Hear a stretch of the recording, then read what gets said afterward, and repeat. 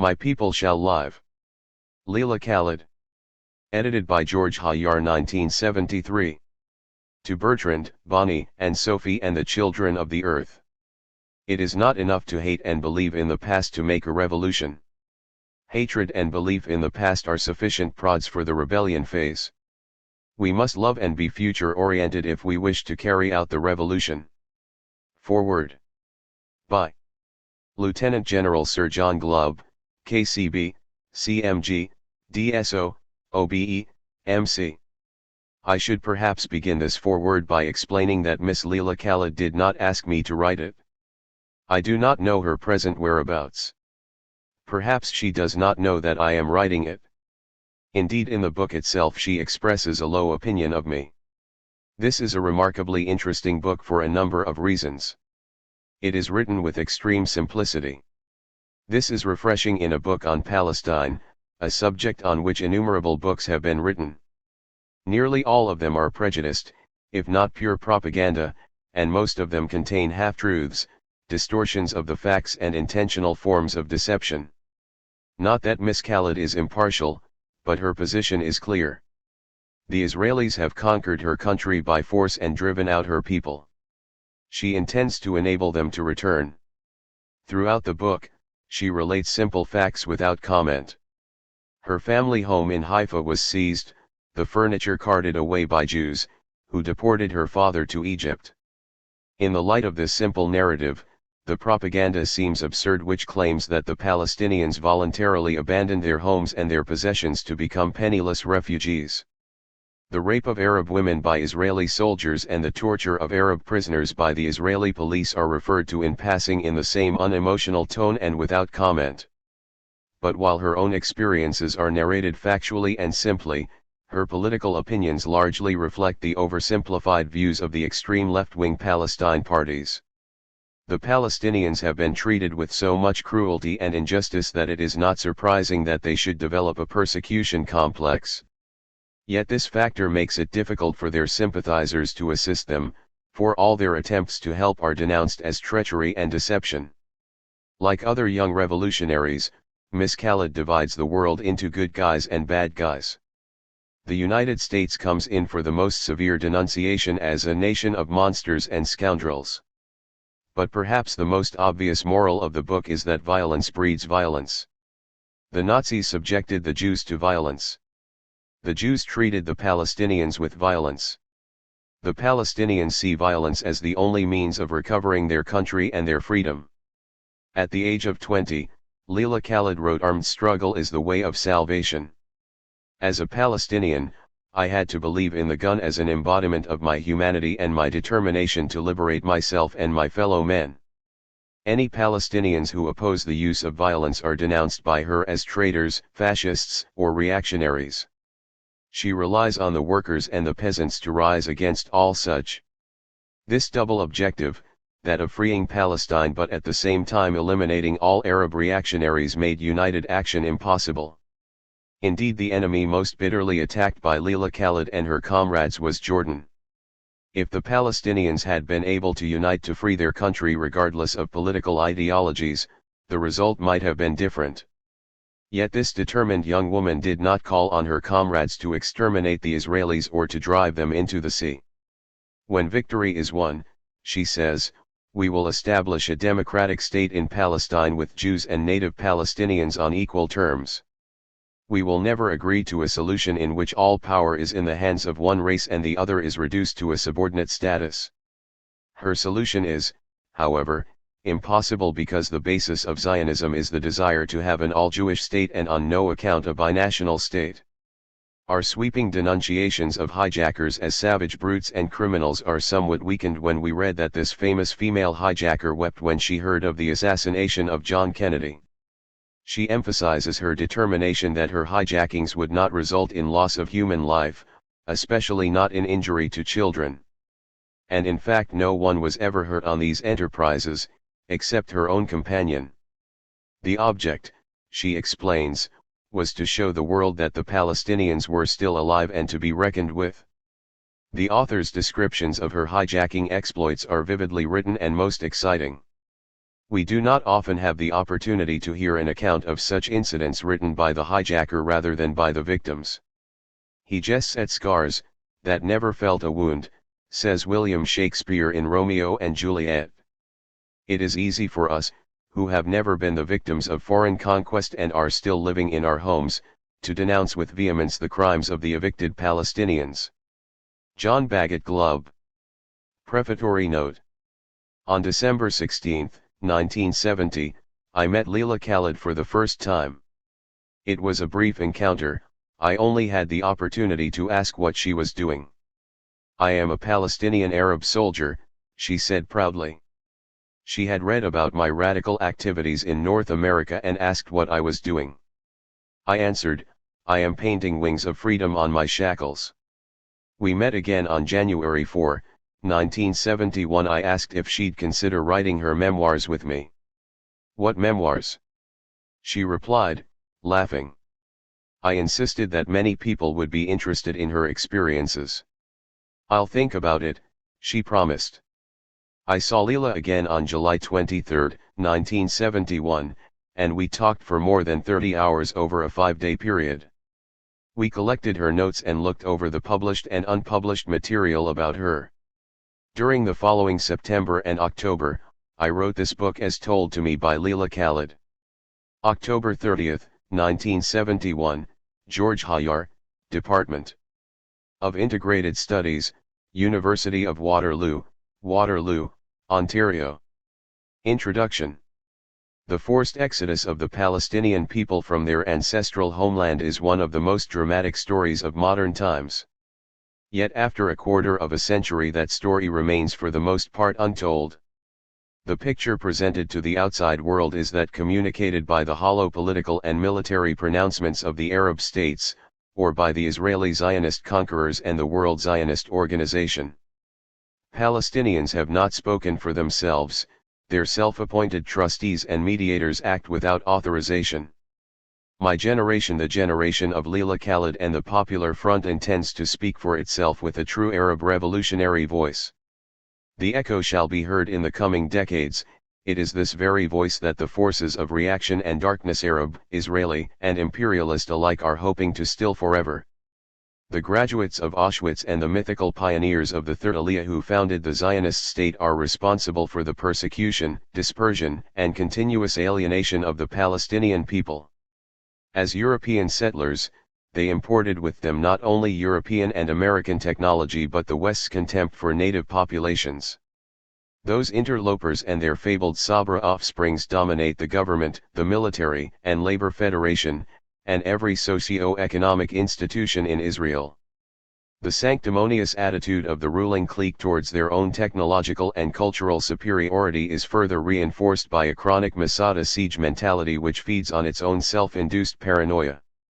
The terror is of an impending Holocaust waged by holy Arab warriors against poor, besieged Zion, the latter, of course, being a self-helping, self-cultivating, self-determining, peaceful community. This monocene state of mind has been exploited by the World Zionist Organization to extort funds from Jews and guilt-ridden liberals the world over. WZO, as the loyal servant of imperialism, has been able to deceive the public and win over Western governments because it speaks the language of the West. More than a half-century has elapsed since the barbaric and systematic obliteration of the Palestinian people began.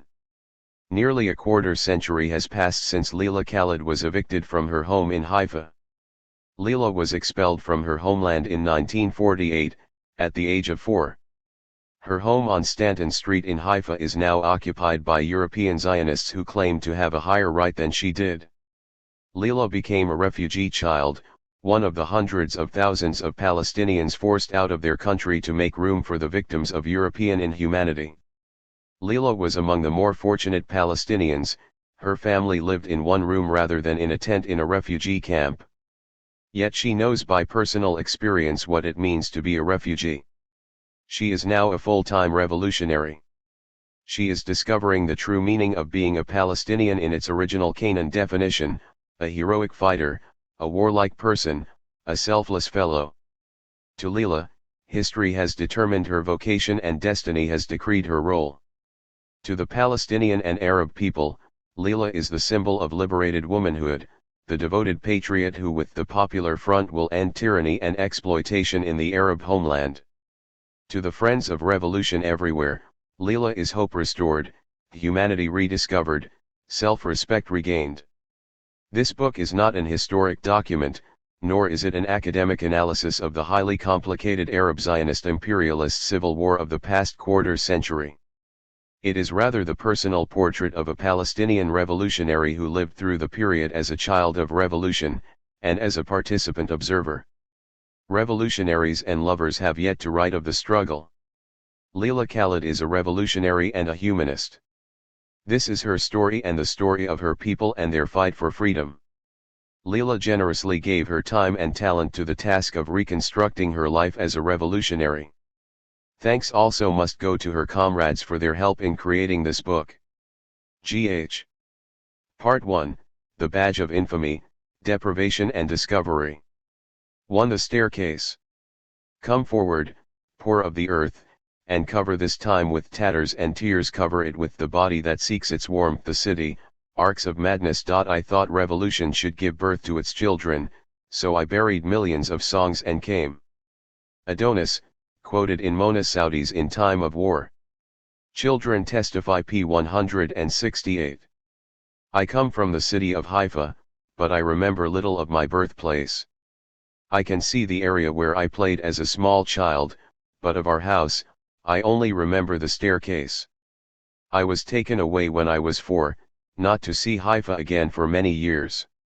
Finally I saw my city 21 years later, on August 29, 1969, when Comrade Salim Isai and I expropriated an imperialist plane and returned to Palestine to pay homage to our occupied country and to show that we had not abandoned our homeland. Ironically, the Israeli enemy, powerless, escorted us with his French and American planes. What I knew about Haifa had come from my parents and friends and from books. Now I saw Haifa from the air and formed my own cherished image of my home. Haifa is caressed by the sea, hugged by the mountain, inspired by the open plain. Haifa is a safe anchor for the wayfarer, a beach in the sun. Yet, I, as a citizen of Haifa, am not allowed to bask in its sun, breathe its clear air, live there with my people. European Zionists and their followers are living in Palestine by right of arms, and they have expelled us from our homeland. They live where we should be living while we float about, exiled. They live in my city because they are Jews and they have power. My people and I live outside because we are Palestinian Arabs without power. But we, the graduates of the desert inns, we shall have power, and we shall recover Palestine and make it a human paradise for Arabs and Jews and lovers of freedom. I love Haifa, as does my family and all Palestinians. At the outset my love for Haifa was sentimental, a child's love for a dream land. As I grew older and began to read and think for myself, I discovered that I have historic roots, that my people have a history of struggle, that my nation is the equal, if not the superior, of other nations. Above all, I learned that my class, the working people, the unemployed, the refugees, the oppressed everywhere could liberate mankind from the shackles of superstition and backwardness. I had to forget what the colonial school system had endeavored to instill in me, that I had no history, that there was no Palestinian people, no Arab nation. In my search for freedom, I discovered some of our legendary heroes and the golden age of Arabism, and realized how historians have skillfully belittled our achievements and consigned us to oblivion. I knew that I had a role to play. I realized that my historic mission was as a warrior in the inevitable battle between oppressors and oppressed, exploiters and exploited. I decided to become a revolutionary in order to liberate my people and myself. I was greatly inspired by a Palestinian revolutionary of the 1930s, Izz ad-Din Qassam, a man who embodied the spirit of resistance and who organized the first working class and peasant revolution in the Arab homeland. He had been organizing his underground for several years. In 1935, seeing the continuing betrayal of his people, he launched an armed struggle which he intended to be the beginning of a people's war of liberation against the enemies, British imperialism, Zionism, and Arab backwardness. The revolutionaries were workers, peasants, students, and other progressive groups. The revolt was a revolt of the oppressed, and it was suppressed by the British with the aid of the Zionists and Arab reactionaries. Palestine was lost to Zionism between 1936 and 1939, not between 1946 and 1948 as historians would have us believe. In 1936, a peasant uprising engulfed the entire country in a general strike that lasted from April to October. Its goal was to ensure Palestinian Arab identity by the establishment of a democratic state, the expulsion of the British, and the cessation of Zionist immigration to Palestine. The only result was that the British set up one of their time-honored imperial devices, the Royal Commission, which in 1937 recommended the partition of Palestine. The Defense Party of Palestine, a front organization of King Abdullah, and the British agreed to the proposal. The revolutionary struggle intensified, but resistance was finally crushed by a traitorous Palestinian leadership and its peace regiments, by Arab government trusteeship and its mediation, and finally by British Zionist military collaboration. Qassam was martyred. His martyrdom precipitated a political cataclysm, but his revolution was finally buried by his enemies, his memory was blotted out by his detractors. The Popular Front for the Liberation of Palestine begins where Qassam left off. His generation started the revolution, my generation intends to finish it. I learned the history of the upheaval of the 1936 revolution largely from books, but I know the history of my people since 1948 from the bitterness of my own experience. I left Haifa 4 days after my 4th birthday, on April 13, 1948. My birthday was not celebrated because April 9 was a day of national mourning in Palestine. I am now 29 years old and I have not celebrated a single birthday since, and will not do so until I return to Haifa. I did not leave Haifa of my own free wish. The decision was not made by my family but by a people who should have known better, a persecuted and hunted race who in turn became my persecutors and hunters of my brethren. My family had cordial relations with our Jewish neighbors. We lived on Stanton Street, which wasn't far from the Jewish quarter, Hajjar, the fashionable Fifth Avenue of Haifa. I knew Jewish children. Tamara, one of my best friends, was Jewish, but I knew that there was no distinction between us. I was conscious of being neither Arab nor Jew. The turning point in my relationship with Tamara came on November 29, 1947, when the UN partitioned Palestine between Tamara and me. Tamara was awarded 56% of my land. Her own people claimed only 8% ownership of the whole land of Palestine, according to their own statistics. I was expected to accede to this demand and congratulate Tamara's people. I was expected to deny my humanity, acknowledge the moral legitimacy of the Zionist claims, and accept the status of being homeless in my own home, a refugee in my own land. World Zionism, American imperialism, and all their allies sentenced me to a life of exile for being an Arab. Then they expected us to honor their decision and abide by it. Because, if we abided by that decision, Zionist claims would be satisfied, their territorial expansion would end and their aliyah's immigrations would cease. The UN decision to partition Palestine prompted a general strike that lasted for 3 days. The strike was totally ineffective. The Arab national movement was exhausted, it was a mere ghost, a disorganized, emotional mob. The traditional institutions disintegrated. The newer confederations of workers and peasants weren't sufficiently developed to take up the cause of national liberation. We were foredoomed. Sporadic violence broke out, Arabs killed Jews, Jews killed Arabs. But Jewish violence was organized and disciplined. They were thoroughly mobilized and they knew what they were fighting for. Arab violence was ill-planned, random activity carried on by individuals. The Zionists had camaraderie as well as gunpowder, they had well-organized armed forces and they excelled in psychological warfare. Their leaders were at the head of their columns, ours were securely ensconced in Mount Lebanon or Cairo. The Zionists were thus able to snatch Haifa out from under us, particularly after Sir John Glub Pasha, the commander of the Arab Legion of Jordan, ordered his Haifa regiment to withdraw in agreement with British plans to evacuate Haifa and ensure Jewish victory. With careful coordination and brilliant military strategy, the Zionists thought they could attain their goal with a minimum of effort and loss of life. They did. Most of the 80,000 Arab inhabitants of Haifa left without battling to the death for their city. They departed in an atmosphere of terrorism. This exodus started on April 9, my birthday, the day the Zionists massacred in cold blood the people of Deir Yassin, a crime which the Zionists cruelly but cleverly magnified to frighten the remaining population into submissive departure. Haifa was electrified by the murder of 254 people and the wounding of hundreds more. The people of Haifa feared that they were on the eve of a much greater massacre. Terror and panic prevailed. 2 days later the violence touched me, I saw death for the first time. I do remember being terrified, but I do not remember whether the dead person was Arab or Jew. I only remember hearing bombs exploding and seeing the blood spurting from the dying man's stomach. I hid under the staircase and stared at the corpse in the street outside. I trembled and wondered whether this would be the fate of my father.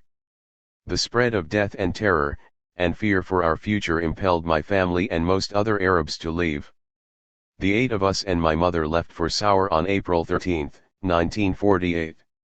My instinctive reaction was that I must remain at home. Nobody explained to me why we were leaving and I didn't understand. Mother packed the children into the little rented car with a few of our personal belongings, and was ready to set off until she counted the children and found that one was missing. All knew instantly that I was the one. 2 of my sisters found me hiding behind the date box and hauled me out like a sack of potatoes. Nawal screamed, "The Jews will kill you if you don't come," as she pulled me by the hair. I was infuriated and still couldn't understand why we were going to Sour. My father bade us farewell, gave me a tearful kiss, and remained behind. I remember the figure of despair growing smaller in the distance. I also remember that this was the last time I saw the staircase of our house. I didn't see my father again for several months. And when he came to Sour he was a broken man. Apparently my father had had no intention of leaving, he intended to remain no matter who controlled Haifa. However, our home and his business were seized on April 22 immediately after the fall of Haifa. He had to watch Zionists moving into our home. He saw our furniture carted off. Then he, himself, was deported to Egypt. My father managed to reach Sour by the late summer of 1948. He arrived penniless after working hard for 3 decades as a storekeeper. Never allowed to become a Lebanese citizen, father truly felt the meaning of rejection. He was thrown out of his country and then denied citizenship in a neighboring Arab country. He remained exiled in Lebanon until his death in 1966. For 18 long years, he lived in Lebanon dreaming of returning to Haifa. I, as his daughter, am attempting to realize that dream. I shall not fail my father and my nation. If I am unable to return and live in freedom in Palestine, my children will return. Historians and the pliable Western media try to tell us that the people of Haifa left their city while the Jewish mayor called for coexistence and cooperation. Even if we presume the mayor's call to have been genuine, would that have stopped the bloodshed and the systematic expulsion of my people? Would that have suddenly made the Zionists change their program of conquest and subjugation of the Arabs? If the mayor had been sincere, why didn't he command his Zionist hordes to cease firing? Why didn't he stop the murder of my brothers and the rape of my sisters?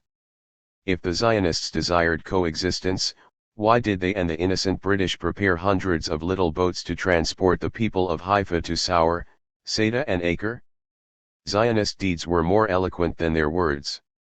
The Zionists wanted us out of Haifa and Palestine, and they succeeded in forcing us to leave, while making the world believe we left voluntarily.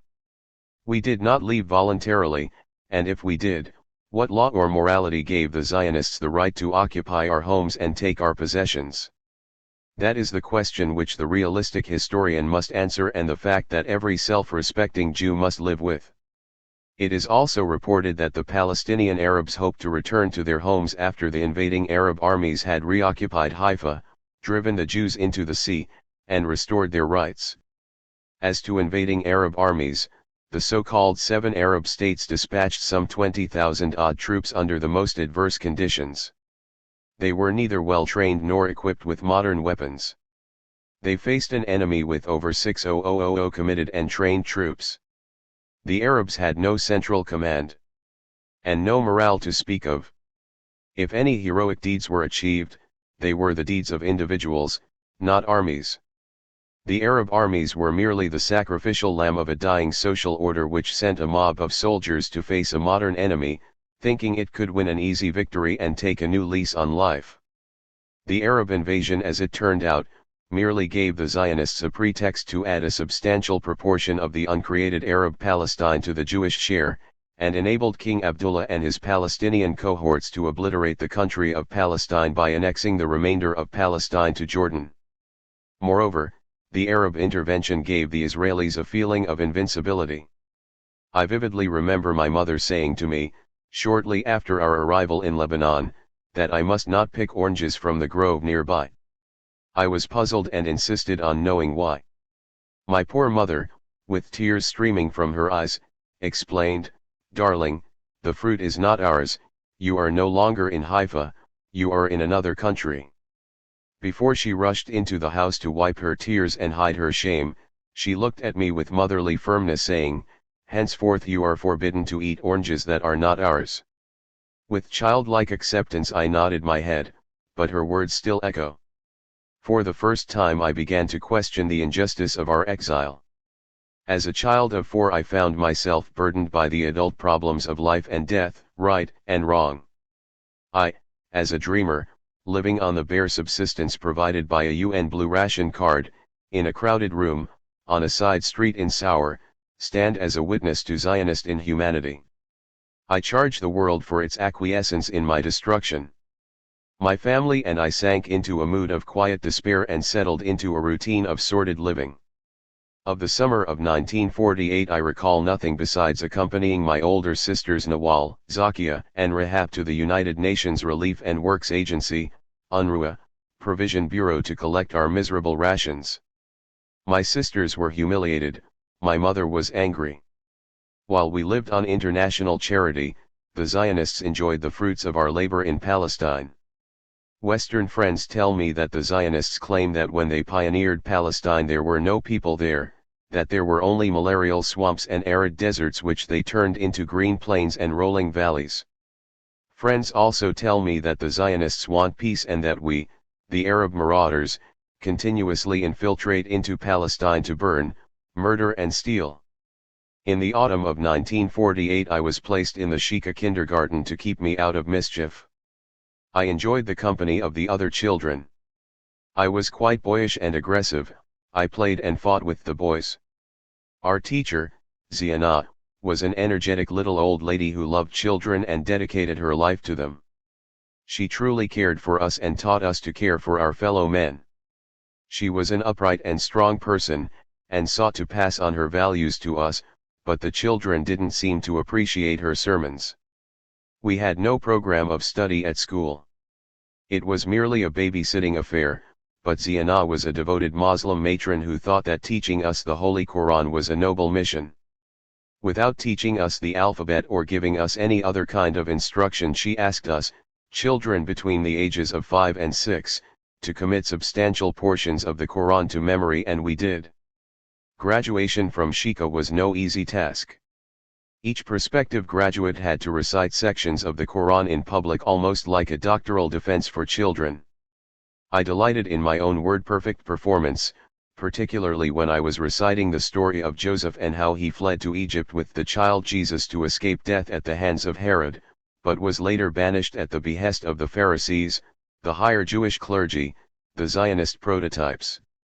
The teacher and the children were overjoyed. I was ecstatic.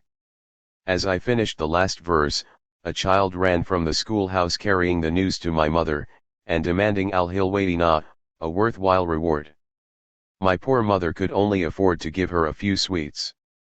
When I arrived home cheerfully announcing my graduation, my mother also gave me some sweets and a big kiss.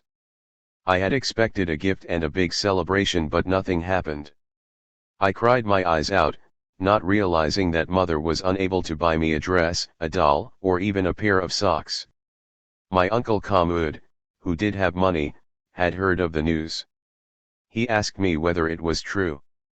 I said, yes. He gave me a little test and was very impressed.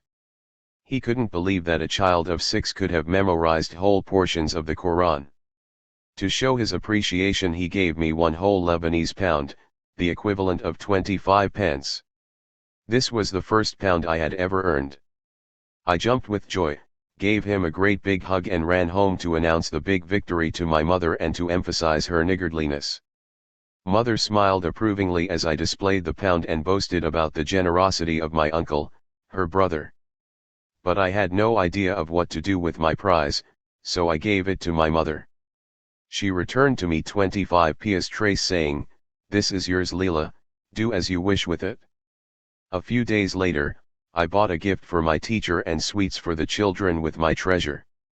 In the autumn of 1950, I was enrolled in grade 1 at the Union of Evangelical Churches School for the Palestinians, but only after a struggle. That summer, I had learned to read on my own by attentively listening to my sisters and picturing the passages of the Quran in my mind. Since I was Zakia's constant companion, I knew what she knew and learned what she learned. She was going into the 4th grade and I decided I wanted to be in the same grade, especially after discovering that the 2 pre-elementary grades plus the first 2 grades were going to be housed in a tent on the grounds of the schoolhouse. But the teacher placed me in the first pre-elementary grade and proceeded as if nothing was wrong. I was shocked and objected strenuously. I shouted out that I ought to be placed in grade 4. Everyone laughed. "Examine me and you will see," I demanded. I was able to read 4th grade level Arabic without making a mistake. Then she examined me in mathematics, and I knew enough to pass. English was my downfall. I knew the alphabet and a few words that my sisters used around the house. I was able to recognize the English alphabet as she wrote it on the blackboard, but I made a disastrous mistake when I read the letter O in English as 5 in Arabic, which in fact took the same form. The teacher burst out laughing. "You see, I knew you didn't know enough to be even in grade 2, never mind grade 4. But since you're such a bright little girl, you won't have to spend 2 years in pre-elementary school. I will place you in grade 1. I made my point and achieved a real academic victory, but I also felt a momentary letdown because I still had to remain in the tent outside the schoolhouse. Henceforth, I was no longer a child learning songs and games, but a serious pupil learning Arabic, math, and English. Also, as a student in grade 1, I earned the right to my own slate with a sponge and lead chalk. Mother made me a cloth school bag from a piece of one of her old dresses. I was delighted that I had so much. In grades 1 and 2, I enjoyed school and settled down to a normal existence in exile. There was only one significant incident during these years in my life, which had to do with demonstrations commemorating the loss of Palestine. Although I was passionately aware of the Palestinian tragedy, for some reason or other, I thought the demonstration on May 15, 1951, was a mere interference with my school work. The school was closed for the occasion, but I did not participate. I asked Mother what the demonstrations meant. Realizing that I was the only child of walking age who had remained at home, she replied angrily, "As a Palestinian girl you should have joined your sisters to protest against the Zionist occupation of Palestine." I agreed that the demonstration was desirable, but insisted that school work was more important. Mother was surprised by my treasonous talk, and lectured me on the 3 historic days of betrayal that every Palestinian should remember: the Balfour Declaration of November 2, 1917, the Partition of Palestine, November 29, 1947, and the Proclamation of the State of Israel, May 15, 1948. Ever since, these dates have become a vital and integral part of my life. 1952 was a turning point in my life. I was only 8 years old, but the onrush of events and the background of my world of exile forced me to be politically aware. My brother first drew me into politics. I recall the first political debate between brother Mohammed and my father. Mohammed, who was 17, was enthusiastically relating to the family how a group of young Egyptian army officers overthrew the corrupt King Farouk of Egypt. Father was opposed to the revolt and insisted that the officers were a group of military upstarts, who knew nothing about politics and overthrew a king who had fought for the defense of Palestine in 1948. Mohammed was furious. He reminded father that the king was a British political stooge who lost the war in Palestine and did nothing for 4 years to help recover Palestine. Moreover, Mohammed continued, the king and his retinue were decadent to the bones and they squandered the wealth of Egypt on themselves rather than on the people. The family was cheering for Mohammed as he proved that he was better informed than father. Mohammed had collected the documentary evidence from Rose-e Youssef, an Egyptian journal, and pasted it on the wall of the boy's room. He read it all to father, who acquiesced and proudly congratulated his eldest son on being so well informed and committed to the revolution. Mohammed became our political commentator and all of us, especially the girls, learned enormously from him. Furthermore, being at the American University of Beirut on a scholarship added to his prestige and put him in close association with the fledgling Arab youth movement, which provided him with a wealth of information and organizational skill. In the autumn of 1952, I enrolled at the same exclusive Palestinian school set up by the churches. This was the year of discovery and commitment. In the next 3 or 4 years my political and social ideas were formed, and my political ties were made.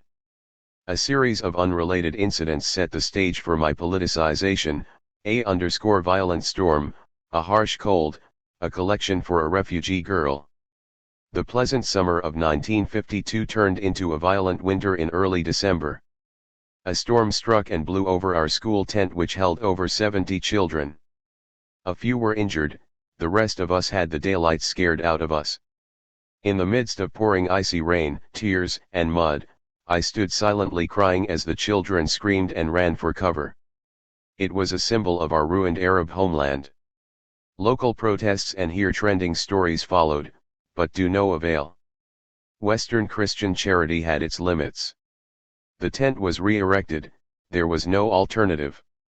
At this point, the tent had little or no meaning to me.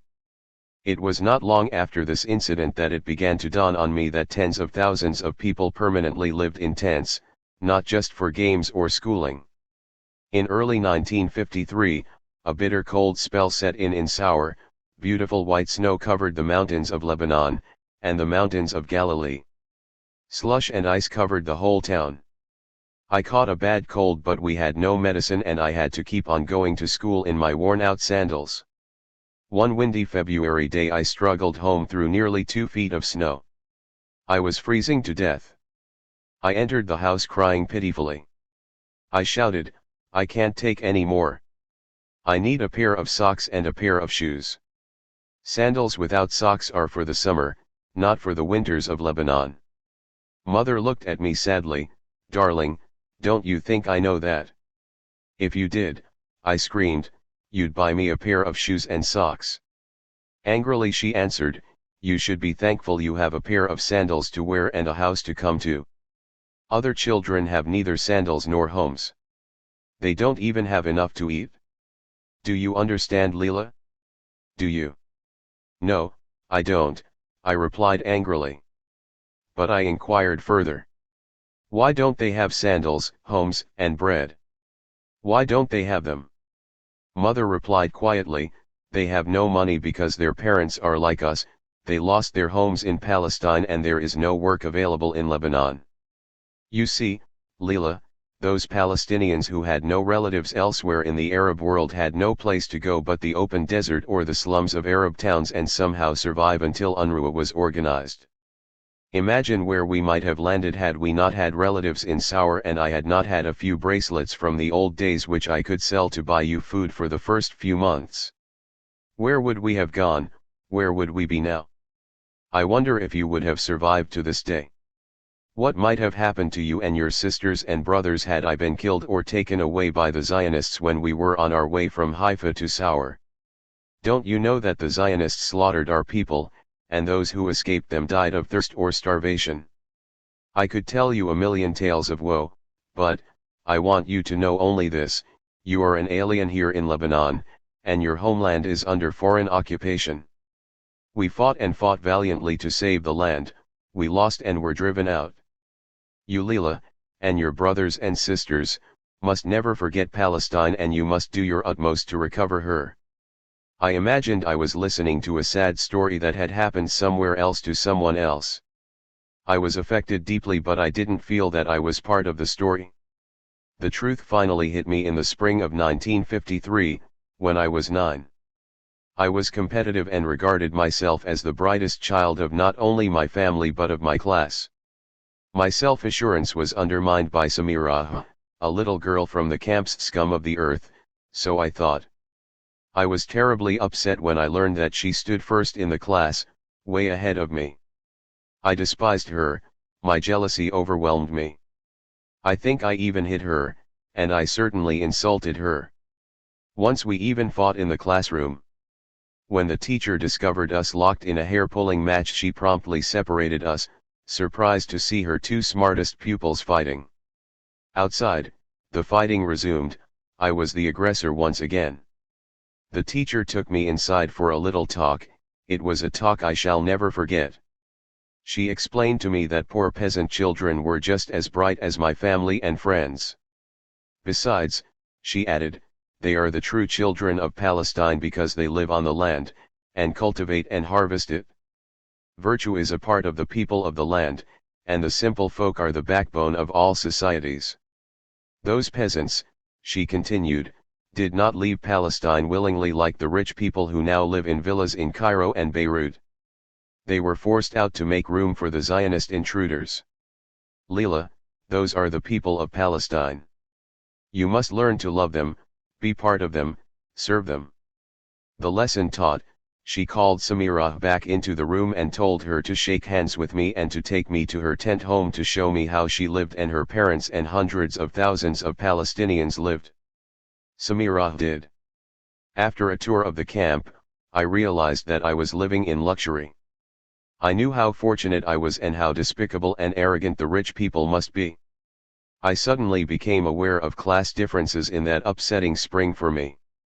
As I grew older, I acquired the necessary intellectual and moral ideology to understand what I had felt in that camp, why class society must be abolished and socialism established in its place.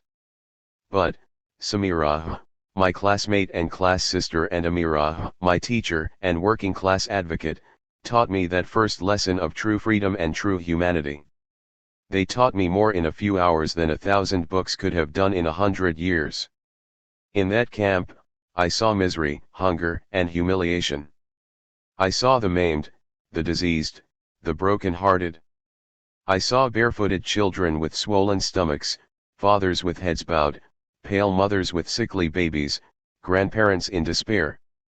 I saw the meaning of poverty and hunger, and felt the despair of deprivation to my bones. I did not shy at the sight of filthy tents, and I was not deterred by the sight of death. I toured the whole camp and tried to feel how the people felt. I returned home intoxicated by the wine of reality. I was crucified and redeemed at the same time. Ever since, I have loved the poor and marched with them to overthrow our mutual oppressors. Over 700,000 Palestinians still live in these refugee camps. Some of them do menial work in nearby towns, most of them rot in idleness. They live on meager UN doles and have no hope of salvation without an Arab-Palestinian revolution. My faith in myself and my fellow students was greatly strengthened in the spring of 1953. On Bayram's Eve, the Easter of Islam, most of the children were ready for a week's vacation. Most were talking about dolls, dresses, and the other gifts they expected to receive. A sad little girl in ragged clothes was sitting nearby all by herself. I didn't know her well and I didn't ask her why she was so lonely and unhappy. Nabil, our teacher, was aware of her plight. After our break he told us that it would soon be Easter and that all of us, with the exception of one little girl, would be receiving gifts. He said, it would be un-Muslim not to share our riches with the poor, and certainly un-Arab not to be generous. I was excited. Maybe the time had come to storm UNRWA's offices or government house in Sour. But Nabil had no such drastic measures in mind. One of you will not have a happy Easter unless she has a new dress for the occasion. I cannot afford to buy her a dress alone. Here, I am contributing 25 piastres, and if each one of you contributes 2 to 5 piastres we could buy Hasna a dress. The children looked at each other, puzzled by the request. I was not. I knew what it meant to be poor, having just visited the primitive camps. I stood up and announced, here is my entire weekly allowance of 5 piastres. Most of the children followed suit and we bought Hasna a dress in the midst of joyous tears. I decided not to wear my own new dress that year because thousands of Palestinian children had none. I loved my teacher Nabil, adored his physical prowess and moral integrity. He in turn coddled me and treated me like a little sister. On the 5th anniversary of the creation of Israel, May 15, 1953, he and I marched at the head of the parade. With clenched fists, we shouted, "Long live Arab Palestine, Palestine is ours, we shall return." Thousands of people, old and young, assembled in the town square to hear Nabil swear allegiance to the flag on behalf of all Palestinians. He spoke persuasively, "Our parents lost Palestine, but our and succeeding generations have an obligation to liberate our homeland." As he concluded his speech, he asked the crowd to look southward and to pledge before themselves and their fellow men to return to fight for Palestine. I had received the sacrament of revolution. I also learned a lesson from my cat, Sarah. She was black like me and we were constant companions. I read my lessons to her, I took her for walks to the sea. I made clothes for her, bathed her and brushed her like an infant. Sarah was my child. When she had her first litter of kittens I acted as midwife. I was devoted to the kittens. When one died I gave him a Muslim burial and visited his grave daily. Then one day I discovered a great big chicken eating the flowers off my kitten's grave. I caught him and in my childish fury wrung his neck. The incident caused an uproar around the house. Finally the neighbor was dutifully told that her chicken had violated my rights of property. My mother insisted that I dispose of the kittens. After some searching I found good homes for them. Then nature took its course and my cat became pregnant again. My mother was determined not to turn our home into a maternity hospital again, so she seized the cat, put her in a sack, and told my uncle to take her as far away as possible. I cried and pleaded with her, but she was unyielding. Uncle carried out the mission. I was catless for nearly 1 year. In the spring of 1954, I was 10 years old. On a bright Sunday morning on my way home from school, I saw my cat, Sarah, striding majestically on the top of the arch of a dilapidated building. I was overcome and rushed towards her, not completely certain that it was Sarah. It was indeed my cat and I welcomed her with open arms. The whole family was overjoyed and regarded her return as miraculous. On Monday morning the teacher asked us to write an essay on something very important that had happened in our own lives. I was pleased to have the chance to write on the return of my dove to the ark. I wrote about the story of the flood, comparing it to the Zionist flooding of Palestine and portraying my cat as the dove of peace that foretold of the ebbing of the tide. I felt that if my cat could find her way back to me after 1 year, I ought to be able to find my way back to a liberated Palestine. My teacher, also a Palestinian, thought the sentiment was noble and elevating and tried to instill in me a more scientific approach to the homeland. But to a child of 10 the homeland was a dream to excite the imagination, not an attainable goal. To extinguish the flame of revolution, safeguard Arab black gold, and maintain United States strategic interests, America the creator, protector and supplier of weapons to Israel, the father, godfather and high priest of Zionism, set out in the early 1950s to create an extension to NATO and place our world in its orbit. John Foster Dulles, the U.S. Secretary of State, visited the Middle East in March, 1953. His country was in the grip of virulent McCarthyism, and Dulles, as an ardent anti-communist, came to save us from the communist menace and turn us into docile democratic citizens of the free world. He sought to form a regional alliance tied to NATO and at the same time find a final settlement to the so-called Arab-Israeli conflict, which would ensure the continued supremacy of Western imperialism and its oil cartels in the area. The answer of my generation to Dulles's attempts was a loud no.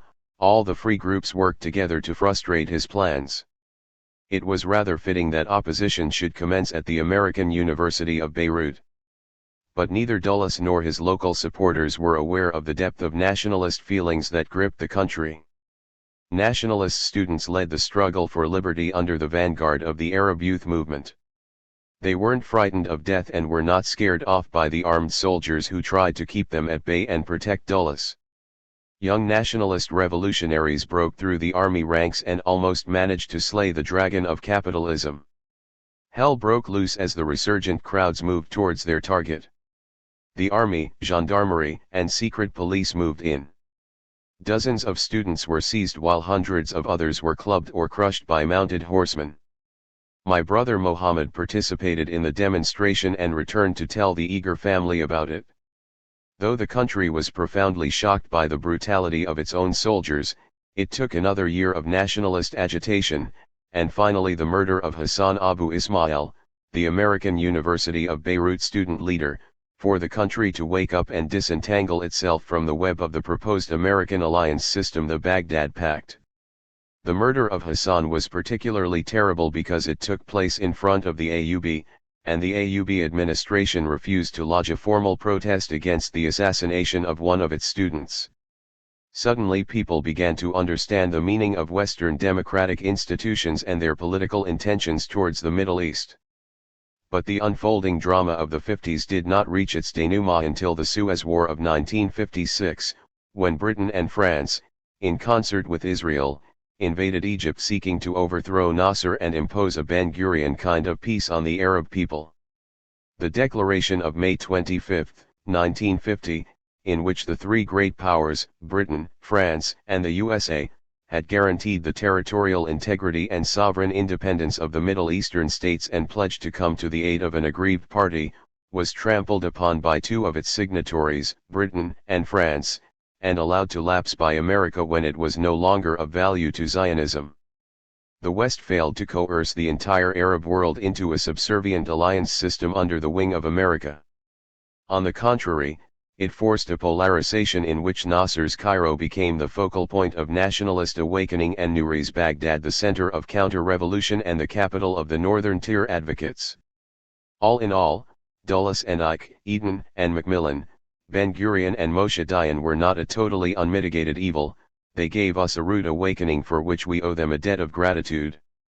They forced us to re-examine the foundations of our society. No longer did the Arabs have to undergo long periods of self-delusion to distinguish friend from foe and to uncover the enemy within and without. 2. Education and revolution. Man is born free and everywhere he is in chains. Rousseau.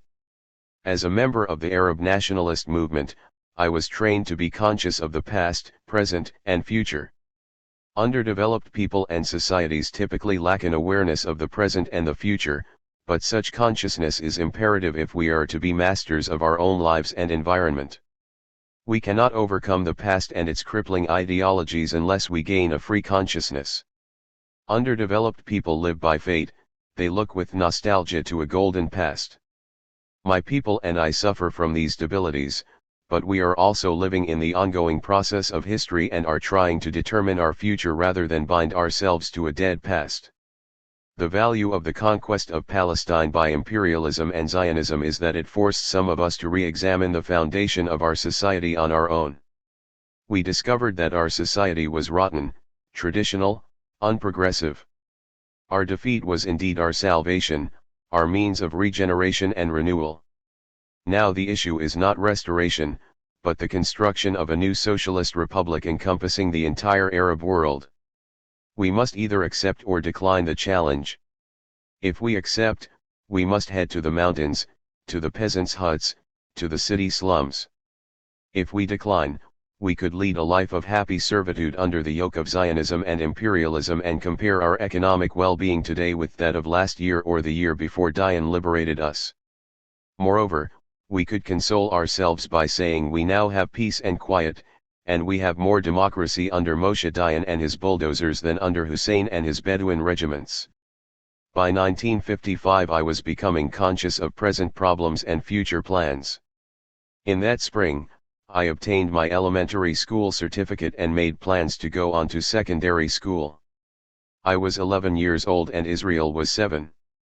We went through the same perennial ritual of denouncing Zionism, imperialism, and Arab reactionaries on the 7th anniversary of our exile and doing nothing about it. Meanwhile, Israel had used those 7 years to consolidate her internal front and integrate her Afro-Asian population, the Sephardim Jews. Peace overtures were made by Moshe Sharett in 1954, but his government was toppled by the Israeli Hawks under the redoubtable leadership of Ben-Gurion. However, before Sharett's overthrow, the Israeli government was implicated in one of the most insidious plots in the history of diplomacy. The scheme known as the Lavon Affair entailed the blowing up of the US and British embassies and other Western strategic interests in Egypt to prove the instability of the Egyptian regime, and persuade Israel's protectors to remain ensconced at Suez and not to withdraw from the Sudan. The Israelis, of course, had hoped to make the crime appear the work of the Egyptians. Unhappily for them, they were caught red-handed and exposed. The Lavon Affair rocked Israeli politics for the next decade. Israeli expansionism began in earnest with the gradual annexation of demilitarized zones set up under the truce agreements of Rhodes, 1949, the continued expulsion of Arabs from Israel, and the suppression of the remaining Arab minority in Israel. More important was the start of the policy of massive reprisals. This was launched on October 15, 1953, with an attack on the village of Kibbutz and culminated on February 28, 1955, when Israel invaded the Gaza Strip, demolished Egyptian fortifications and killed and wounded over 150 people. The attack did not have its intended effect. Nasser did not withdraw, instead, he encompassed the entire Arab world. By the autumn of 1955 he concluded the famous arms deal with Czechoslovakia, thereby breaking the Western monopoly as sole armament supplier to the Mideast states and began to move towards Pan-Arabism. Everything crystallized in the early autumn of 1955 because Alan Dulles, the head of the CIA and brother of John Foster Dulles, flew to Cairo in September and tried to persuade President Nasser not to go through with the Czech arms deal. This high-handed gesture, denounced by Arab nationalists, was only the first in a series of attempts on the part of the American imperialists to undermine Nasser. Hardly any school child that year escaped learning about these events. I anxiously absorbed details and mastered most of the anti-Western arguments. My family's economic condition was improved and the atmosphere around the house relaxed. We now had a 3-room apartment and hunger was no longer a threat. 2 of my sisters were working and mother had made some wise investments. We all felt that the Arabs were taking some overdue first steps towards recovering Palestine and we were still wholeheartedly behind the nationalist movement. 1956 was the year of years in modern Arab history. The Nasserite regime, aided by external and internal pressures, had managed to extract an evacuation agreement from the British in 1954, and by June, 1956 withdrawal was completed. Dulles and Eden then decided to topple Nasser because he was moving in a neutralist direction instead of towing the Western line. They exerted economic pressures, but he did not yield. Nasser was beginning to sense his potential power and the desire of the Arab masses for a strong, charismatic leader. Eden and Dulles for their part were unable to grasp the profound changes that were taking place. They thought that if they couldn't overthrow Nasser they could humiliate him and make waves by withdrawing the promised $70 million loan for the Aswan High Dam project. Nasser responded by nationalizing the Suez Canal on July 26, 1956. The Arab giant had suddenly awakened and roared with fury at the West. Mass adulation for Nasser became an Arab phenomenon, Nasserism became a worldwide doctrine. The West was stunned when Arab pilots soon proved that they could operate the canal just as, if not more, competently than their Western counterparts. The world stopped and listened.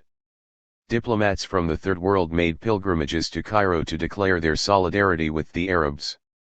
When Robert Menzies, the Prime Minister of Australia, journeyed to Cairo carrying the ultimatum of the Canal Users Association, Nasser gave Menzies an emphatic no and sent him packing. The Arab world applauded, the oppressed saw a spark of hope. Europe and America stood in awe while Nasser became the brown giant of the Third World. Then came the infamous tripartite invasion of Egypt on October 29, 1956, but Nasser held on to the canal and the reins of power. Israel had unabashedly conspired with Britain and France to reverse the tide of Arab history and impose a new imperial regime on our world. The 1956 invasion of Egypt ceased on November 6. That day a new baby was born in the Khaled family. We called him Nasser in honor of President Nasser, to symbolize our first hour of victory since the defeat of 1948. Nasser was number 12 and the last child of Ali Khaled. Now the family could either form a soccer team or take on the 12 tribes of Israel. The decision was already made. That autumn was the most exciting period of my childhood. We were engaged in all sorts of feverish activities. It seemed as if the whole school was one family, the whole of Sour was one tribe, the whole of the Arab world was one nation-state.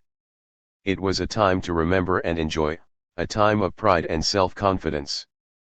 But the enemy was still at the gates. The years from 1956 to 1959 were my period of political apprenticeship as an activist. Although I had sensed intense political interest and activity in our house since 1954, I somehow did not grasp its full significance and was not really involved in the discussions. Brother Mohammed was a member of the Arab nationalist movement and he frequently gave us literature to distribute in Sour or posters to paste up. Sisters Zakia and Rahab must have joined the movement in 1956 or 1957, and they were very active. I began to associate with the movement people in 1957.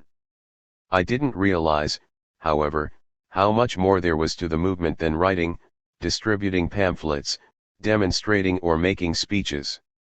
The movement was active in 1957 when it was widely rumored that Turkey was planning to invade Syria and overthrow the progressive regime on behalf of the U.S. We had numerous discussions, but there was no organized youth movement to take action. I was on the periphery and asked my sisters for information which they refused to give because I was not a fully fledged member of the movement. But my enthusiasm at associating with liberationists and my emotional commitment to the cause offset any misgivings I might have had about not being a participating member. In 1958, under artillery fire from the Lebanese army, the distinction between member and non-member ceased. Sour was under siege. The false friends of Palestine and Arabism began to show their teeth immediately after the formation of the United Arab Republic in February of 1958. To protect their own tottering regimes, the Hashemites of Iraq and Jordan formed their own counter-federation, probably under Western instigation. The whole Arab world was polarist, pan-Arabism versus provincial sovereignties, revolution versus counter-revolution, Cairo versus Baghdad. In this political context, the Lebanese President Kamoun, the darling of Western diplomats, decided to seek a second presidential term. The Arab nationalist movement as well as other forces, progressive and reactionary, sought to block the constitutional amendment proposed by his party. Because of the constitutional deadlock, the conflict of antagonistic social forces, and the opportunism of merchants and politicians on both sides, a civil war erupted on May 10, 2 days after the assassination of Nazib al-Matna, a renowned Arab political editor. In Sour, local opposition to the Arab nationalist movement was feeble. It was easy for us to seize the city and run its government in the interests of the people and the rebellion. The island of Sour proper was under our absolute control. But the army held the gate at the northern end of town, where the opposition had numerous followers, including the local member of parliament, his tribe, and its clients. Tempers in Sour had been running high since April 2, 1958, when the gendarmerie had shot and killed Monhalawa, a prominent nationalist leader. Most people in Sour considered his murder unwarranted and unprovoked. The Solidarity Club of Sour, however, interpreted Halawa's murder as a declaration of war on the Arab nationalist movement, as well as an attempt by the Lebanese authorities to intimidate the city and foil the nationalists. Their premonitions proved correct. A 3-day curfew was imposed, followed by a roundup of political agitators. When the people discovered what was happening, they broke the curfew, stormed the police station, and released the prisoners. This time Mohammed Qasim, another distinguished nationalist, was killed, and I had my first brush with death, escaping by only a few centimeters. Although I had participated in practically every demonstration in Sour for the past 6 years, 1952 until April 1958, it still seemed like just a lot of fun. I had not seen anyone murdered since the man who died in front of our house in Haifa, when I had been safely hidden under the staircase. Monhalawa, however, was gunned down by the Lebanese gendarmes while shouting nationalist slogans as he was raised shoulder high by comrades. Mohammed Qasim was shot when the gendarmes tried to reimpose their curfew on Sour. I was by his side, handing him stones to hurl at the gendarmes when he was cut down. I ran screaming for help. When help came, he was still alive and we rushed him to the hospital in a broken old car. I thought he was going to live. The surgeon came out of the operating room after a few minutes. He walked slowly towards us, then solemnly offered his condolences, trying to hide his own tears. For the first time in my life I knew the loss of a comrade in battle. I cried for days. The city mourned the loss of 2 great comrades and gave them heroes' funerals. But that was only the beginning. The summer of 1958 was a summer of mournings. The paramilitary forces and the army of Cameroon advanced like a pack of mercenaries to ravage our city and bring us the blessings of American weaponry. That summer, I do not remember sleeping a whole night without interruption, for I was a soldier at 13, and I had sentinel duty and other political and military obligations. I was anxious to be a good soldier. As the Lebanese divided and brother killed brother, it became evident that too many foreign fingers were on the triggers. On July 16, 1958, American Marines landed in Lebanon, 2 days after the Iraqi people overthrew the Hashemite dynasty there and executed Nouri al-Said and Abdullah, Britain's most faithful Arab agents. The Lebanese Arab people witnessed the awesome majesty of the Sixth Fleet. Unhappily, however, for America, it was too late to restore Nouri and company to power. But they stayed in Lebanon, deadlocked the civil war, and declared it a draw. Arab political commentators wrote books on neither victorious nor vanquished. Fortunately, the summer of 1958 in Sour was not as devastating as we had feared. The destruction was mitigated by an uneasy, unwritten local accord with the army. The ANM controlled the town center, the army held the outskirts of the city. The continuous bombardment of our positions was nerve-wracking and frightening. In addition, the army frequently cut off food supplies. But we improvised and managed. At one stage, our area was being starved and our men's morale was weakening because of the bombardment of the army and their own hunger. We had about 10 kilos of flour at home and I decided that I could bake enough bread for the men. But instead of baking it, I kneaded the entire 10 kilos and fried the dough in olive oil. Now I could supply a regiment, not only a few dozen fighters. The image of a revolutionary Jesus blessing the fish and feeding the multitudes came to mind, but I performed no miracles. The crucial part came when I delivered the bread to the lines. I was caught in the crossfire of the two sides, each thought I was the enemy, but apparently neither was prepared to gun me down. I was amazed by the speed of the bullets as they buzzed by, and was somehow surprised to see a real battle scene raging, particularly with me in its midst. Until then I had thought that battles were like demonstrations. I quickly learned about battles and screamed to both sides to stop fighting because I only had bread on my tray, which I carried on top of my head as befits a Palestinian maiden. Fortunately, One of the comrades recognized me and signaled to his men to stop firing. I ran in his direction when he called my name and reached the hungry men safely. Later I learned another lesson of war. I was ready to choke any Lebanese soldier I could lay my hands on when one day a soldier walked into our house asking for a drink of water. I replied that I'd give him a drink of poison before I'd give him a drink of water. He seemed taken aback. "Why would you do such a thing?" he asked. I said, "Because you're murdering our men." He smiled and cautiously replied, "Miss, if we had been aiming our bombardment on your men and city, the whole thing would have gone up in smoke by now. We have orders to fire and we are firing, but we are not aiming. We merely fire to keep your men edgy and in place, hoping that they won't try to attack us or attempt to cross to our side of town. Tell your comrades to stay put, otherwise we will be forced to wipe out the whole area." Mother and I listened carefully.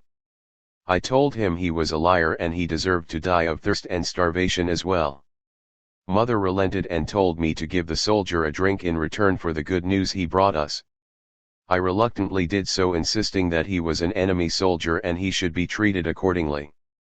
"We should take him prisoner," I announced. He gestured at his gun as he stood in the door chuckling over my outrageous threats.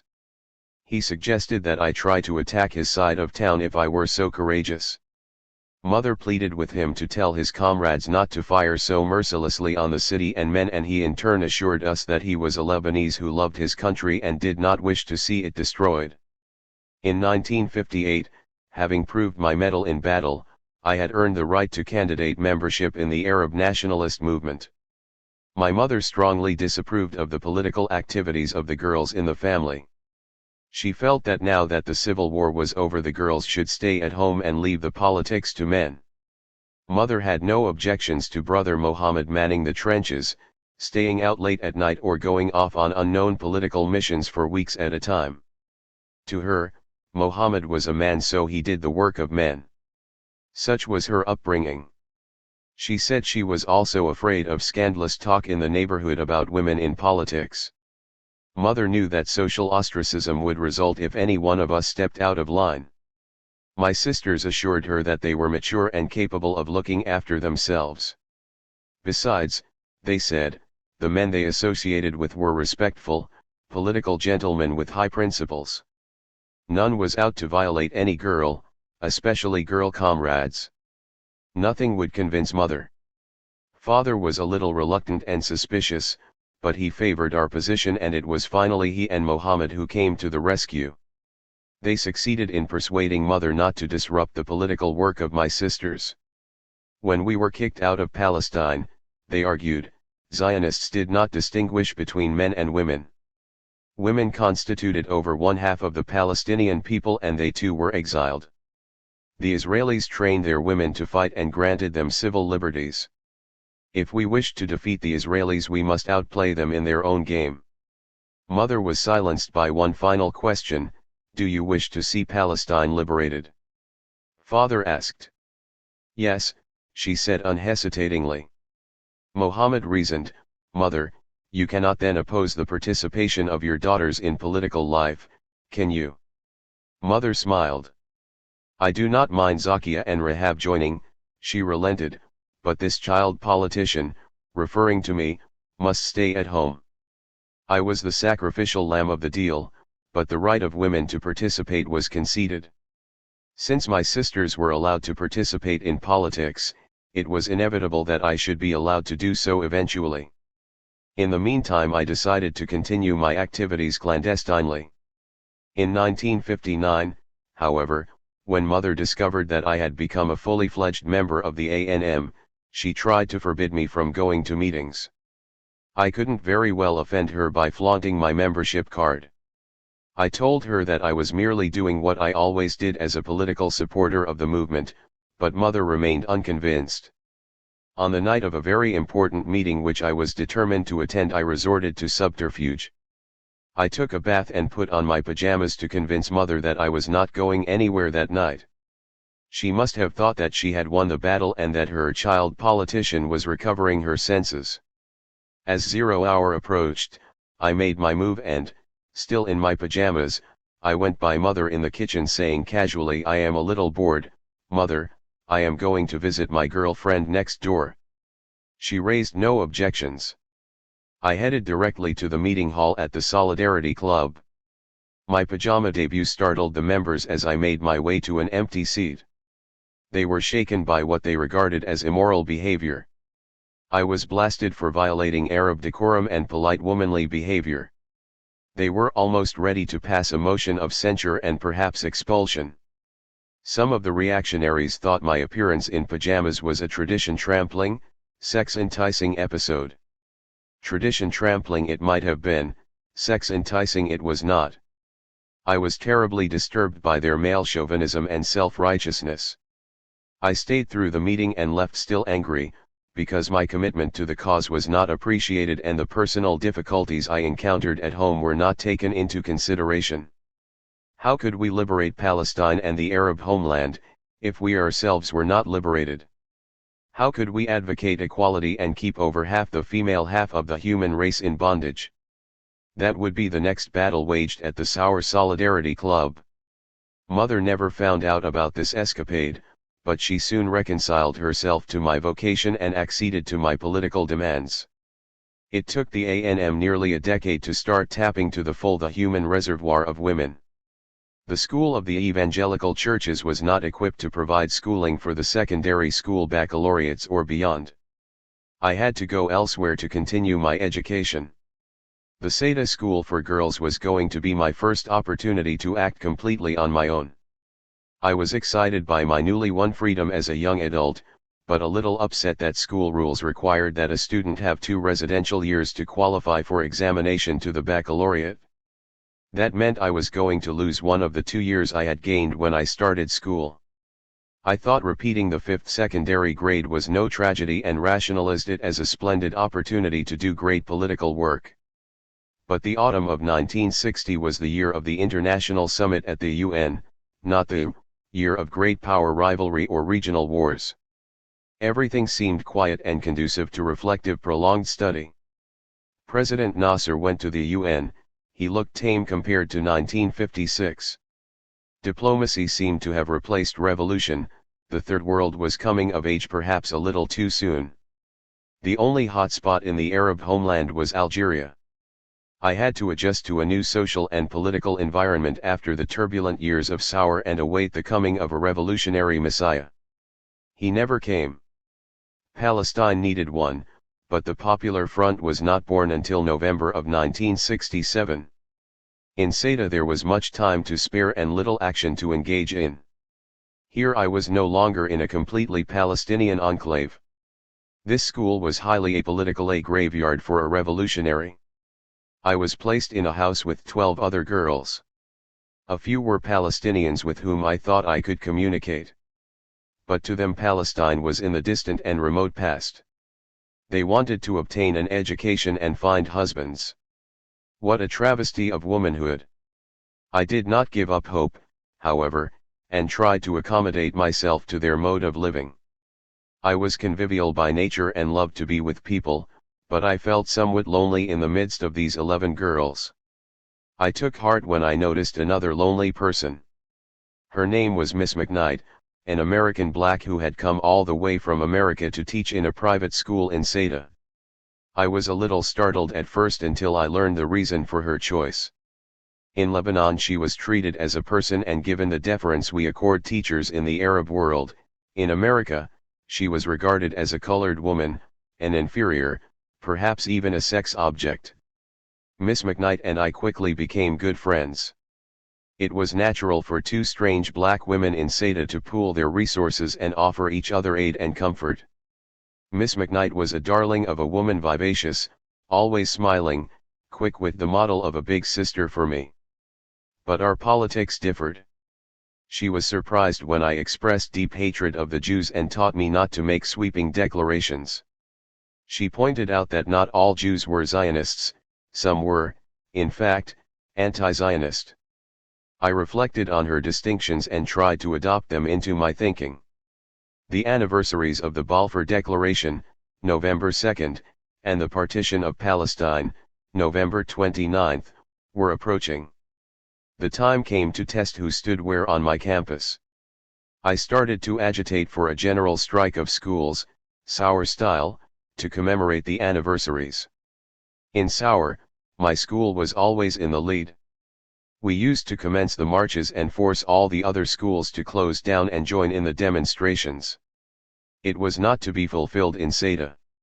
Miss McKnight appreciated the idea, but even she didn't like the idea of a general strike, the forced closing down of schools, the holding of massive public rallies, or the storming of police stations. She was a graduate of Martin Luther King's School of Nonviolence. She stood for prayer and the education of the enemy. I was a militant revolutionary who was born in the crucible of revolutionary upheaval. Despite our differences of opinion, Miss McKnight and I remained friends. As a member of an oppressed race, she was sympathetic to my cause. She used her influence to persuade the Lebanese Arab principal to let me hold on Arab soil a peaceful student rally in support of the Palestinian cause. The principal only agreed reluctantly, thinking she was doing a favor to her neighbors from Palestine. The rally, however, was postponed from November to May 15, 1961, the 13th anniversary of the Zionist state. Then I delivered my first public lecture on Palestine. I spoke of the history of Palestine and Zionism and my hopes for the future. Zionism as a political concept came to the fore at the turn of the 20th century. It was at the outset a religious idea, old Jews' pilgrimage to Jerusalem to spend their last days there and die in the Holy Land. Zionism as a word was coined in 1886 by Ben Aker, a European Jew who had never been to Palestine. It was Herzl who started the political side of Zionism in his pamphlet The Jewish State. He was an Austrian, assimilated Jew who cared very little about Jewry prior to the I-880s.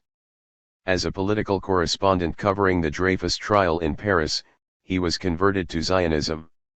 He was appalled that France, the most civilized nation in Europe, was blatantly persecuting a fellow Jew and making him a scapegoat for a crime he never committed.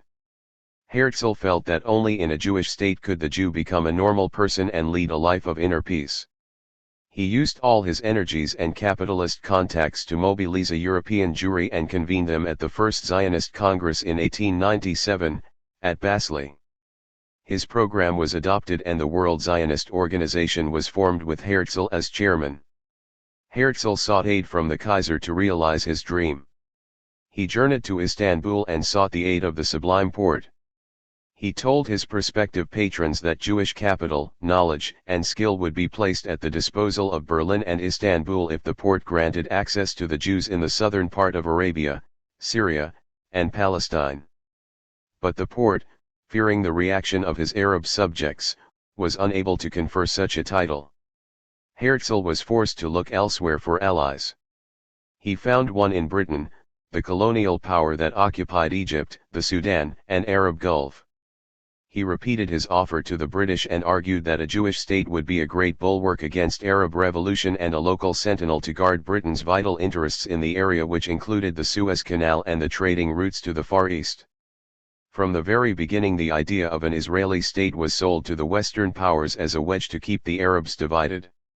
The British appreciated the proffered cooperation of the international Jewish bourgeoisie and offered such land areas as the Argentine and Uganda where the Jews could settle.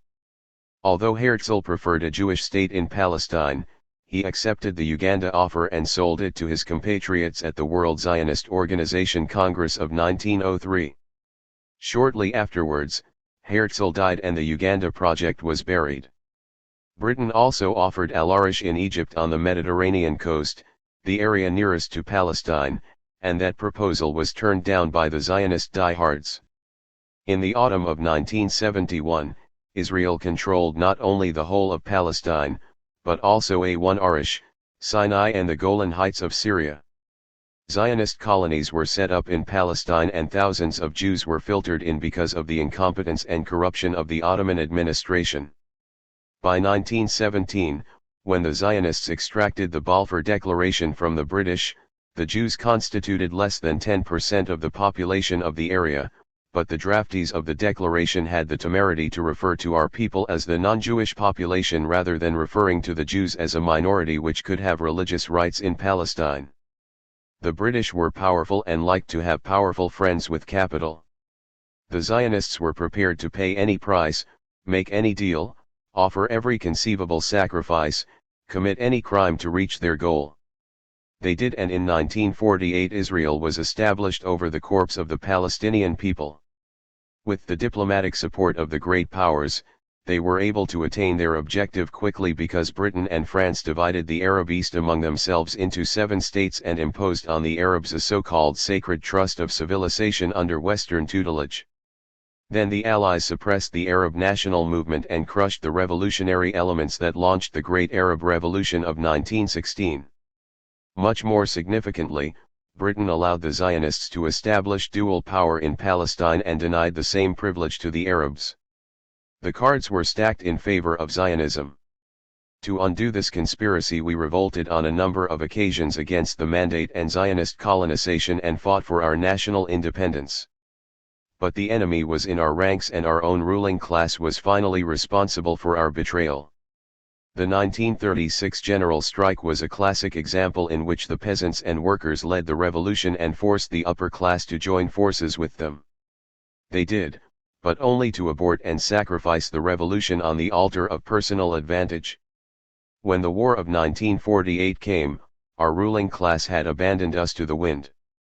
We were leaderless, dispersed and on our own. The Zionists plucked the land from our hearts with little cost and less effort. The bankruptcy of our feudal leaders and the collapse of our social structure ushered in the age of the colonels' regimes that were progressive, reformist, Arabist. Meanwhile, the Zionists proceeded to establish a racist, exclusive society where East European Zionists, Polish and Russian, dominated the government, political parties, trade unions, bureaucracy, and business. Afro-Asian Jews were the target of discrimination, class exploitation, and European contempt. The Arab inhabitants, the rightful owners of Palestine, were placed under military administration and used along with the Arab Jews as a cheap labor supply. I concluded with a plea to free Palestine.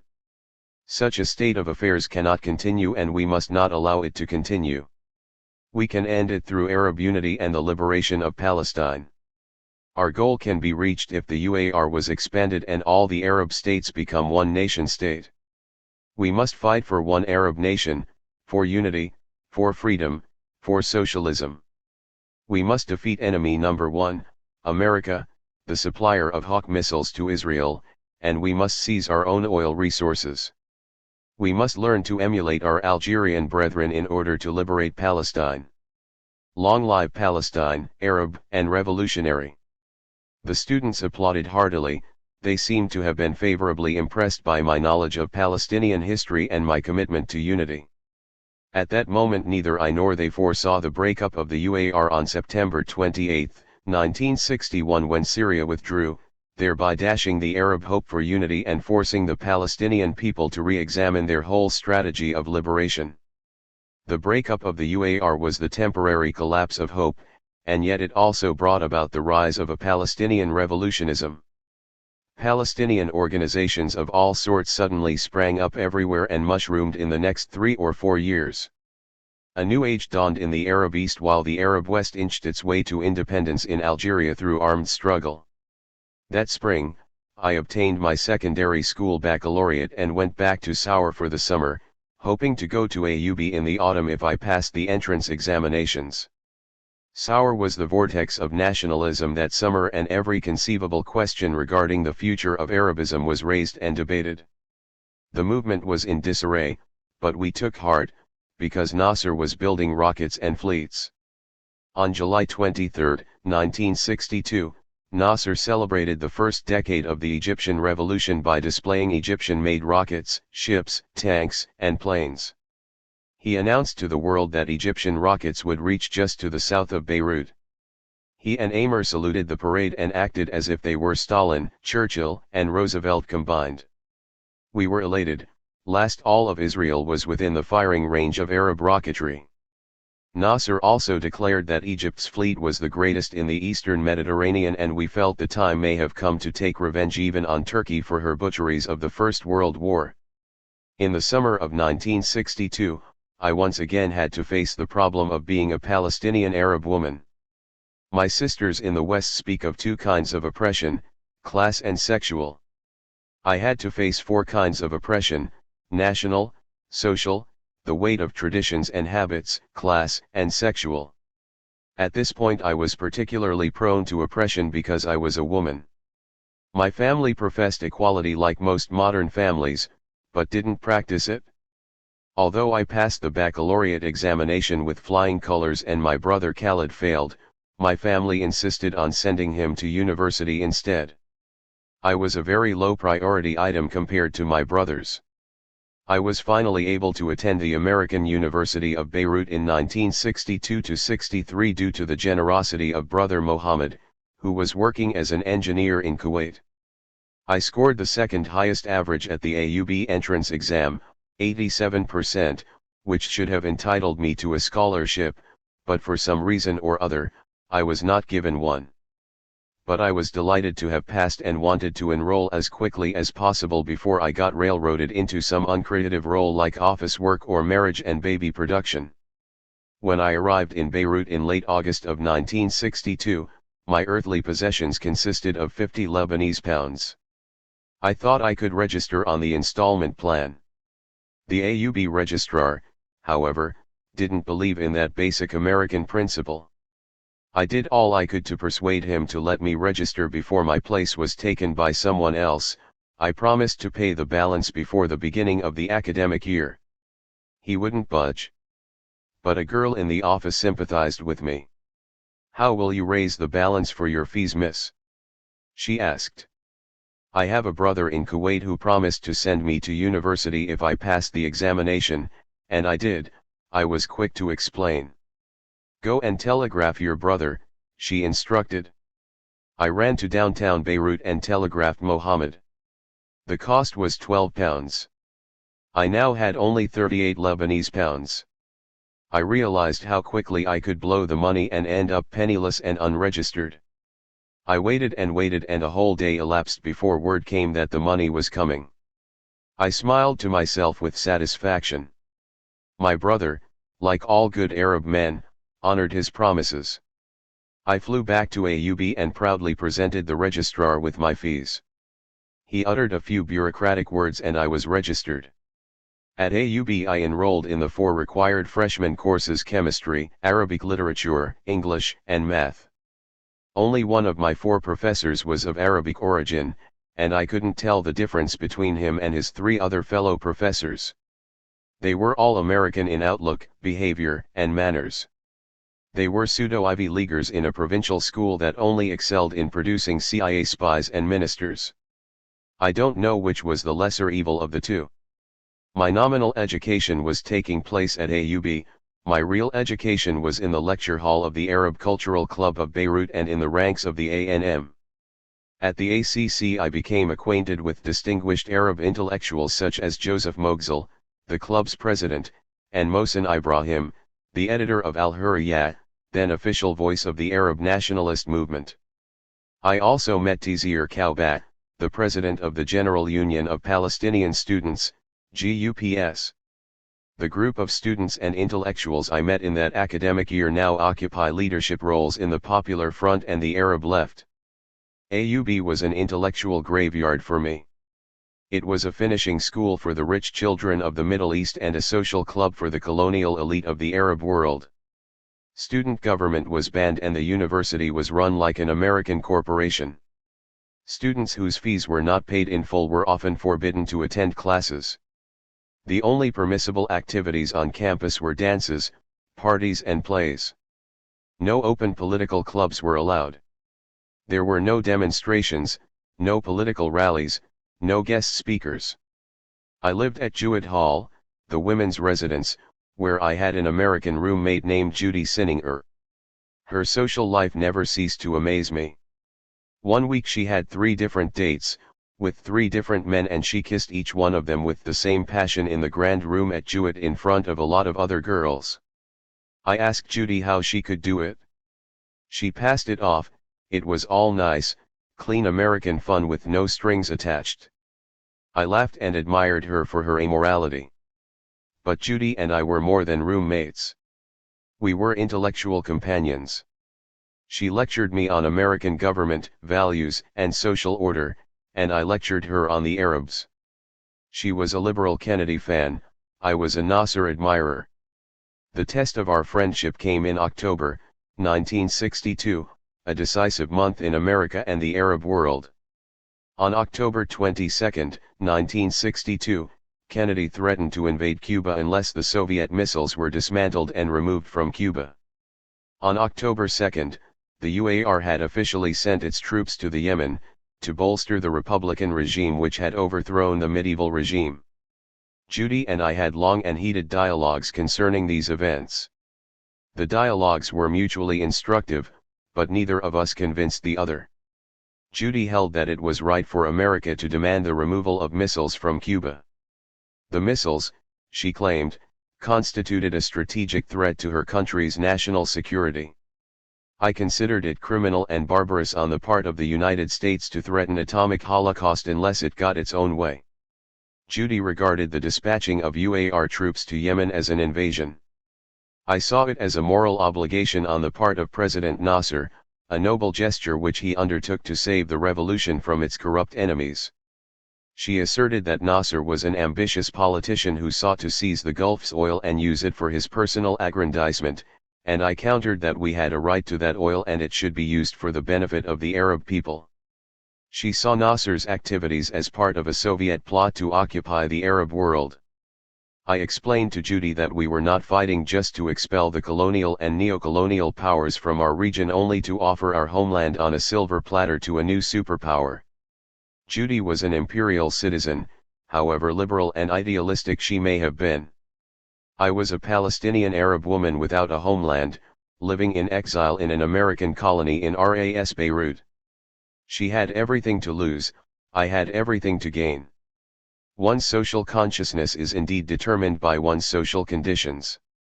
Although politics were banned on campus and GUPS, General Union of Palestinian Students, political activities were low-keyed, we engaged in confrontation politics in the spring of 1963. The proclamation of the Republic of Palestine based in the city of Nablus provided us with the occasion. Needless to say, Nablus, before and after the proclamation, remained under the firm control of King Hussein and his tribal soldiery. But there was a fair amount of agitation that reflected Palestinian dissatisfaction with Hussein, the Arab states, and the general social condition. Moreover, new Palestinian organizations appeared on the scene, and by the autumn the Arab states were forced to take notice and start talking about Palestinian unity. At AUB we held demonstrations in support of Palestinian demands for a place under the sun. The administration initially turned a deaf ear to our activities, hoping that the spring offensive was a passing phenomenon.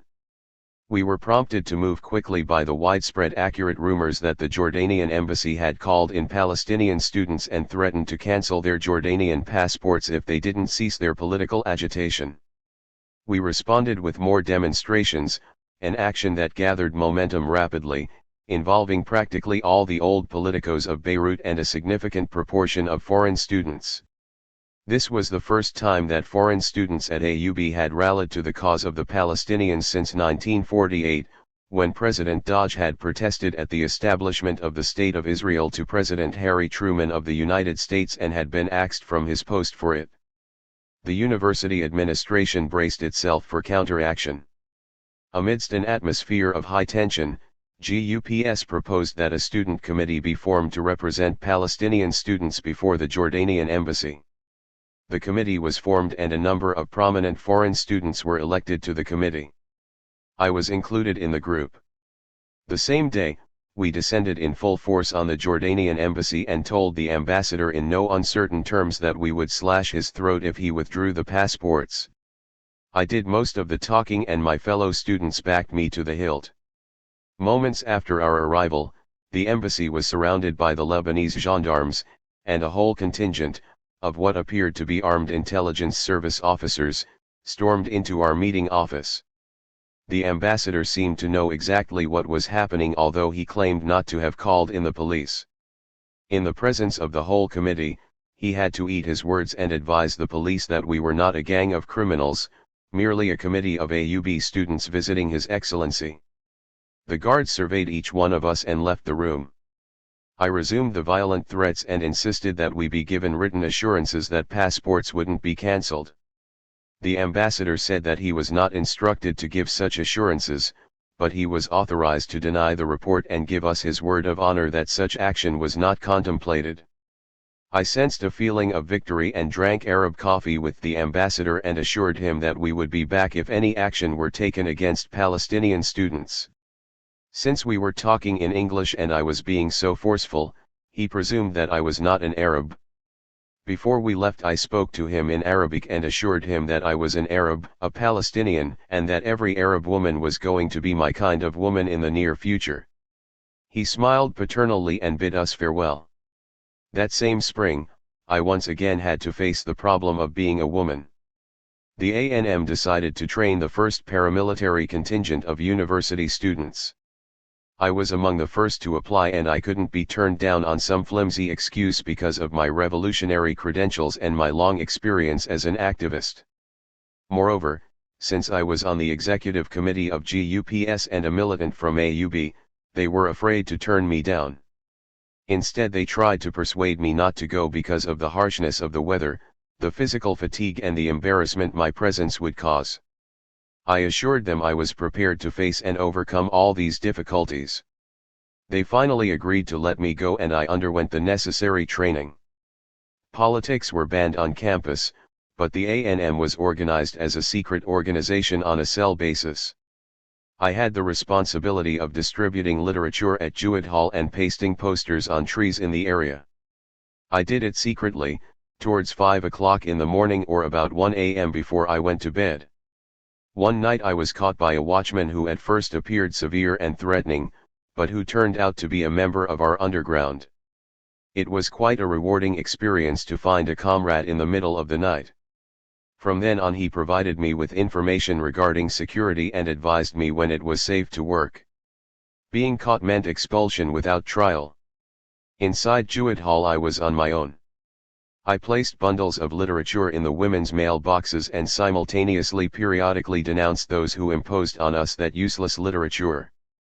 Occasionally a student or two would come to the defense of the distributor, arguing that it was essential for us to know what was happening and to hear all points of view. This tactic helped me in organizing, and also to know which students were politically inclined. I was never revealed as a nationalist and a member of the underground to the students as a whole, but the administration was clever and they suspected that I was the torchbearer of nationalism at Jewett. I was called to the dean's office when I was seen publicly distributing literature relating to the 15th anniversary of Israel. The dean spoke to me in quick, angry, Americanized English which I pretended not to understand. She was outraged that an AUB student couldn't speak English. She called in a secretary and asked her to act as an interpreter. The dean demanded, "Did you read the student handbook?" "Yes, I did," I replied through the interpreter. "Did you know that according to Article 6 you could be expelled for distributing political literature without permission?" "Yes," I said. "Why did you do it then?" I innocently replied that what I was distributing was not political literature at all. She took the pamphlet from the secretary's hand and read a few passages out loud. "Isn't this a political pamphlet that comes under Rule 6? I said I didn't know what a pamphlet was, and that I didn't know what she was talking about anyway. The poor liberal dean started explaining to me that a political pamphlet was a statement that explained, defended, and advocated a political position. I agreed that her definition was excellent but contended that it didn't apply in this case because Palestine and her defense were natural and essential to me. "Palestine is not politics to me," I declared. "It is a question of life and death, and no one, certainly no Yankee who can't even speak Arabic, can tell me how to act on the issue and how to fight for my country." The dean considered me a recalcitrant student who needed discipline and she threatened to expel me. "I dare you to do so." I screamed in English and declared war on her as a CIA agent and on AUB as the servant of the Pentagon and the oil cartels. Yankee Dean, there will come a time when I will be sitting in your chair and I will expel all of your kind. I stormed out of her office shouting, "Long live Palestine, long live the ANM, long live the revolution." The dean was shocked, and probably had to take a few tranquilizers before settling down to a day of bureaucratic business. In the spring of 1963, I passed my freshman year, although not with distinction. I had hoped to return to university and continue my education, but money was not available, and I had to look for work. The temporary ending of my schooling made me look back on the value of my education in general. My academic education was on the whole meaningless. It taught me nothing of lasting value. The few sparks of life in these years were all related to the politics of revolution and were outside the curriculum. In the first 3 or 4 years of my education, I enjoyed reading history and literature. Towards the end of my student career, my interests shifted to mathematics and chemistry, and I began planning to specialize either in pharmacology or agriculture. Agriculture was vital because when we returned to Palestine we would need to cultivate the land on a scientific basis and prove to the world that we could make better use of it than the Zionists. In the first 3 years of secondary school I read about important figures: Lincoln, Napoleon, Hitler, Lenin. I admired them all in the beginning. At the moment I admire Lincoln as a liberal in his time, Lenin as the greatest historic world individual, to be followed only by Mao, Ho, and Guevara. At first, I admired Hitler because I thought he was the enemy of the Jews. Later I found out he classified Arabs as subhumans, only slightly above the Gypsies and the Jews. I admired Napoleon's military conquests and his ability to overcome all obstacles, until I discovered that he did it all for personal glory. In literature, I read excerpts from Dickens and Shaw. I loved their work and once tried to imitate Shaw in an essay. The teacher didn't appreciate the effort, and the C+ was a powerful deterrent to further imitation. I dismissed Shakespeare as a pompous circumlocutionist. In Arabic literature, I liked the poets of the Umayyad and Abbasid periods. That's all the education I remember. Since I had plenty of time to spare in 1960–61, I read Gandhi on my own. I liked his moral integrity, but I felt that he was born a slave and never transcended his slavery.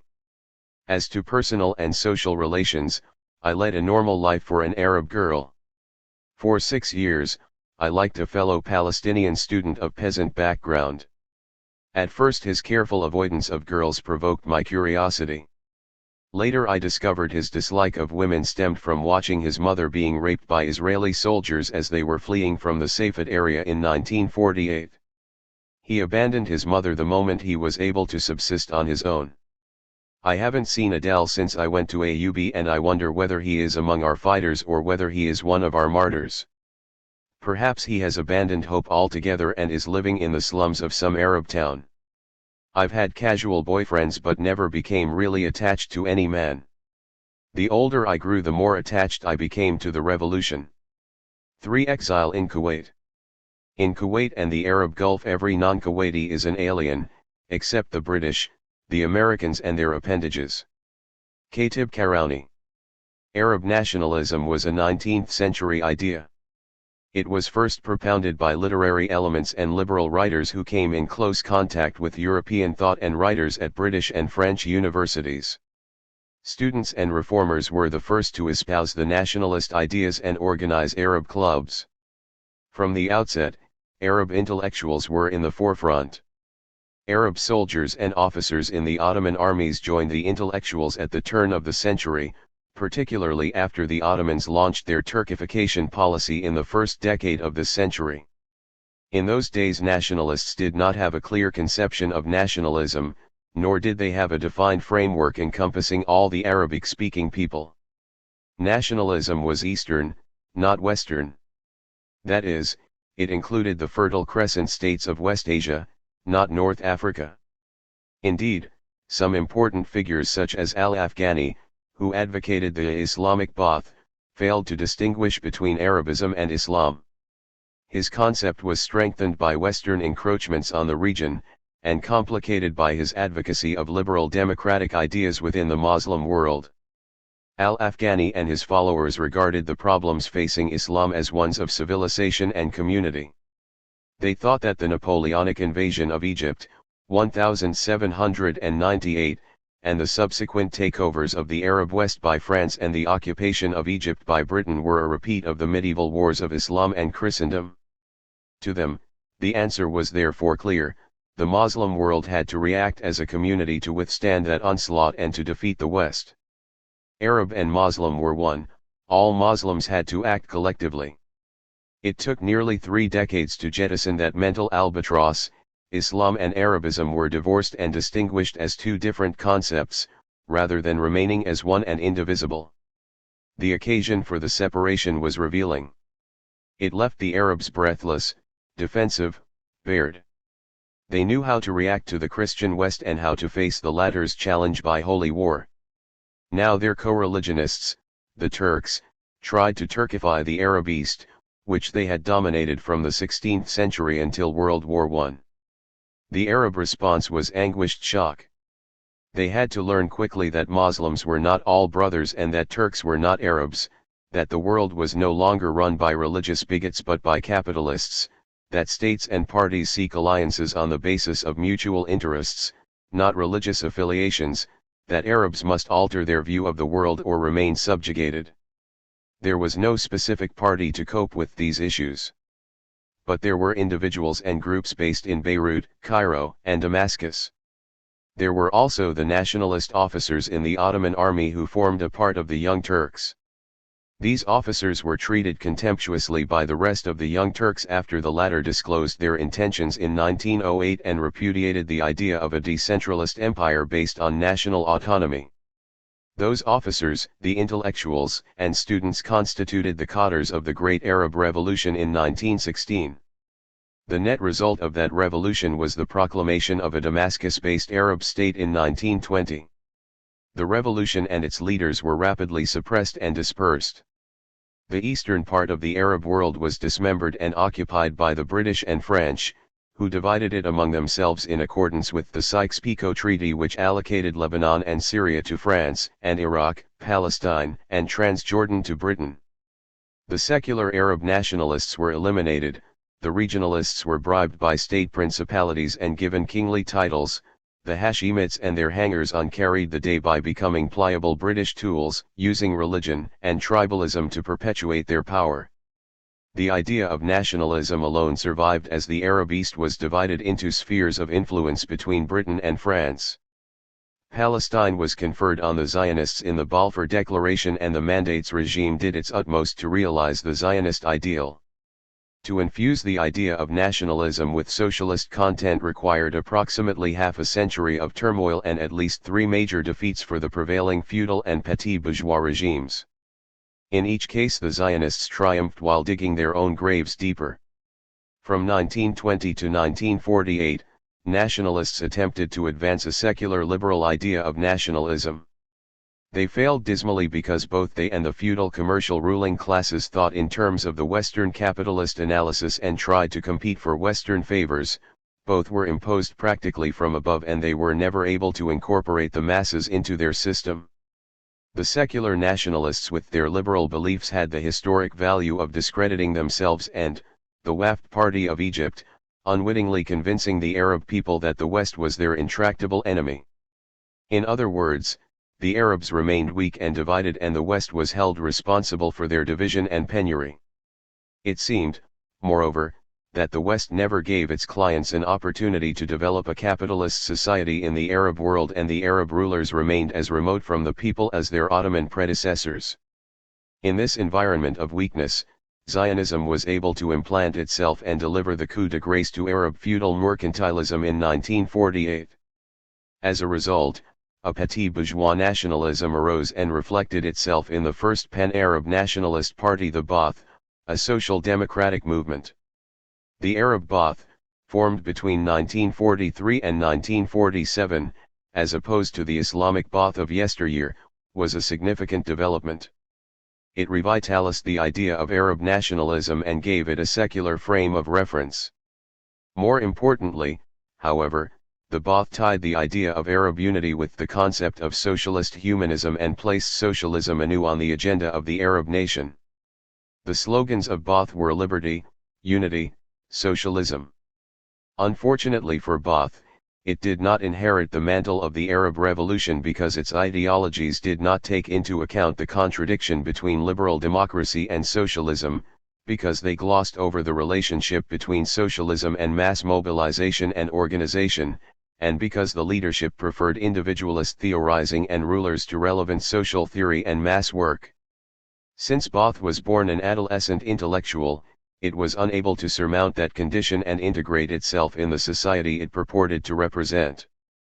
In the 60s, its military leaders became putschists and incapable of relying on the masses. The colonels depended on their fellow colonels and the civilians on their tribal associations, the intellectuals on their salon audiences. Ba'ath became only a party in name in the 1970s, not a revolutionary instrument for the transformation of Arab society. To a number of nationalists, Ba'ath lost its historic relevance in the late 1940s, because Palestine was not its first priority and because it lacked understanding of revolutionary struggle and iron organization. Those nationalists attempted to replace Ba'ath as the historic agent of Arab social change, and in 1948, they formed the Corps of Arab Martyrdom, Kataib el-Fida el-Arabi. Between 1952 and 1957 they were known as Arab Youths, el-Shabab el-Arabi. In 1952 they called themselves the Arab Nationalist Movement, Harakat el-Qamin el-Arab. In 1967, they effectively ceased to exist. In 1970, the Arab Work Socialist Party, Hozab el-Amal el-Ishtiraki el-Arabi, succeeded the ANM as the Pan-Arab Party. The Popular Front for the Liberation of Palestine, el-Jabhan el-Shabi Literar Philistine, which was formed in November 1967, replaced the Palestinian branch of the ANM, which had been set up in 1962. At the outset, the movement was a collection of sentimentalist rationalists, nourished by the ideas of Sadiq al-Huzari, a writer who stressed the idea of nationality and based it on language and history only. In 1963, the movement was in a state of flux. Revolutionary radical nationalism was posed as the new alternative. The social question was becoming the focal point. It was this prospect and the intellectual and moral challenges it entailed that I pondered then as a member. The nuclei for the ANM were organized by a group of students and graduates from the American University of Beirut in the 1940s. The most important figures were Dr. George Habash, Dr. Wadi Haddad, Hani el-Hindi, and Ahmed el-Khatib. The initial cadres were mostly Palestinians who were appalled by the Arab disaster of 1948. The creation of the Zionist state gave the movement the necessary impetus for growth. The leaders were populists, anti-imperialists, ultranationalists. To them, nationalism and anti-imperialism were the principal preoccupation, Israel was the principal enemy, the Arab masses were the principal friend. Because of these political propositions, the young nationalists fought in the 1950s against entangling Western alliances, against the Hashemites in Jordan and Iraq, against Arab advocates of Western capitalist ideas. As the movement evolved, Nasser attained stardom in the firmament of the Third World, by concluding the famous Czech arms deal with the Soviet bloc and nationalising Suez. In recognition of these achievements, the nationalists identified themselves with Nasserism and applauded its deeds for the next decade. At the time it was patently clear that both Nasser and the ANM were natural allies, both believed in class collaboration and national unity, both held ambiguous ideas regarding cooperative socialism, both were elitists and statist in their conception of leadership and the role of the state in the economy. The only difference was that Nasser was in power and was unable to transcend his environment. The ANM was not in power and, in due course, it turned against those very oligarchic ideas. Nasser was proud to react and manipulate pressures from East and West and boasted about being a pragmatist power wielder. The ANM leaders, on the other hand, were movement people. As such, they were more attuned than Nasser to the currents of modern thought and more capable of grasping and adapting to reality. In the mid-1960s, they became advocates and practitioners of armed struggle and scientific socialism.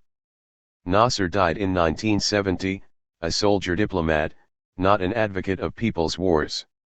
Meanwhile, during the period of close collaboration, contact between Nasser and the movement was maintained via such nationalist Syrian officers as Siraj and the Egyptian political ideologue, Abu al-Nur. The relationship was cordial but paternalistic. Direct contact was made for the first time on November 21, 1961, when Hani el-Hindi, a Syrian radical member of the ANM, visited Nasser at the latter's request. El-Hindi raised some fundamental issues with Nasser regarding the Syrian secession and the future prospects of Arab revolution, but by that time Nasser's interests had shifted to Egyptian socialism. Dr. Habash, the Secretary General of the ANM, met Nasser on April 11, 1964, and was favorably impressed by Nasser's formidable personality and his ability to master issues and people. The exchange was in a period of expansive dimensions for Arab nationalism, and Nasser seemed to have recovered from the agony of the Syrian divorce. However, the meeting took place at a point when the roads to Jerusalem began to diverge radically and openly. Therefore, it may be important to underscore the fact that the ANM not only preceded Nasser and Nasserism in terms of time, but also it never became his permanent and supple tool, nor did it stop at Nasserism. We admit that the ANM was a staunch defender and ally of Nasserism in the stage of the national revolution, and we offer no apology for it. Moreover, the parting of ways, not the break with Nasser, came over the South Yemen question in the mid-60s. Here was a situation that Nasser tried to contain and keep under his grip. He helped organize and promote the Front for the Liberation of Occupied South Yemen, FLOSSY, a group of British-oriented unionists and nationalists headed by Sanjak. The ANM, on the other hand, recognized its own South Yemen wing, the FLN, as the legitimate representative of the South Yemenis. Armed struggle commenced in the countryside and the peasants were converted to the revolution, while FLOSSY was enjoying the limelight and the glare of Cairo and negotiating compromises with the British. Finally, the British were forced out and the People's Republic of South Yemen was proclaimed in November of 1967. Within a few days, the bubble of FLOSSY was punctured and it passed from the scene. Nasserism was contracting and narrowing its horizons. The ANM revolutionism was replacing it by expanding its base and broadening its social views. In the post-June War period, ANM revolutionism became the magnet of the Arab masses, the galvanizing force of the poor, the weak, and the wretched of the Arab world. In a nutshell, the question that posed itself was, who shall govern, the colonels or the people? We in the Arab Work Socialist Party say the people. That's why we contend that the revolution is coming, that's why I became a full-time revolutionary. In the spring of 1963 Israel was 15 years old.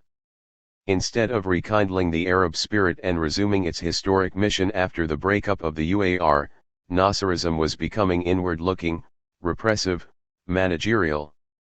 Economically bourgeois, it became a spent force in historical terms, the Yemen Intervention, October 1962, and the National Charter of May 1962, notwithstanding. Statesmanship, economic progress, political stability were touted as the hallmarks of the Egyptian regime. The UAR placed advertisements in the New York Times inviting monopolistic investors to share in its profitable state enterprises. Gone were the days when Nasser spoke and Western industries came to a halt for lack of oil. Gone were the days when Nasser spinned revolutionary slogans and the Arab masses seized and burned embassies. Gone were the days when Western prime ministers were treated like messenger boys and scoffed at in public. Yet in spite of this turnabout, we in the ANM remained Nasser supporters until 1967. The Nasserite social order consisted of a charter that promised a new UAR based on Islam, democracy, and cooperation, recognized the dominant role of the state in the economy, acknowledged the role of the national bourgeoisie, conferred on workers and peasants half of the parliamentary seats, granted employees an advisory role in the management of their fields, factories, offices, and pledged to give them financial rewards based on profits made. Nasserism was turning Egypt into a paradise of colonels, managers, clerks. By 1965 he, with Hegelian frankness, told the Second Palestinian National Congress that he had no plan for the liberation of Palestine. Furthermore, Arab unity was revived in the spring of 1963 for about 3 months when Iraq, Egypt, and Syria agreed, April 17, to form a new and revitalized United Arab Republic. The unity talks were held in Cairo after the Baathists, the junior partners of Nasser of the 1958 United Arab Republic period, seized power in Iraq, February 8, and Syria, March 8. To bolster their regimes, the Baathists called for Arab unity and for cooperation among the progressive forces. Nasser could not ignore or oppose their call lest he be considered an anti-unity man. After the proclamation of the new UAR, however, the Baathists returned to their capitals and began to purge the Nasserites and finally removed them from power completely. In early July, Nasser showed his displeasure by releasing the recorded tapes of the talks to Al-Aram, the mouthpiece of the middle-class Egyptians. Heikel, the editor, serialist, censored verbatim accounts and commented scathingly on the Baath, thereby signaling to the world that Nasser had no intention of proceeding with the autumn merger as scheduled. The disclosures demonstrated 2 facts: first, that Nasser was unwilling to regard anyone as his equal, or subordinate Egyptian national interests to the common Arab good, and secondly, that the Baathists were insincere, mistrusted Nasser, and viewed themselves as the successors to a dying Nasserism. In the ensuing years, Baathism too became a regime of colonels. This and other semi-fictional incidents puzzled, bewildered and confused the ANM. By the spring of 1963 one realized I would not be able to return to AUB in the autumn. I had to make a decision. There were few work prospects to explore. There were none in Lebanon. I was 19 years old, and I was not looking for a husband to serve. I couldn't stay at home and vegetate. In that confusing spring, a family incident led me to seek refuge outside of Lebanon. For 15 years my family had been exiled from our beloved homeland. Since a state of war existed between the Arab states and Israel, we had not seen a single relative from Haifa or Maghdal el-Karoum. Travel restrictions were too severe, bureaucratic red tape was overwhelming, and financial considerations were difficult to overcome. However, after prolonged and careful preparations, my father went to see his family in Jerusalem at the Mendelbaum Gate. He waited for 3 days but no one showed up. A few weeks later, a meeting was again arranged, but this time my father was paralyzed and not able to go. Mother went without him. The meeting was a nightmare of barbed wire. When grandmother saw mother, she presumed her son must have died and she collapsed. My aunts, my cousins, and mother carried on a teary dialogue for about an hour. Little or nothing was said beyond conveying greetings and fleeting reminiscences. We were all drenched with tears. We looked at each other wondering whether reunion would ever be possible. No one could utter a coherent sentence. We parted infuriated at the Zionist overlord. As mother said adieu to grandmother, Granny placed her necklace around mother's neck and kissed her. An Israeli guard looked on and instantly pounced on mother and snatched the necklace from her chest. Mother fought back but the man with the gun prevailed. She returned home upset by Arab inability to protect her and shocked by Zionist brutality. Such events kept my family and most Palestinians away from the Zionists. Since then, we have not seen our relatives, and father died without having seen his mother and sisters for 18 years. What was I to do in the midst of this situation? Where was I to go? If I couldn't bend heaven I would scratch hell. Kuwait was the only outlet. There was no other possibility. In the summer of 1963 the Voice of the Arabs beamed broadcasts from Cairo to the 4 corners of the globe, and the press of the Arab world was filled with the idea of the Palestine entity.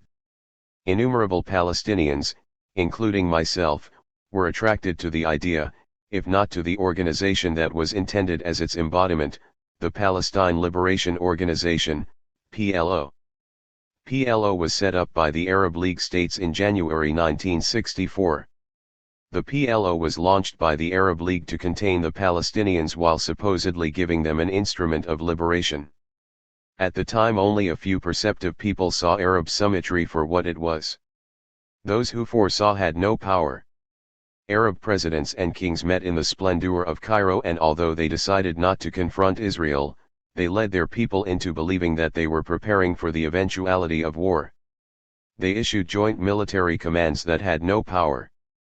Weeks later, they blamed their failure on Lebanon for allegedly not allowing Arab troops to occupy strategic positions on its soil, as if Syria and Jordan had agreed to the proposal and implemented it, and as if Lebanon had remained the only obstacle. They had allocated the astronomical sum of $13 million to divert the waters of the Jordan, yet such a sum wouldn't be enough to dig a ditch. They created the PLO as a crumb to the Palestinians, and the faithful believed in the good faith of the leadership. All was a sham, as the disasters in the June were unmistakably to show. The PLO was born crippled, if not dead, and the Arab states neither allowed the Palestinians to act independently nor did they themselves act with sufficient vigor to safeguard Palestinian interests. The PLO consisted of the remnants of a dead social class, and its leaders were given their positions in recognition of their loyalties to the various summit conferences. The PLO was a skeleton put on display at the Arab League headquarters. It was neither a revolutionary spearhead to lead the struggle for the liberation of Palestine, nor a rallying point for the dispersed masses of refugees. In late September, 1963, I departed for Kuwait with mixed feelings and without prospect of employment. For 3 months I was without work, waiting for a reply to my application from the Kuwait Ministry of Education. At last I received word in mid-December that a position was available in Al Yara, some 50 kilometers from Kuwait City, the capital of Kuwaiti state, where my brother Mohammed lived. During the intervening 3 months I thought about the world's situation and pondered the meaning of life, especially after the assassination of President John F. Kennedy on November 22. I do not know why the Kennedy assassination affected me emotionally. Kennedy was the president of a state that helped perpetuate my exile, a state that maintained and advanced the Zionist cause I hated. Kennedy was a sophisticated patrician, a class enemy, and he had given key posts in his regime to at least 3 dedicated Zionist Jews. He also approved the invasion of Cuba in April, 1961 by a pack of America-supported mercenaries. Yet I, the hardened Palestinian revolutionary, for some inexplicable reason, cried when I heard the news. I watched the funeral on TV and saw Americans weep. Until then I had thought of the United States as a nation of monsters and scoundrels capable of perpetrating every conceivable crime. I revised my view slightly, but Lyndon Johnson's rapacity and Nixon's hypocrisy have reinforced the original image. I wept for Kennedy perhaps because I somehow identified with the youth of America that loved and admired him dearly. Perhaps I may have believed, as some Arabs did, that Kennedy was indeed going to work for the restoration of Palestinian rights, as the Kennedy-Nasser correspondence later illustrated. I suspect that my tears were a natural human reaction. My prejudices couldn't stop them until it was too late. I am not sorry I cried. Al Yara for a girl from Aub and the political mill of Beirut was the city of eternal boredom. We were all foreigners in the eyes of the Kuwaiti Arab government, though every one of us came from the Arab world. The only colorful aspect of the school was the multitude of foreign dialects spoken. The Egyptians, Palestinians, and Syrians were the largest group. This was the first time I had come into close contact with Egyptians. The Syrians were the same as the Palestinians with the exception of the lady principal, Swad, who excelled as an obsessive bureaucrat and an arbitrary woman. She was, to put it mildly, an administrator who prostrated herself before the Ministry of Education and set out to discipline her fellow teachers by a network of informers. Matters were complicated for me because I had no conception of roles or rules. I knew of no distinctions between governors and governed. I had no idea of bureaucratic memos and no notion of external authority. The only authority I had ever recognized since I left home in 1960 was that of the Comrade Regional Commander. My world was turned upside down. My colleagues either delighted in my agony, resented me as a proof of their cowardice, or secretly admired my rebellion. They were serfs who trembled before the knight and paid him homage. At A1 Yara, we could not leave campus without special permission during the week. On Thursday evenings we could visit relatives or immediate family members and stay overnight. There were no cinemas to visit, no boyfriends to pass the time with, no British Museum to study in. Overt political activity was forbidden. We were truly family eunuchs in an Oriental despotic order. I recall distinctly the famous short sleeves episode when I opposed the authorities. The principal had threatened to expel me for appearing in short sleeves which were banned in Kuwait despite the sweltering heat. I challenged her and threatened to expose my body further. She was infuriated but was unable to carry out her threat. I informed her that I would help her write a memo on my scandalous behavior to the Ministry of Education if she persisted in observing that ridiculous rule. She had to swallow her pride and wrote a memo recommending my transfer elsewhere at the end of the academic year. I exulted at the prospect, though I would regret the loss of the few friends I had made at Al Yara. The children at Al Yara manifested the cultural deprivation of a rural and remote Bedouin people, but they were intelligent and quickly absorbed information. Our school was the only window they had to the outside world. They needed to be taught the rudiments of living in their rapidly developing community and warned about urban slavery. Instead, I was teaching them English and science. But I used every possible opportunity to propagate my political cause. The pupils were susceptible and responded positively.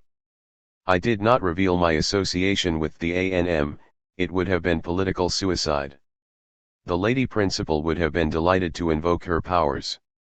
Instead, I injected my political virus in small doses. I related every issue to the world around us and whenever possible to the Palestinian question. Some pupils listened attentively, others patted their goats, sheep, or cows, or fed their chickens through the school windows. Their parents were not keenly aware of what was going on. They thought the teacher knew best and they in no way interfered with my work. The world of Al Yara had its good points, it was not all unpleasantness, particularly for those not politically inclined. Spring came and found the Arab governments making noises about Israel stealing Arab waters from the Jordan River. They ostensibly made their own preparations to divert the river 10 years too late. No military attempt to stop the Israelis was made. A few minor border incidents occurred and the Arabs thundered revenge. The farce went on for a year or so. Israel freely carried out her diversion project and expropriated almost all the waters of the Jordan River. Meanwhile, the honorable presidents and noble kings, without consulting the Palestinian people or considering other candidates, appointed Ahmet Shukeri chairman of the PLO. Shukeri was their man. He could be relied upon to make the necessary flamboyant pronouncements to appease the Palestinian masses, without precipitating a crisis or organizing the Palestinians into a fighting force. The PLO leadership was imposed from above and was accountable to the powers above, not to the Palestinian people whom it sought to represent. Shukeri was touring in the Arab world and he came to Kuwait to mobilize the Palestinians and get them to participate in a constituent assembly to elect a Palestinian parliament.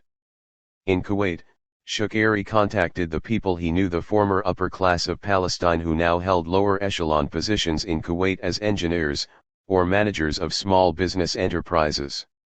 The children of the refugees, the school teachers, the skilled, semi-skilled, and manual workers were not contacted, they were merely expected to applaud the wise decisions of the Arab leaders and rubber stamp the election of their representative, chosen from the better people. Moreover, since the Palestinians in Kuwait and throughout the Arab Gulf were permitted no organic community or viable organizations, it was very difficult accurately to determine communal feelings. This situation enabled certain self-seeking, self-appointed individuals to represent the Palestinians. In spite of all these difficulties and my own misgivings, I agitated on our campus urging Palestinians to take an active part in forming branches for the PLO. but no branches were formed at Al Yara because too many people were skeptical. I shared the skepticism, but I thought the PLO was better than nothing at all since the Kuwait government recognized it as the official representative of the Palestinians and agreed to let Palestinians join it as long as they remained outside the Kuwaiti political arena. My principal had received no directive to encourage such a club, and she decided the rule banning politics still applied and called me to her office to ask me to cease my activities. She argued that I was a Lebanese, I held a Lebanese passport, and had nothing to do with Palestine. I listened to her monologue without interrupting. When she finished, I stood up. Woman principal, you're kind of obedient, amoral, apolitical people were responsible for the loss of Palestine. Your kind of careerists have oppressed the Palestinians more effectively than the Zionists have. Your graveyard-like school has stunted the growth of intelligence. You are a part of the enemy camp. I believe if we don't overthrow your masters and your servile type, more tragedy and destruction will plague the Arab homeland.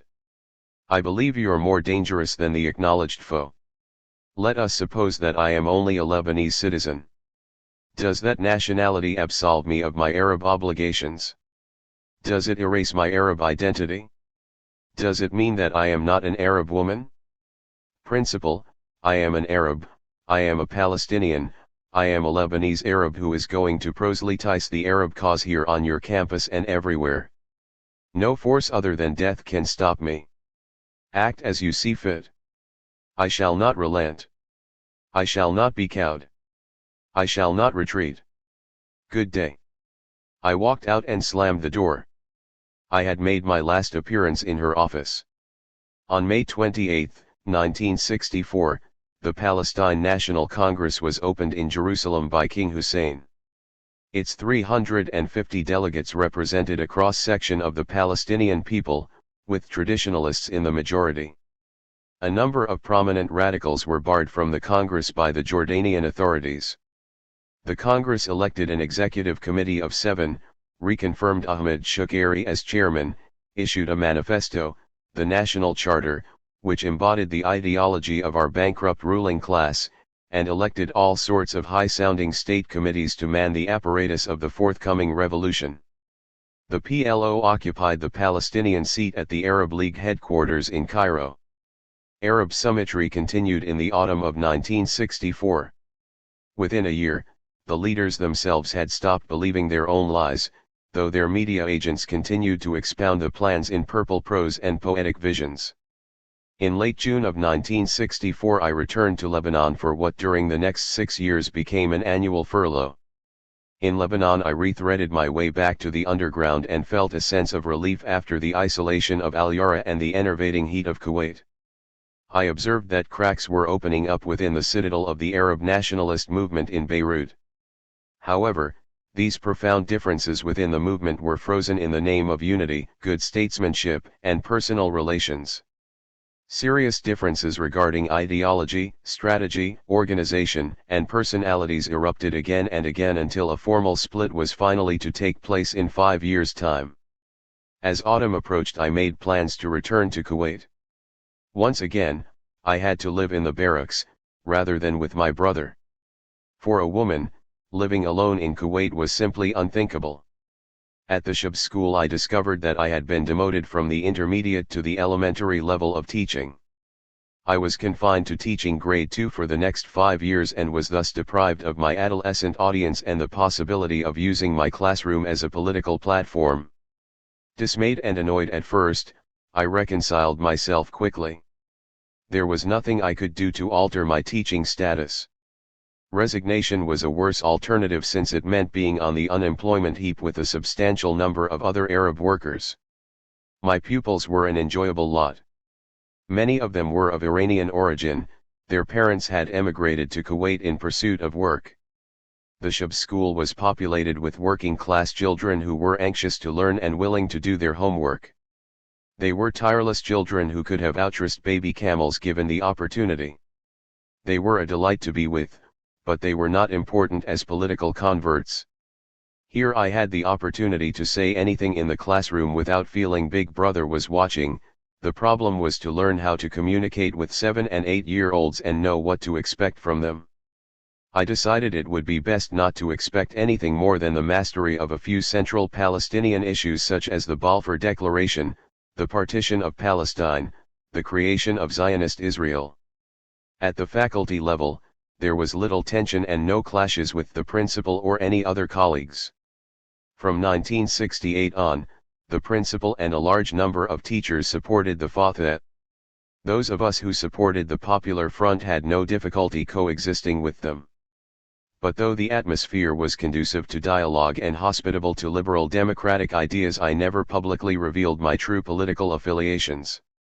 I was also helped because I had learned the rudiments of being a teacher and thus staved off confrontations with bossy administrators. Kuwait City was a cosmopolitan center compared with Al Yara. We were not village-bound. I visited my brother and his wife and children at weekends. At Mohammed's, I kept in tenuous contact with the ANM, though the movement was proscribed and highly disorganized. We were closer to civilization here, yet worlds apart from the hustle and bustle of Beirut and its intellectual salons and fashionable streets. The people here seemed more mellow and there was no political life even of the right-wing variety. For me it was a period of intellectual incubation and reflection, but not stagnation. There was ample time to study, think, contemplate, plan. Most of my colleagues had a hedonistic lifestyle, trying to boost their morale by conspicuously acquiring and consuming more goods. Some sent their parents a fair proportion of their salaries and led an abstemious kind of life. I was politically conscious and a chain smoker. I needed no other diversions. On January 1, 1965, Fatah opened a new era in modern Palestinian history. This is generally recognized as the date of the modern Palestinian Revolution. Armed struggle, long the talk of the salons and work of individuals and small groups, was now translated into action in daily forays into the homeland. The ANM, of course, had been doing reconnaissance work since 1953 and infiltrating its Fedayeen or commandos into occupied Palestine since 1955. The golden era of Fedayeen activities was in the mid-1950s when the Fedayeen used to roam the occupied territories at will. Although the Egyptian government had a role in financing and training the commandos, all missions were conducted by Palestinians who knew the cities and countryside well. Their incursions proved so formidable that Israel used them in 1956 as a pretext to ally with the British and French in the tripartite invasion of Suez. After the settlement of 1957 and withdrawal of foreign troops from Egypt, Nasser banned guerrilla activities and for 11 years not a single shot was exchanged across the borders with Israel. Egypt administered Gaza behind the UN shield and the Arab states seemed to act as Israel's sentinels for the next decade, and they too discouraged guerrilla operations. In the autumn of 1964 activities were revived. The PLO proved to be no panacea. The Arab leaders gradually went back on their liberation pledges, the UAR-US relations were deteriorating and President Johnson was threatening to cut the sales of wheat to Egypt. The Syrian Baathists felt under siege from the UAR and Iraq and encouraged activities that embarrassed Nasser. The Palestinian people were disillusioned with their Arab brethren. All these factors led to a new vitality that surfaced in Palestinian ranks. The climate of opinion favored doing something. The key Arab leader, Nasser, was running into difficulties with the United States, which meant he would support the resistance to bring pressure on Israel and thus improve his bargaining position with America. Nasser usually knew how to manipulate power to his advantage. Interestingly enough, Nasser did not anticipate the impending appearance of Fatah. He must have thought the PLO would be a replica of the Fedayeen movement of the mid-50s. The new groups that were emerging and eclipsing the PLO were not under Arab League control. The heroes of Return, Avenging Youth, and Fatah were a different generation of revolutionaries, autonomous groups, not the hirelings of Arab regimes. They expressed the rise of an independent Palestine and asserted the right of Palestinians to self-determination. At first, Fatah was ignored. Later it was accused of being a Cento agent and even labeled as a right-wing Muslim Brotherhood underground. The more that crimes were attributed to Fatah, the more the Palestinians rallied behind it, the more Fathites Hussein killed, the more Palestinians joined Fatah, the more bureaucratic and upper class the PLO became, the more appealing armed struggle became. The new movement provided a spark of hope. Armed struggle was the way to salvation. As a Palestinian, I had to believe in the gun as an embodiment of my humanity and my determination to liberate myself and my fellow men. Every self-respecting Palestinian had to become a revolutionary. The news of revolutionary activity filtered slowly into Kuwait either by word of mouth, still the most effective means of communication in the Arab world, or by friendly Beirut or Syrian papers. The Iraqi, Egyptian and Jordanian papers reserved their spaces for contemptuous remarks and accusations against right-wing radicals who did not see it the Aref Haikal Hussein way. With the cessation of American wheat sales to the UAR in 1966, President Nasser started to look upon Fatah more favorably, particularly after Hussein blocked all PLO attempts to organize and station Palestine Liberation Army troops on Jordanian territory. As Arab leaders repudiated their summit pledges, they began to fall out among themselves, each blaming the other for not carrying out the resolutions. Nasser supported Fatah because he shared its objectives, not because he was suddenly converted to the cause of people's wars and armed struggle. In this context, Nasser divided the Arab world into progressives and reactionaries, proclaiming himself leader of the progressives. The Saudis, at the instigation of Washington, decided to propagate the cause of Islam against the menace of communism, and King Faisal became the leading proponent of the Islamic Pact designed to include all Islamic states and tie them to Washington. The Yemeni civil war was concluded in the autumn of 1967 after 5 years of revolution. The Yemeni radicals were sacrificed at Khartoum, August 29 to September 1, in the name of Arab solidarity and in honor of financial subsidies to Nasser and Hussein from the oil kings. Egypt's 50,000 troops were withdrawn and the Yemen was abandoned to the winds of conservatism and counter-revolution. The Palestinian people had spent 17 years in exile living on hopes fostered by the Arab leadership. In 1965 they decided they must liberate themselves rather than wait for God's help. Fatah began to occupy a central role in our lives despite its many defects and problems. Its supreme virtue, however, was incontestable. It was a fighting organization in a time when others only talked about the theories of war. It was created by Palestinians to take up armed struggle. Some did. I was not yet ready. In 1965 my political interests broadened considerably, and thanks to a cowboy from Texas, Lyndon Johnson, I was forced to learn a good deal about Vietnam and Latin America. Next to the Algerians, the Vietnamese were a great source of inspiration to me. Here was a small nation in black pajamas fighting the mightiest empire in world history and defeating it. As Johnson intensified his bombing attacks, and as his generals promised him victory if only more tons of bombs were dropped on Vietnam, I became angrier and angrier with myself for not being able to do anything to protest or undermine American savagery. The people of Vietnam stood up to the B-52 bombers though their land was pulverized and practically every square foot of it became a part of an American-made crater. Here was a people with an indomitable spirit, a people whose heroic deeds placed them among the gods. Here was a people whose unbound humanity was a blessing to mankind. The Palestinians must learn the secrets of the Vietnamese: devotion to the cause, sacrifice to the fatherland, absolute commitment to the community, a revolutionary party with a clear conception of ideology, strategy, organization. We could do it. We had to do it, unless we wished to remain contemptible refugees. I hated the American government. And I hated it more when I saw Adlai Stevenson in April of 1965, defending the invasion of the Dominican Republic. I couldn't believe my eyes when I saw the liberal hero of the Eisenhower era brandishing the names of 57 communists who were members of Colonel Francisco Comefo's insurgent army. 20,000 U.S. troops were dispatched to Santo Domingo to safeguard American life and property, a euphemism which provided a pretext to overthrow the revolutionary government. I almost died laughing when I heard on a BBC broadcast that the Christian Science Monitor checked on the 57 communists and found out that most were either dead, in prison, or in exile.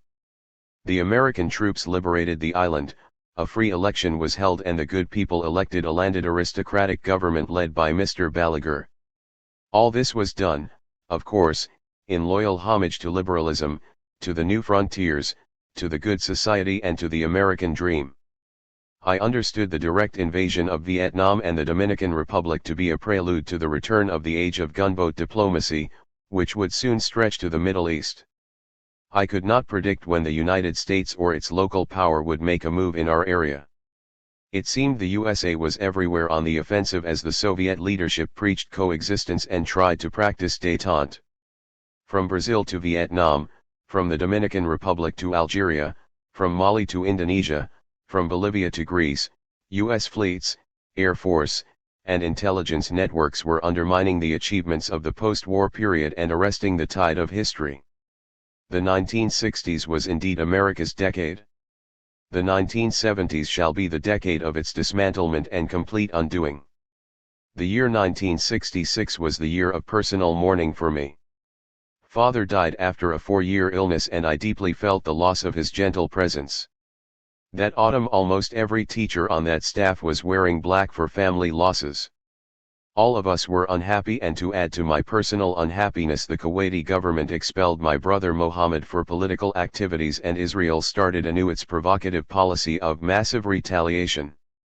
The Zionists were aware of Nasser's weakness and decided to test Arab will by using Fatah's raids on the occupied territory as a pretext to attack Jordan. In November the Israelis launched a murderous and punishing assault on Es Samu. The whole town was demolished, and dozens of its inhabitants were killed or injured. Arab military response was zero. The Arab Joint Command was a dead letter. The Arabs merely went to the UN and obtained another censure of Israel with America's approval. A few months later, in April 1967, Syria's alliance with Nasser was also tested. On April 7, the Israelis downed Syrian jet fighters while Egyptian MiGs looked on, wings folded. The audacious Israelis did not stop there. They knew more than we did.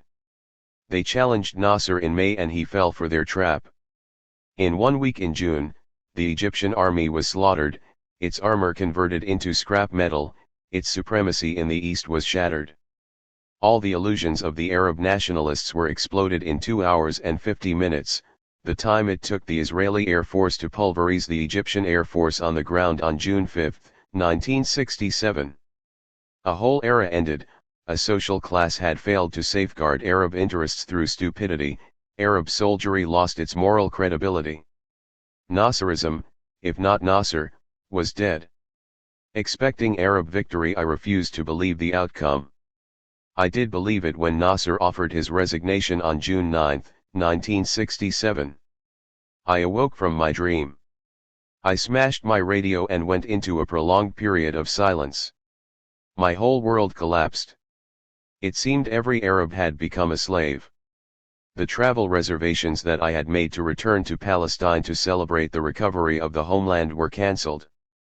I had no desire to go to Beirut. I felt catatonic for a month, then I decided to go to Lebanon to find out what was happening. My brother Walid brought me up to date on recent developments within the ANM. In the autumn, the Popular Front for the Liberation of Palestine was born. Here is a summary of the events that occurred in the spring of 1967. On May 12, 1967, Premier Eshkol and his generals threatened to march to Damascus to topple the Ba'athist, ruling Social Democratic Party of Syria, hotheads. On May 14, Soviet and Egyptian intelligence reported a massing of Israeli troops on the Syrian borders. General Amer proposed a preemptive attack on the 19th anniversary of Israel. Nasser vetoed him. On May 17, Nasser ordered the UN emergency forces to withdraw. They did within 2 days. On May 18 to 19, Nasser paraded his battle-dressed troops in front of the Western embassies in Cairo on their way to Sinai. On May 22, 11 years after the Suez War, Nasser reoccupied Sharm el-Sheikh and declared a blockade of Israeli shipping. Nasser was calling all the shots. He dared all enemies. I was elated as the Israelis fumbled, apparently in a state of confusion and irresolution. On May 26, the ambassadors of the two superpowers, the Soviet and the American, visited Nasser assuring him that if he did not start the shooting the Israelis wouldn't. The maritime nations were making noises and plans under United States auspices. They didn't move. Nasser seemed to be firmly in the saddle. Hussein rushed to Cairo to pay homage and sign an alliance with Nasser, hoping to cash in on the spoils of war. Nasser called the press of the world and in one of his last speeches, declared to Israel, "Ahlan wa sahlan, welcome, we are ready, come and fight." On June 2, 1967, 3 days before the Israelis attacked, Nasser was informed by friends that the Israelis were going to attack on the morning of June 5. All of us thought that the march to Haifa and Tel Aviv was at most a few weeks' affair. As it turned out, the march to Suez was a 6-day endeavor. Meanwhile, the Israelis struck first and the UAR Eagles never took off the ground. The Air Force was turned into rubble as the pilots celebrated the birthday of the Admiral's daughter, although an alert had been on for 3 days. On June 5, 6, and 7, Radio Cairo and the press announced the shooting down of hundreds of Israeli planes, the capture of cities and Arab victory. We hailed Arab victory. On the 8th of June, silence prevailed. We knew instantly that something was wrong. At the UN, the UAR accepted a ceasefire order and on the 9th Nasser resigned. The UAR had capitulated, the tide was turned in favor of Israel. The dream ended. As the protagonists broadcast their war signals from Cairo, Tel Aviv, and other capitals, in Kuwait we demonstrated in favor of Arab unity and one unified command. I, along with others who had some nursing training, offered to go to the front. We were turned down. Those of us who smoked Western cigarettes suddenly threw them away. In May, the city of Kuwait truly felt the short spring of the Arab nation. We were overwhelmed by our own illusions when we learned that even little Kuwait was dispatching forces to guard the Arab ramparts and participate in the battle of destiny. On June 5, the day of reckoning, all teachers went to hospitals to donate blood. For a whole month I'd been listening to the news on the hour. Now was the final hour. Was it to be victory or defeat? It was defeat, on a scale much more catastrophic than the Israelis ever dared imagine. Nasser resigned, the masses restored him to power, he lived for 3 more years. The summer of 1967 was uneventful. All hope was gone. Little or nothing occurred to rebuild my confidence. I returned to Kuwait with my colleagues. Those whose families were in the West Bank came back with horrifying stories. The stories had a great impact on each one of us. Details about Zionist atrocities abounded. There were the usual stories of rape, arson, theft. There were the here trending accounts of people napalmed from the air, burned to death or surviving with their whole body scarred. There was a story of a mother who cried to wet the tongue of her dying infant. The more tales I heard, the more my hatred crystallized. I met a lady from Kokalia who described to me how that border town was leveled and how other Arab towns were demolished. I listened intently to all stories. The experience shattered me. Nothing now could avenge Arab honor or liberate the occupied territories. All the diplomatic moves and maneuvers and the summits and the counter-summits and the eloquent speeches did not make one iota of difference. All the work I did for the Red Crescent and the funds I contributed and collected seemed minuscule. On November 22, the UN Security Council, with Arab approval, sanctified Israel's permanent conquest of my home in Palestine. The UN conferred on Israel the right to use international waterways and the right to recognition with secure and recognized borders, in return for the settlement of the refugee problem and withdrawal to June 4 borders. Israel insisted on total Arab capitulation. To add to my despair, on October 9 Che Guevara, my hero, was assassinated by CIA-trained Bolivian Rangers.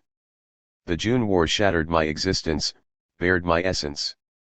The assassination of Guevara pricked my conscience. Here was an Argentinian radical who had fought beside Fidel Castro in Cuba and helped the revolution attain power on January 1, 1959. His stature in the next 8 years assumed international proportions. His personality almost rivaled that of Fidel's.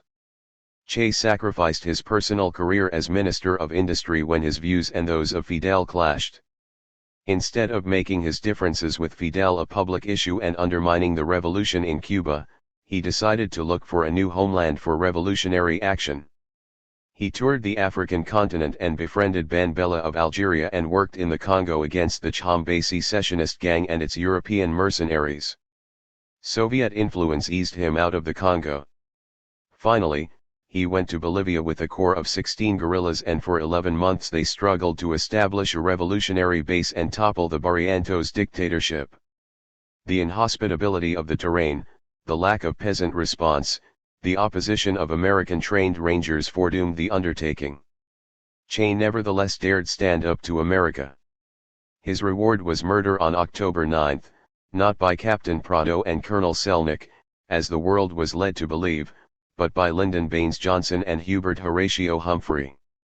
To me, Che's martyrdom can be justified because of its value to world revolution. His life was a form of perpetual renewal, his behavior was exemplary, his commitment was total, qualities the revolutionary movement needed to absorb.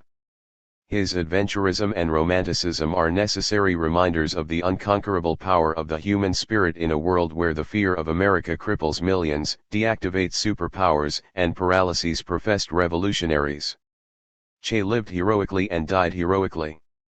Yet I, a revolutionary woman, was living in tranquility in far-away Kuwait when my people needed revolutionaries and heroes of Che's caliber. I decided I must join the revolution. Part 2, The Declaration of a New Humanity, Resistance and Revolution. 4. The Road to Haifa. Haifa was seized by the Zionists and converted into a European city. It is an extension of Europe's decadence and dehumanization. Haifa cannot be recovered by special prayers to Moshe Dayan. It can only be negated by the birth of a new Palestine, Jewish and Arab. Abu Salem. The Arab masses had for over a dozen years pinned their hopes on Nasser to liberate them from Zionism and from their local oppressors. In 1967, after the June tornado, Nasserism lay in shambles. As Moshe Dayan sat in his office waiting for a telephone call from Cairo expressing Nasser's desire to sign an enduring peace treaty with Israel, the apologists of Nasserism and Baathism were explaining their defeat in terms of negligence, overconfidence, poor generalship, instead of underlining the real reasons for Israel's stunning victory: decadent Arab social order, corrupt social class, incompetent leadership. Meanwhile, the Zionists interpreted their victory as a sign of divine grace and choice, the victory of racial superiority and Western technology, a proclamation of Sabra morale and social cohesiveness. Yet for reasons not understood by the imperialist forces, Nasser did not make the expected call to Dayan. He had no desire to capitulate, and had he done so the Egyptian people would have burned him at the stake. Indeed, no Arab leader, however reactionary, would dare to make peace with Dayan or any other Zionist bully in the future unless he were totally suicidal. The Palestinian people, however, made a call to Dayan, but it was a call of bombs in broad daylight. The Palestinians had entered the picture as a decisive social force. We decided to make our own history, to speak for ourselves, to seize our own destiny. No sooner had we arrived on the scene, however, than the Egyptians and Americans, the Israelis and Russians, the Gaullists and Britons, and all the forces of peace, coalesced and resolved to stamp us out. On the eve of the June War, it appeared to those outside the halls of power that the US and the Soviet Union were on a collision course. To those in the know, however, something very different was happening. Here is Lester Velli's inside account from Countdown in the Holy Land. For 3 years and 9 months that line between the Kremlin and the White House, had remained blessedly quiet, carrying only test messages and New Year's Day greetings. Then, Monday morning, June 5, came the electrifying news that Moscow had activated it seriously for the first time. But the message was a reassuring one: the Soviet Union would keep hands off the Middle East war, provided the US did the same. In a cautiously worded reply, Johnson agreed. Mr. Johnson's cautiously worded reply was a simple way of keeping his options flexible. He was assured by his CIA, Pentagon, and State Department officers that Israel would win within 4 days. Had these calculations gone wrong, however, there was no doubt that the US would have intervened. According to Veli, whose source is the State Department and Pentagon, it was morally and practically inconceivable that the US would not intervene. Israel is one of the few democracies in all Asia and the Middle East. Since the world regards the US as Israel's protector, whether the US wishes to be or not, Israel's destruction, with Soviet help, while the US stood idly by, would send tremors of fear throughout the non-communist world. Further, if Israel went down, no other pro-Western nations in the Middle East would be safe from Nasser and the Russians. If the decision of the two superpowers not to intervene had been taken on June 5, and they seemed to be on a collusion rather than a collision course, what then was the value of that verbal combat at the UN, and why was the special emergency session of the General Assembly called by the Soviet Union? The verbal exchange at the UN had only psychological impact, as both powers resumed rearming their respective clients instantaneously. On June 19, 1967, Kosygin, leading a high-powered Soviet delegation at the UN, condemned Israel as an aggressor, demanded that Israel withdraw to the June 4 borders, and urged the UN to make Israel pay reparations for damages inflicted on the Arabs. 1 hour before Kosygin delivered his speech, President Johnson outlined the American position on the Middle East before the National Foreign Policy Conference for Educators in Washington. Here are the 5 great principles of peace which were, in effect, the substantive points of the Eben rebuttal to Mr. Kosygin's speech at the UN. The 5 points emphasized the right to life of all the nations in the area, justice for the refugee, respect for maritime rights, filing of reports by all UN member nations on their arms ships to the Middle East, respect for political independence and territorial integrity based on peace. The last point also advised adequate recognition of the special interests of 3 great religions in the holy places of Jerusalem. I am certain that if a comparison were made between what Johnson said in Washington and Eben said at the UN, it would reveal systematic collaboration between their coterie of writers, if not collective authorship of the 2 speeches. Be that as it may, however, the crucial point to remember here is that the speeches of both reflected the viewpoint of the victor. It is obvious why most of the dwarf states at the un-African, Latin, and Asian thought that Johnson and Eben were reasonable, impartial, and indeed magnanimous in victory. Since the Soviets were on the side of the vanquished and had substituted propaganda for collective action with the Arabs, there was no other course of action they could adopt. Both participants and spectators refused to take note of the following. A. All UN spokesmen who purported to speak for Palestine denied the Palestinians' peoplehood and classified the Palestinians as refugees. B. They all regarded the conflict as being Arab governments versus a Jewish state, as opposed to the conception of the conflict as being Arab versus Zionist and oppressed versus imperialist oppressors. C. They all prescribed some kind of regional political solution between existing political entities, instead of envisaging the creation of a new social order where Arab and Jew could be self-determining within the framework of a unified, Arab Socialist Republic. Therefore, by definition, all states proposed solutions that had to be rejected by the Palestinians with alarm. Every solution that presupposed the continued existence of the Zionist state in our midst was antithetical to the Arab social revolution. The deafening verbal blasts at the UN only concealed the political chicanery. The vanquished accepted a ceasefire on the basis of the accomplished military conquest. The UN passed no resolution demanding Israeli withdrawal. It merely established observer groups on both sides of the Suez Canal, and the Israelis settled down to building nobles, paramilitary colonies, and kibbutzim all over the area referred to firstly as conquered, then administered zones, and now liberated territories.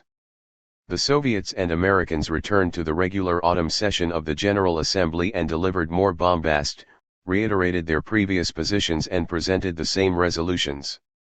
The Arab diplomats talked as if they were the conqueror, and demanded complete Israeli withdrawal.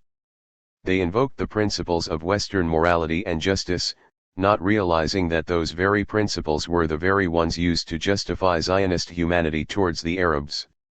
Finally, with the agreement or acquiescence of all concerned, the UN Security Council unanimously passed its famous British, 242, resolution on November 22, 1967.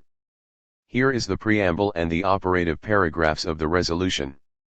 The Security Council, expressing its continuing concern with the grave situation in the Middle East, emphasizing the inadmissibility of the acquisition of territory by war and the need to work for a just and lasting peace in which every state in that area can live in security, emphasizing further that all member states in their acceptance of the Charter of the United Nations have undertaken a commitment to act in accordance with Article Z of the Charter. I affirms that the fulfillment of Charter principles requires the establishment of a just and lasting peace in the Middle East, which should include the application of both the following principles: I. Withdrawal of Israeli armed forces from territories of recent conflict. 2. Termination of all claims or states of belligerency and respect for and acknowledgement of the sovereignty, territorial integrity, and political independence of every state in the area and their right to live in peace within secure and recognized boundaries free from threats or acts of force. 2. Affirms further the necessity: A. For guaranteeing freedom of navigation through international waterways in the area. B. For achieving a just settlement of the refugee problem. C. For guaranteeing the territorial inviolability and political independence of every state in the area, through measures including the establishment of demilitarized zones. 3. Requests the Secretary-General to designate a special representative to proceed to the Middle East to establish and maintain contacts with the states concerned in order to promote agreement and assist efforts to achieve a peaceful and accepted settlement in accordance with the provisions and principles in this resolution. 4. Requests the Secretary-General to report to the Security Council on the progress of the efforts of the special representative as soon as possible. Resolution 242 obviously embodies the points proclaimed by Mr. Johnson in his speech of June 19, and includes the Soviet Arab demand of Israeli withdrawal without specification or insistence on total and immediate withdrawal. More importantly, however, while the resolution refers to the inadmissibility of the acquisition of territory by war, it ipso facto sanctions Israel's conquest by offering to trade her conquest for secure and recognized boundaries and by conferring on Israel all the legitimate attributes of permanent and unchallenged statehood. Lastly, the resolution paternalistically alludes to a just settlement of the refugee problem, as if we were some kind of environmental pollution that had to be grappled with, while the territorial inviolability and political independence of every state in the area are upheld and guaranteed.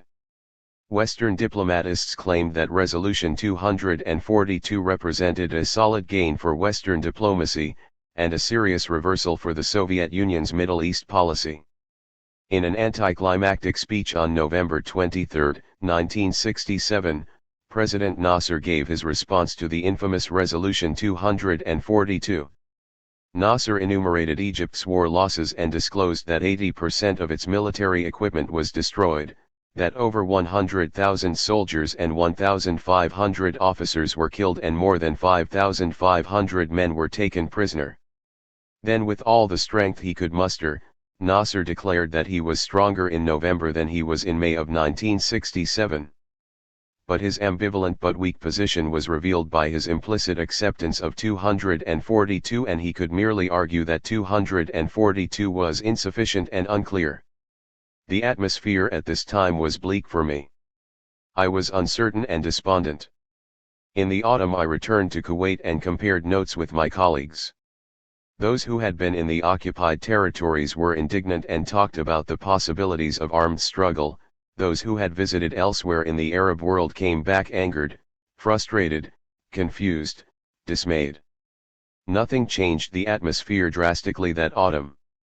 With the approach of the new year, news of renewed Fatah activity was filtering into Kuwait, and I was told in a hushed tone by a friend that the Popular Front for the Liberation of Palestine had been proclaimed in November. No other concrete information reached us regarding the PFLP. While I was in Lebanon during the summer, I was unable to make any direct contacts with my former associates outside of Saur. For a whole academic year I was unaware of PFLP developments. And since the open A&M cells had been eliminated in 1965 to 66 in Kuwait, there was less opportunity to convert the A&M branch into PFLP cells, although the transformation was being carried out in other parts of the Arab world. There was nothing else to do but to try and participate in Fatha activities. I did.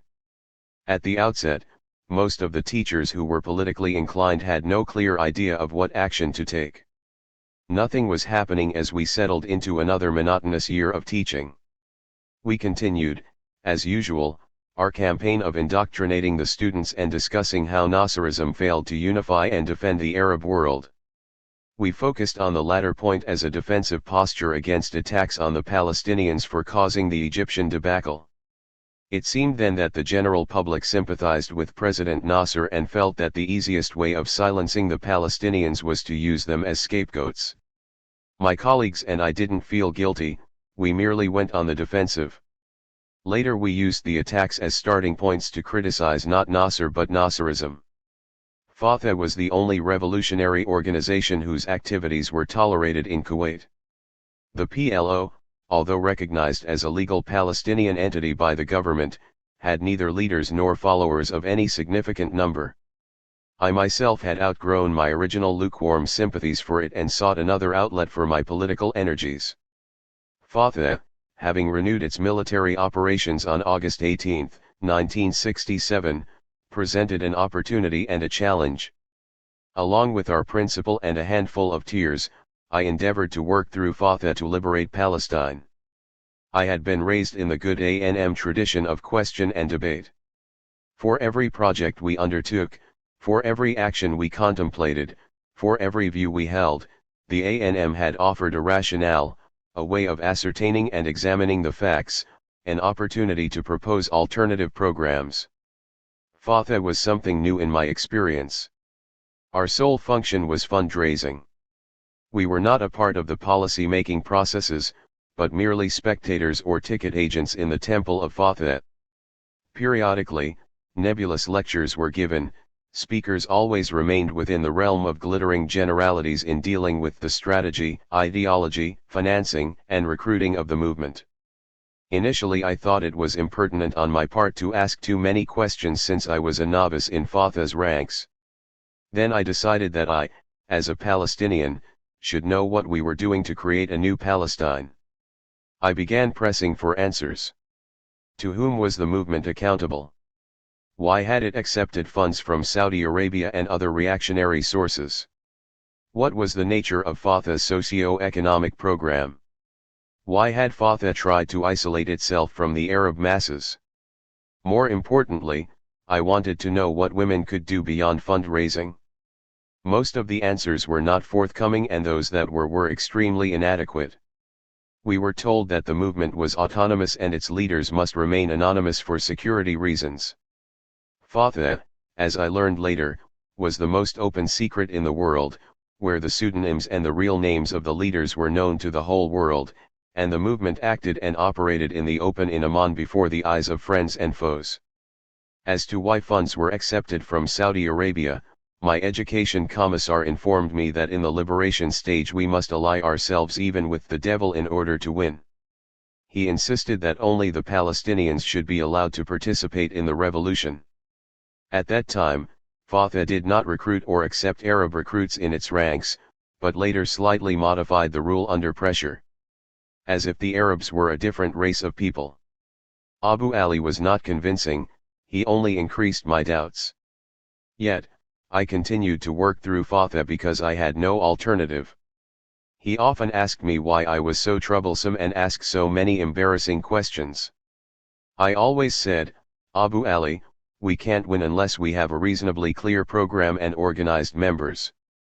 Besides, we must know the whole truth regarding the revolution, not only its slogans.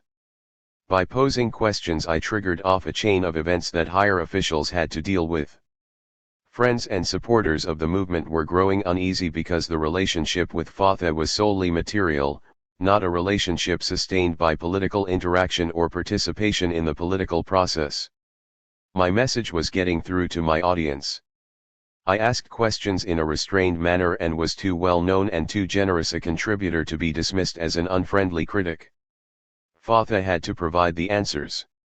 A prominent person came to see me, Fathi Arafat, brother of Yasser, the leader of Fatah. We had a long talk and exchanged ideas.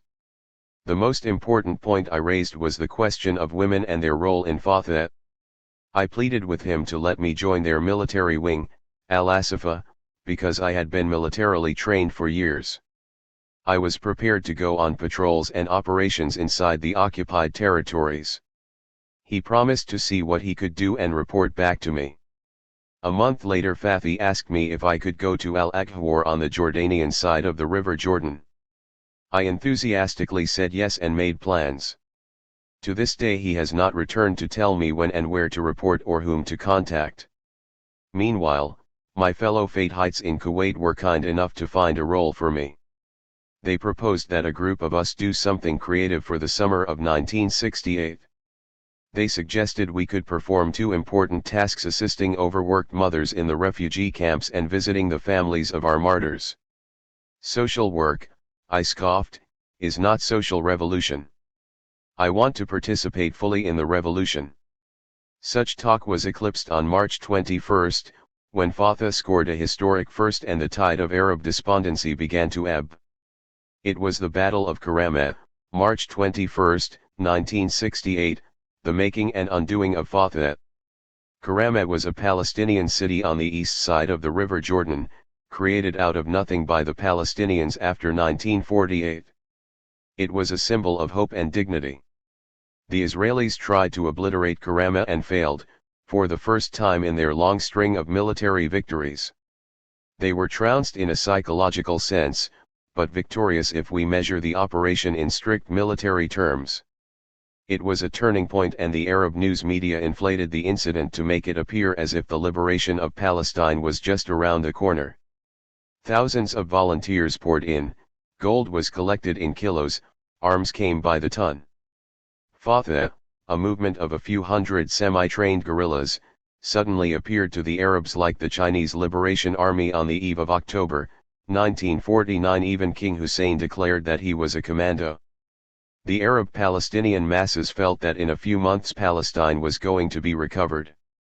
The euphoric atmosphere gathered momentum as the Arab governments joined the chorus of Fatah adherents, supplying it with rockets, military transport, artillery, etc. They made the revolution affluent. The Arab governments needed Fatah as a shield to cover up their own incompetence. Fatah became a folk song, a fashion, a fetish. Its leaders, cadres, office clerks were regarded as saviors, saints and seraphims. Fatah with Yasser Arafat as its chairman was flirting with the PLO. In July 1968, while Fatah and the PLO were playing hide and seek and enjoying the comfort of the Nile Hilton, three lonely revolutionaries performed a dramatic history-making feat, which the new PLO denounced. The Popular Front for the Liberation of Palestine seized an El Al aeroplane of the Israeli semi-military, semi-civilian airlines. The aircraft was taken to the Arab state of Algeria, and the latter released the plane and passengers without insisting on exchanging them. Israel, the World Zionist Conclave, the imperialists, the Arab states, and the PLO and co. all assailed the PFLP and accused it of air piracy. All of a sudden Israel was able to count friends in progressive Arab circles. The incident was an eye-opener for me. It was the beginning of the end of my exile. I was about to be liberated, I had found an alternative to Fatah, and I sought to make contacts with the PFLP. At about the same time, in a seemingly insignificant event, a YWCA American girl, Jane Marlowe, came to live at our house in Sour for a week. She was placed in our home because my younger sister Khaled had some relations with the YWCA and because most of us spoke English at home. Jane was a typical Yankee do-gooder who came to Sour to teach the refugees swimming, drawing, fun and games. Jane, like most American missionaries who come to the Arab world whatever the garb they wear, was a pacifist who advocated peace among the Semitic brothers, thinking there was plenty of room for all of us in the region. We tried to tell her that the issue was not only territory, but imperialism and Zionism, and whether the Arab and Jewish masses were going to determine their future for themselves or allow the vampires of American and Zionist high finance to determine it for them. Jane told us that the word vampire was a hyperbole and lectured us on the necessity of using analytical language rather than emotion-laden slogans. She was not as perceptive and well-informed as she claimed, and in a few minutes we discovered where her real, liberal sympathies lay. She referred to Fatah as a terrorist organization that deliberately mined roads and killed Israeli school children. She showed how colorblind and profound she was by telling us that the Palestinians should live among their brothers in the Arab states and avoid being discriminated against in Israel. We smiled sardonically as Jane revealed her ignorance of the plight of the Palestinians. She was blissfully unaware that she was spouting the Zionist line about the Palestinian problem and advocating the final solution that the Zionists proposed for our eternal peace. Jane had read her New York Times well and pontificated objectively on the need for peace and stability in the area. She was a Catholic girl from the Bronx who knew what was good for Arabs and Jews. We heatedly debated both sides of Arab-Israeli conflict, the morality of hijacking, the legitimacy of revolutionary violence. She was aware of the phantoms her government supplied to Israel to maintain the balance of power in the Middle East, and she was opposed to the Zionist privilege of collecting tax-free dollars from America. But she saw all these things in terms of the arms race and Russia's expansionist policies. She did concede the right of the oppressed to take up arms against their oppressors, and saw the political value of hijacking, if not the morality. I explained to her that the Israelis held thousands of Arab prisoners and threatened the lives of Palestinians daily. If she wanted to be impartially ethical, she must pass moral judgments on the Israelis, not on us, because our actions were merely sporadic responses to a tyrannical social system. Although she remained liberal in her attitude, she posed some poignant questions that had a lasting impact on me. "Are you a refugee, Leila?" she said to me. "Technically yes, emotionally no," I replied. "I am no longer a refugee because I am a revolutionary." She looked around her and surveyed our apartment building, then pointedly asked, "Do you expect to live in Palestine more luxuriously than you are living here, if and when you get there?" "Perhaps not, but that is not important," I answered. "It is very important," she insisted, "because you wouldn't give up what you have here and you're not doing anything personally to reach your goals." Jane stunned me. My mind went blank. I thought for a minute and admitted, "Jane, you are right. I am only talking. I haven't done anything concrete." To calm myself, I went to the veranda, looked longingly southward to the mountains beyond in Palestine, and secretly promised to join in the struggle of my people. Jane was feeling triumphant as I returned inside. I spoke sorrowfully, "The Palestinians are a hard-working people, but they are a dissipated people. A good many have educated themselves well, but so few, including the Khaled family, are doing anything to express their collective existence as a people." I looked at my younger brothers who had angrily attacked Jane for criticizing the El Al hijack and for being a Zionist. I said in English, "The lady from America has been a good teacher. She has forced us to recognize and think about our obligations to our people. We ought not to be angry with her but thank her for helping us expose ourselves to ourselves. We must act, not just talk and memorize the arguments against Zionism." My brothers, ashamed, withdrew from the room. Jane and I sat down for a heart-to-heart talk. Before and during my association with Fatah I had misgivings about its political and ideological attitudes, but it was the foreign operations of the PFLP as well as Fatah's embrace of the PLO which made me realize that Fatah was not the best Palestinian response to its enemies. I was finally convinced when I heard heroic tales of the PFLP underground from my fellow teachers who had been in the occupied territories. I resolved that I must join the PFLP. The problem was how to contact their underground in Kuwait. One day it happened by accident. I was passing by the South Arabian bookstore where a man was selling PFLP Christmas cards. I looked carefully at his cards, all the while trying to determine whether or not he was a member of the PFLP or just a friend. He wouldn't comment himself. I pleaded, I want to get in touch with the PFLP very badly and I want to join, believe me, I want to join. I am a Palestinian, I want to fight, I want to go to the occupied territories. Please tell me whom to see or contact. Surely if you are a supporter of the PF you'll help me. He listened to my plea, and told me to return the following Thursday afternoon between 3 and 4 and he'd introduce me to the local representative. I was overjoyed. I arrived 2 hours before the appointed time and waited inside the bookstore, leafing through journals, pamphlets, and books of the Arab and international left. Precisely at 3, a tall, handsome young man walked into the bookstore. He looked very solemn as he greeted the card salesman. I presumed he was the PF man. I introduced myself. He was reserved and courteous. I told him who I was and said I was anxious to join their military underground. He gave me a comradely pat on the shoulders and said, I regret to inform you, Leila, that you have to be educated first. Educated? I said as I drew away. I am a teacher and I know how to read and write and all that. No, Leila, I didn't mean educated in that sense, Abu Nidal said. You'll have to study the ideology and strategy of the PFLP and work with the other comrades first, then we will decide where your talents could best be put in the service of the revolution. I interrupted. I want to fight, I can't wait, and what do I need such a fancy language for anyway? Patiently Abu Nidal explained, Leila, the liberation of Palestine is going to be a long, long struggle. You will have ample time to prove your prowess. Believe me, if you're capable of fighting and wish to fight, the PF will not hesitate to send you anywhere you're needed. I was cheered by his reassuring promise, but I wanted to make sure that I was not going to be left stranded.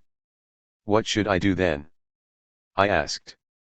First of all, he said, you will have to spread the word at your place of work and form a study group to educate yourselves and undertake various projects to help the PF financially. Next week we will meet here again and continue our discussion. We will get in touch with you if you forget to get in touch with us. I left the bookstore and went home at peace with myself. I felt I was on the road to Haifa. I was coming out of the abyss. The same evening I contacted some of my close friends. We spent the whole night together, evaluating the political affiliation and commitment of each teacher. We decided that we had a large number of sympathizers and could probably form a cell in a few weeks. From now on we met regularly every week and I saw Abu Nidal periodically to obtain PF literature and advice. Abu Nidal also put me in touch with some former comrades from the old ANM who had joined the PF. We were slowly building a PF network in Kuwait. The assault on the LA-1 plane on December 26, 1968 in Athens gave us a big push, especially after December 28, when the Israelis raided Beirut International Airport and destroyed 13 Middle East Airlines planes. We thanked the Israelis for enlisting Lebanese support for the revolution and admired their audacity in blowing up planes that were 70 to 80% American-owned. From our vantage point we were anxious to see the consequences. The world was at last forced to take notice of Palestinian actions. The Arab press couldn't ignore them, nor could the Zionists conceal them. The Israelis had helped the cause more than we dared contemplate by their prompt and decisive reprisal. It seemed the more spectacular the action the better the morale of our people. We looked forward to more. Here is the aim of the Palestine Revolution as spelled out in the PF program. The Palestinian liberation movement is not racist or hostile to the Jews. It is not aimed at the Jewish people. Its aim is to break the Israeli military, political and economic entity which is based on aggression, expansion, and organic unity with the interests of imperialism in our homeland. It is against Zionism as a racist aggressive movement in alliance with imperialism. Zionism has capitalized on the suffering of the Jewish people to serve its interests and those of imperialism in this rich part of the world, which is the gateway to the countries of Africa and Asia. The aim of the Palestinian liberation movement is the establishment of a national democratic state in Palestine in which the Arabs and Jews can live as equal citizens with regard to rights and duties, forming an integral part of the democratic progressive Arab national existence which will live peacefully with all the progressive forces in the world. The Palestinian liberation movement is a progressive national movement against the forces of aggression and imperialism. The link between the interests of imperialism and the continued existence of Israel will make our war against the latter basically a war against imperialism. On the other hand, the link between the Palestinian liberation movement and the Arab progressive movement will make our war against Israel that of 100 million Arabs in their national and unified struggle. The Battle of Palestine today, and all the objective circumstances surrounding it, will make the war a starting point for the attainment of the interconnected aims of the Arab Revolution.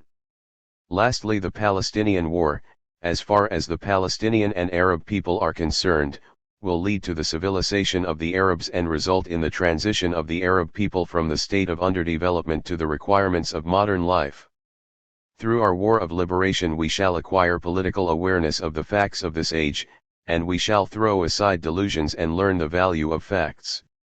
The habits of underdevelopment exemplified in surrender, dependence, individuality, tribalism, laziness, anarchy, and extemporization will be changed, through the war of liberation. In their place will come, the realization of the value of time, organization, accuracy, objective thinking, the importance of collective action, planning, total mobilization, interest in education and acquisition of all its weapons, and knowledge of the value of the human being, the freeing of woman half of society from the bondage of decadent habits and customs, the basis of nationalism in confronting dangers and the supremacy of this connection over tribalism and regionalism. Our long-term national war of liberation implies our fusion in a new way of life and our starting point on the road of progress and civilization. The enemy camp is defined as follows. 1. The enemy of the Arabs in the war of liberation is Israel, Zionism, world imperialism, and Arab reaction. 2. This enemy has definite technological superiority which naturally is converted to military superiority and a great fighting force. 3. The enemy has long experience in opposing the people's development towards economic and political liberation. It has the ability to abort revolutions. 4. The nature of the war of liberation, as far as the main military base of this enemy Israel is concerned, is a war of life or death which the political and military leadership inside Israel will attempt to fight until the last breath. The National Front and the forces that constitute the revolution, we consider Palestinian national unity as essential in the mobilization of all the forces of the revolution to resist the enemy camp. On this basis we should adopt a definite stand in this direction. 5. The form of national unity is the creation of a front in which all the classes of the revolution, workers, peasants, and petty bourgeoisie should be represented. We should attend actively to the mobilization of workers and peasants in one revolutionary political organization armed with the ideology of scientific socialism. On this basis we should actively attempt to unify all the left-wing Palestinian organizations which, through dialogue between them and through their experience, can commit themselves to such an analysis. The petty bourgeoisie will not join an organization committed to scientific socialism and strong political organization. Thus it will join those Palestinian organizations which raise general liberal slogans, avoid clarity in thinking and analysis of class structure, and exist in an organizational form that does not require of the petty bourgeoisie more than its capacity. In other words, the petty bourgeoisie will fill, in the first place, the ranks of El Fatah and the Palestine Liberation Organization, PLO. On this basis, and on the basis of our understanding of the basic conflict, the nature of the present phase and the necessity of national unity to assemble all the forces of the revolution to resist Israel, we should work for the establishment of a national front with El Fatah and the PLO which can offer the war of liberation the necessary class alliance on the one hand, and protect the right of each class to view the war and plan for it in accordance with its class vision on the other. Our study group was rapidly mastering the strategy and ideology of the PF and moving towards the cell stage. On the advice of Abu Nidal, we were studying more advanced radical books and broadening our horizons when another Palestinian woman revolutionary made world headlines and shook our movement. The morning of February 18th was just another day for me. As usual, I got up at 5:30 a.m. to prepare breakfast and listen to the BBC News. Suddenly I heard over the air the name of Amina Daber. She had been in on an attack on an El Al plane at Zurich. She was the first woman to participate in a foreign operation. The news struck me like lightning. A Palestinian woman, a revolutionary, in the citadel of financial capitalism. Fortunately, the BBC announcers regularly repeat the major news items and read them over in detail, for I wasn't certain at first whether I was hearing or imagining. I ran out in my pajamas screaming throughout the dormitory. She did it! She did it! Palestine will be free. Everyone thought that I had gone mad. But I made sure that everyone got the message. A Palestinian woman was fighting while we were talking in faraway Kuwait. Within a few minutes we were all celebrating the liberation of Palestine and the liberation of women. Fatah and PF women embraced and danced the Palestine deck together in the corridors of El Shab. The PFLP had earned its way to the El Shab teaching staff and their wallets. We decided that henceforth all funds collected must be distributed equally between Fatah and the PF. The Fatah sisters acquiesced, they had no choice. The school became a beehive for the resistance. Even the pupils were turned into revolutionary salesmen and fundraisers. We indoctrinated them so well that some of them turned out to be more effective supporters of the resistance than many of us. That same day I called Comrade Abu Nidal and informed him that I wanted to join the Special Operations Squad. He agreed. From then on I received advanced, highly specialized training. It was now only a matter of time until I participated in a foreign military operation. The hour of reckoning was drawing closer for me. While I engaged in intensive training, I continued teaching and converted my study group into a tradition-breaking cell. In Kuwait, politics were forbidden, but 6 women decided to stake career and reputation in the name of resistance. On an April morning, the Muslim Easter, we marched to the center of Kuwait carrying PF collection boxes and requesting donations. At first the other women were not enthusiastic, they were frightened. I was shameless and fearless, nothing mattered to me but the revolution. We quickly discovered that the people were more advanced than we thought. They not only contributed generously, but urged us to mobilize others to help canvass the whole city, which we did. The women joined the vanguard. The masses filled our coffers. No one, not even official sources, criticized our action. Kuwait City was ready to join the move to social progress. Encouraged by this response, I decided to earn some money for the PF by tutoring in English and by using the talent for hairdressing that I had acquired in Lebanon as a youngster. Without revealing details of my political affiliation, I applied for and got a job in a beauty salon for the 2-week Easter vacation. After hours I worked tirelessly to raise funds for the PF. I seized every opportunity to propagate the cause. One day an affluent-looking lady who must have been pleased by the hairstyle I gave her, gave me a 25 fils tip. I hesitated for a moment, then accepted it and gave her a receipt for it. The lady was surprised when she saw the stamp of the Popular Front on it. But she gave me another dinar and wished the PF well. My employer, who had witnessed the exchange, was not angry. She said that she sympathized with the cause, but she asked me to keep my politics to myself. I was especially careful and courteous in dealing with people, and she said such revolutionary qualities were necessary for Arab women. When I left, she gave me my pay plus a 5 dinar donation to the PF. The PF was indeed making friends. I was not, however, the happiest of women. The party was making me do the sort of work that I didn't enjoy. I was restless for action. That spring I said goodbye to teaching and to my Kuwaiti friends. My time had come. I headed for Amman. My Russian-made gun, the Semenov, became my companion. When I arrived in Amman, the city was swarming with guerrillas. It felt good to be a Palestinian in one's homeland. Within a few days, with 20 women comrades, I was taken to a military camp north of Amman where we were to undergo more intensive and specialized training. Here I met the legendary heroine of our underground in the occupied territory, Rashida Obaida. She was a truly impressive human being as well as a beautiful woman. She knew how to handle a gun and she knew when to use it for the cause. I made friends with her and Fiha Abdul El Hadi almost immediately. Before we embarked on a mission to test our endurance, the head of the military school, Comrade Hassan, gave us a final briefing in which he distinguished between mere political agitation and fundraising and politico-military work. He concluded his speech by saying this phase of our work is harsh and severe. Once you start it, you can't withdraw until the objective is accomplished.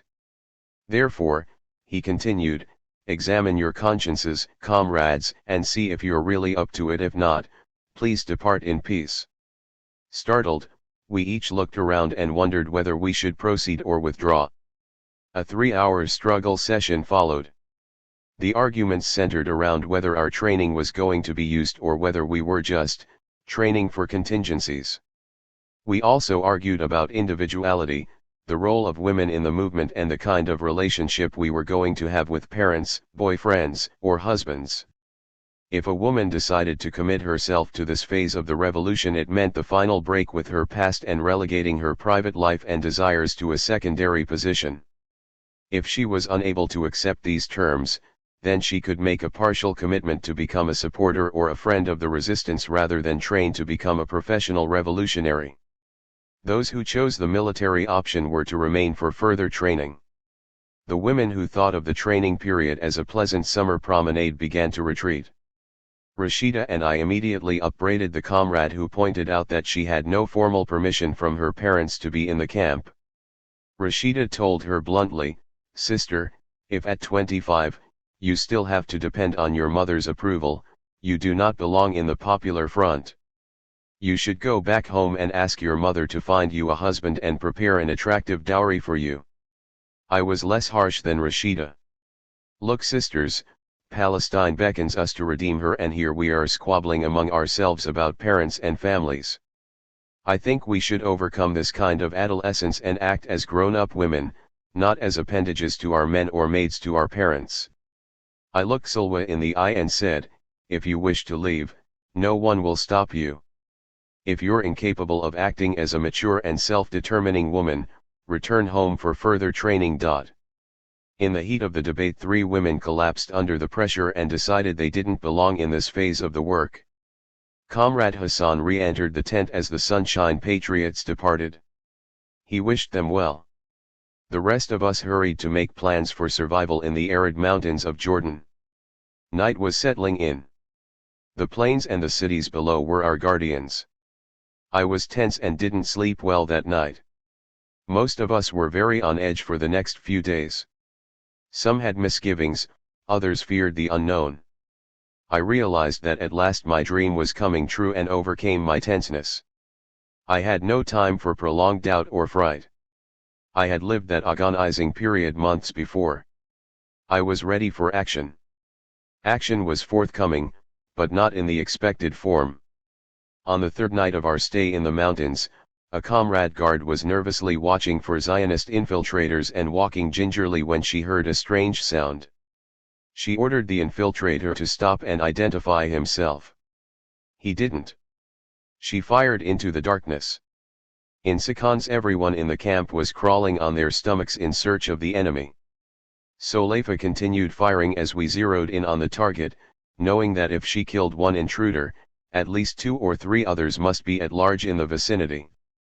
We quickly found out that there were none and that the comrade guard had indeed scored. She had killed a donkey invader.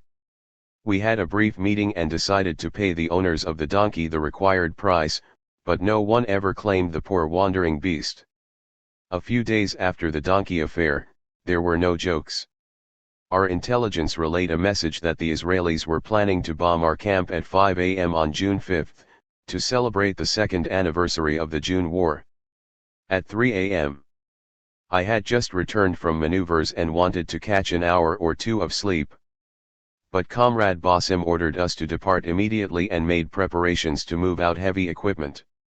It so happened that we were being visited that evening by a group of Iraqi artists who wanted to live the revolution and witness the work of revolutionaries. The comrade artists had their fill that night as they joined our column's march in darkness. At the appointed time the Israeli bombers swooped over the area, dropped their flares and bombs without being challenged and turned the early morning sunshine into a blinding column of smoke. They strafed the whole region for several minutes with their hell of iron and destruction and then returned home safely. We were helpless. Hussein's air force was on the ground. It was not intended for use against the Israelis but against the Palestinians who didn't own a single civilian plane. The world's press reported the incident as Israeli reconnaissance and termed the second anniversary of the June War peaceful.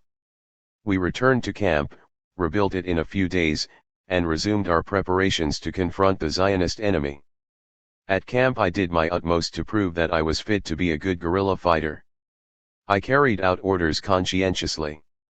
My instructors offered no criticism, expressed no admiration, and had no particular plan for me.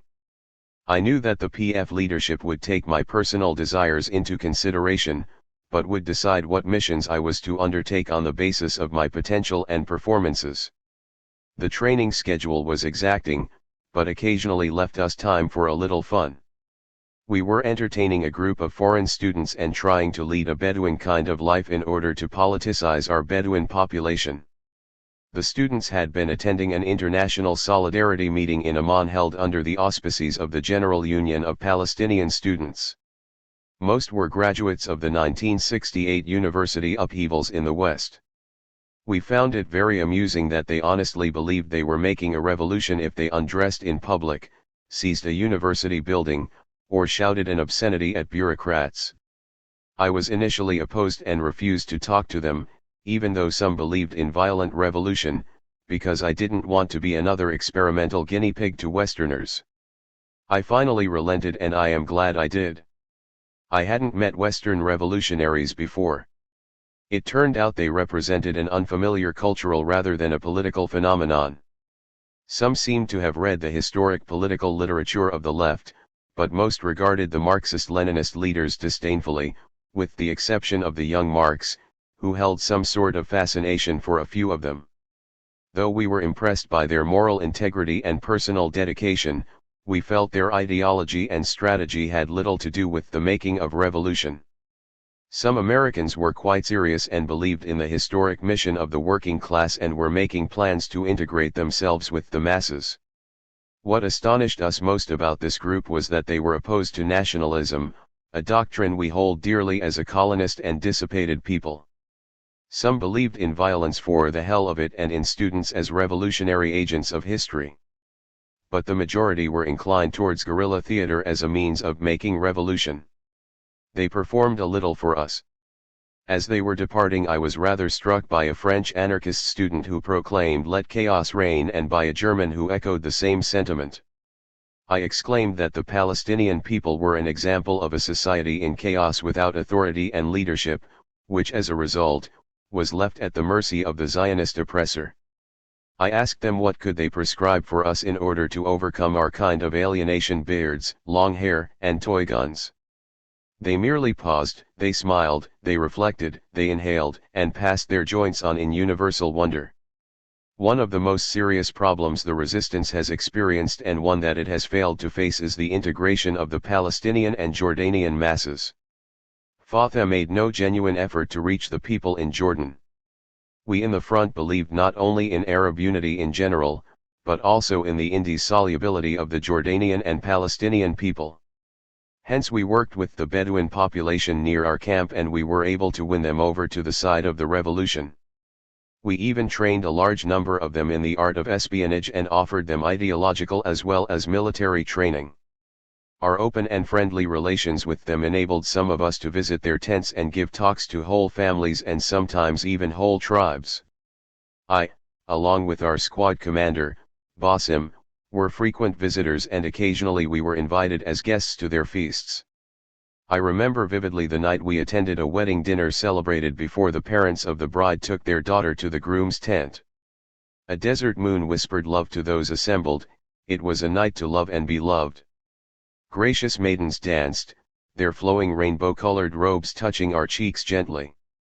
All was joy, all was fun. Basim and I were beginning to fall in love. But before we could share in the pleasure of the occasion, a messenger suddenly rushed in and handed me a 2-word note: return immediately.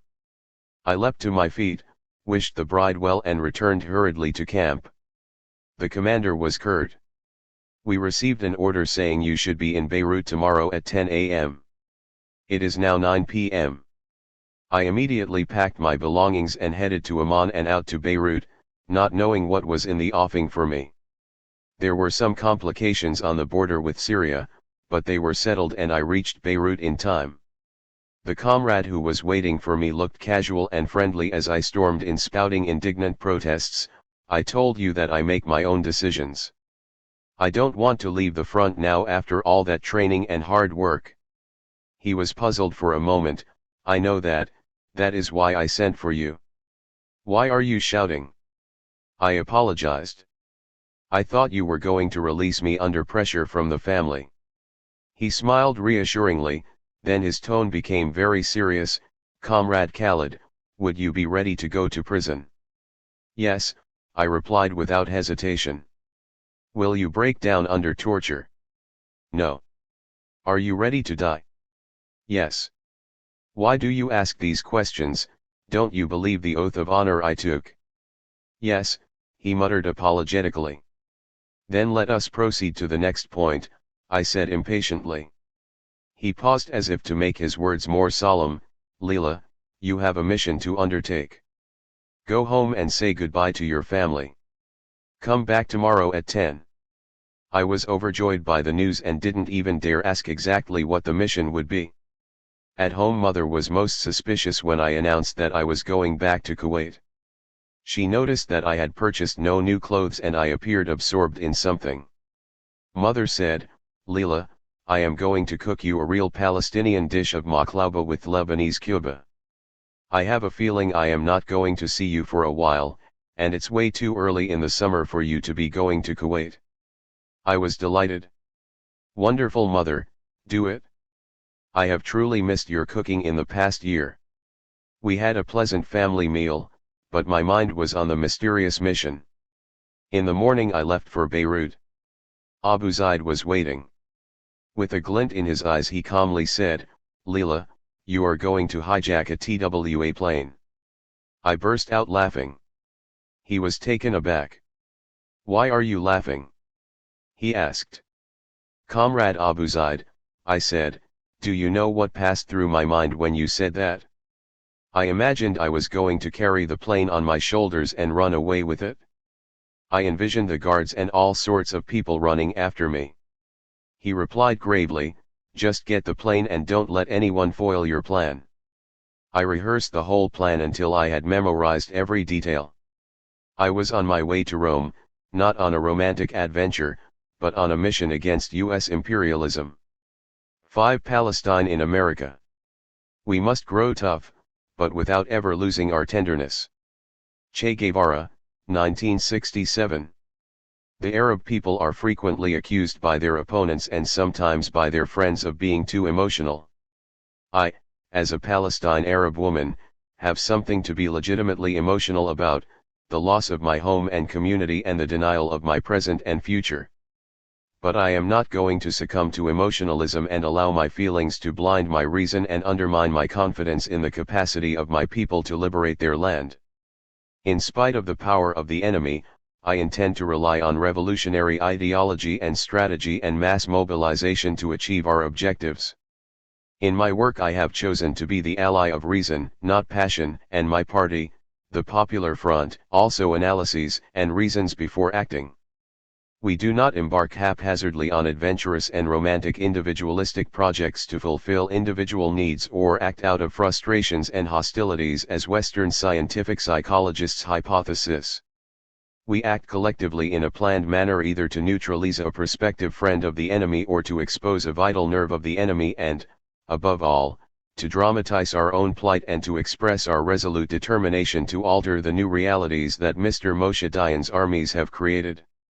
Generally, we act not with a view to crippling the enemy because we lack the power to do so, but with a view to disseminating revolutionary propaganda, sowing terror in the heart of the enemy, mobilizing our masses, making our cause international, rallying the forces of progress on our side, and underscoring our grievances before an unresponsive Zionist-inspired and Zionist-informed Western public opinion. As a comrade has said, we act heroically in a cowardly world to prove that the enemy is not invincible. We act violently in order to blow the wax out of the ears of the deaf Western liberals and to remove the straws that block their vision. We act as revolutionaries to inspire the masses and to trigger off the revolutionary upheaval in an era of counter-revolution. Dr. Habash, the Secretary General of the PFLP, has stated our human dilemma and our ethical view thus. After 22 years of injustice and inhuman living in camps with nobody caring for us, we feel that we have the very full right to protect our revolution. We have all the right to protect our revolution. Our code of morals is our revolution. What serves our revolution, what helps our revolution, what protects our revolution is right, is very right and honorable and very noble and very beautiful, because our revolution means justice, means having our homes back, having back our country, which is a very just and noble aim. June 12, 1970. I do not see how my oppressor could sit in judgment on my response to his oppressive actions against me.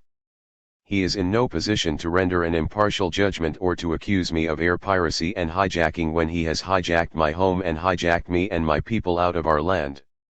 If the enemy defines morality and legality in his own terms and decides to apply his ethical and legal doctrines against me because he has the power as well as the means of communications to justify his inhumanity, I am under no moral obligation to listen, let alone obey his dictates. Indeed, I am under a moral obligation to resist and to fight to death the enemy's moral corruption. My deed cannot be evaluated without examining the underlying causes.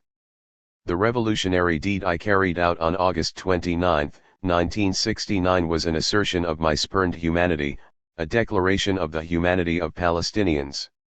It was an act of protest against the West for its pro-Zionist, therefore anti-Palestinian, posture. The list of the sins of the West is overwhelming. Germany, according to Zionism, has atoned for the incineration of 6 million Jews by the payment of 9 billion marks in reparations to the State of Israel, the haven of a united Zionist Jewry. It has since 1965 almost wholly identified with Israel, especially before and during the June War, when the former Nazi chancellor offered to give the Israelis gas masks to protect them from Arab bacteriological warfare. Israel for her part has entertained Joseph Strauss and sold Uzi rifles to Germany. France has not only supplied Israel with Mystirs, Super Mystirs, and Mirages, but has allowed the Israelis to steal French gunboats from Cherbourg, contrary to de Gaulle's wishes. De Gaulle merely relieved the general who turned over the boats to Israel. Guy Mollet, the French socialist prime minister, conspired with Ben-Gurion and Anthony Eden and invaded Egypt in 1956. France provided Israel with the scientific know-how and material to manufacture the atomic bomb at Dimona and labeled the plutonium-producing plant a textile factory. Switzerland, the neutral country, has not only detained Arab revolutionaries and released the murderers of Palestinians, but has also closed its eyes to Zionist kidnappers who killed scientists working for my people. Switzerland has let go practically unpunished Zionists who stole its own state secrets and advanced Mystere blueprints. England has been guilty of every imaginable crime against my people. Its historic crime is the assassination of my personality, the rape of my land, the obliteration of my history. America has perpetuated Britain's crimes. It has supplied Israel with Hawk missiles, Skyhawk and Phantom fighter bombers.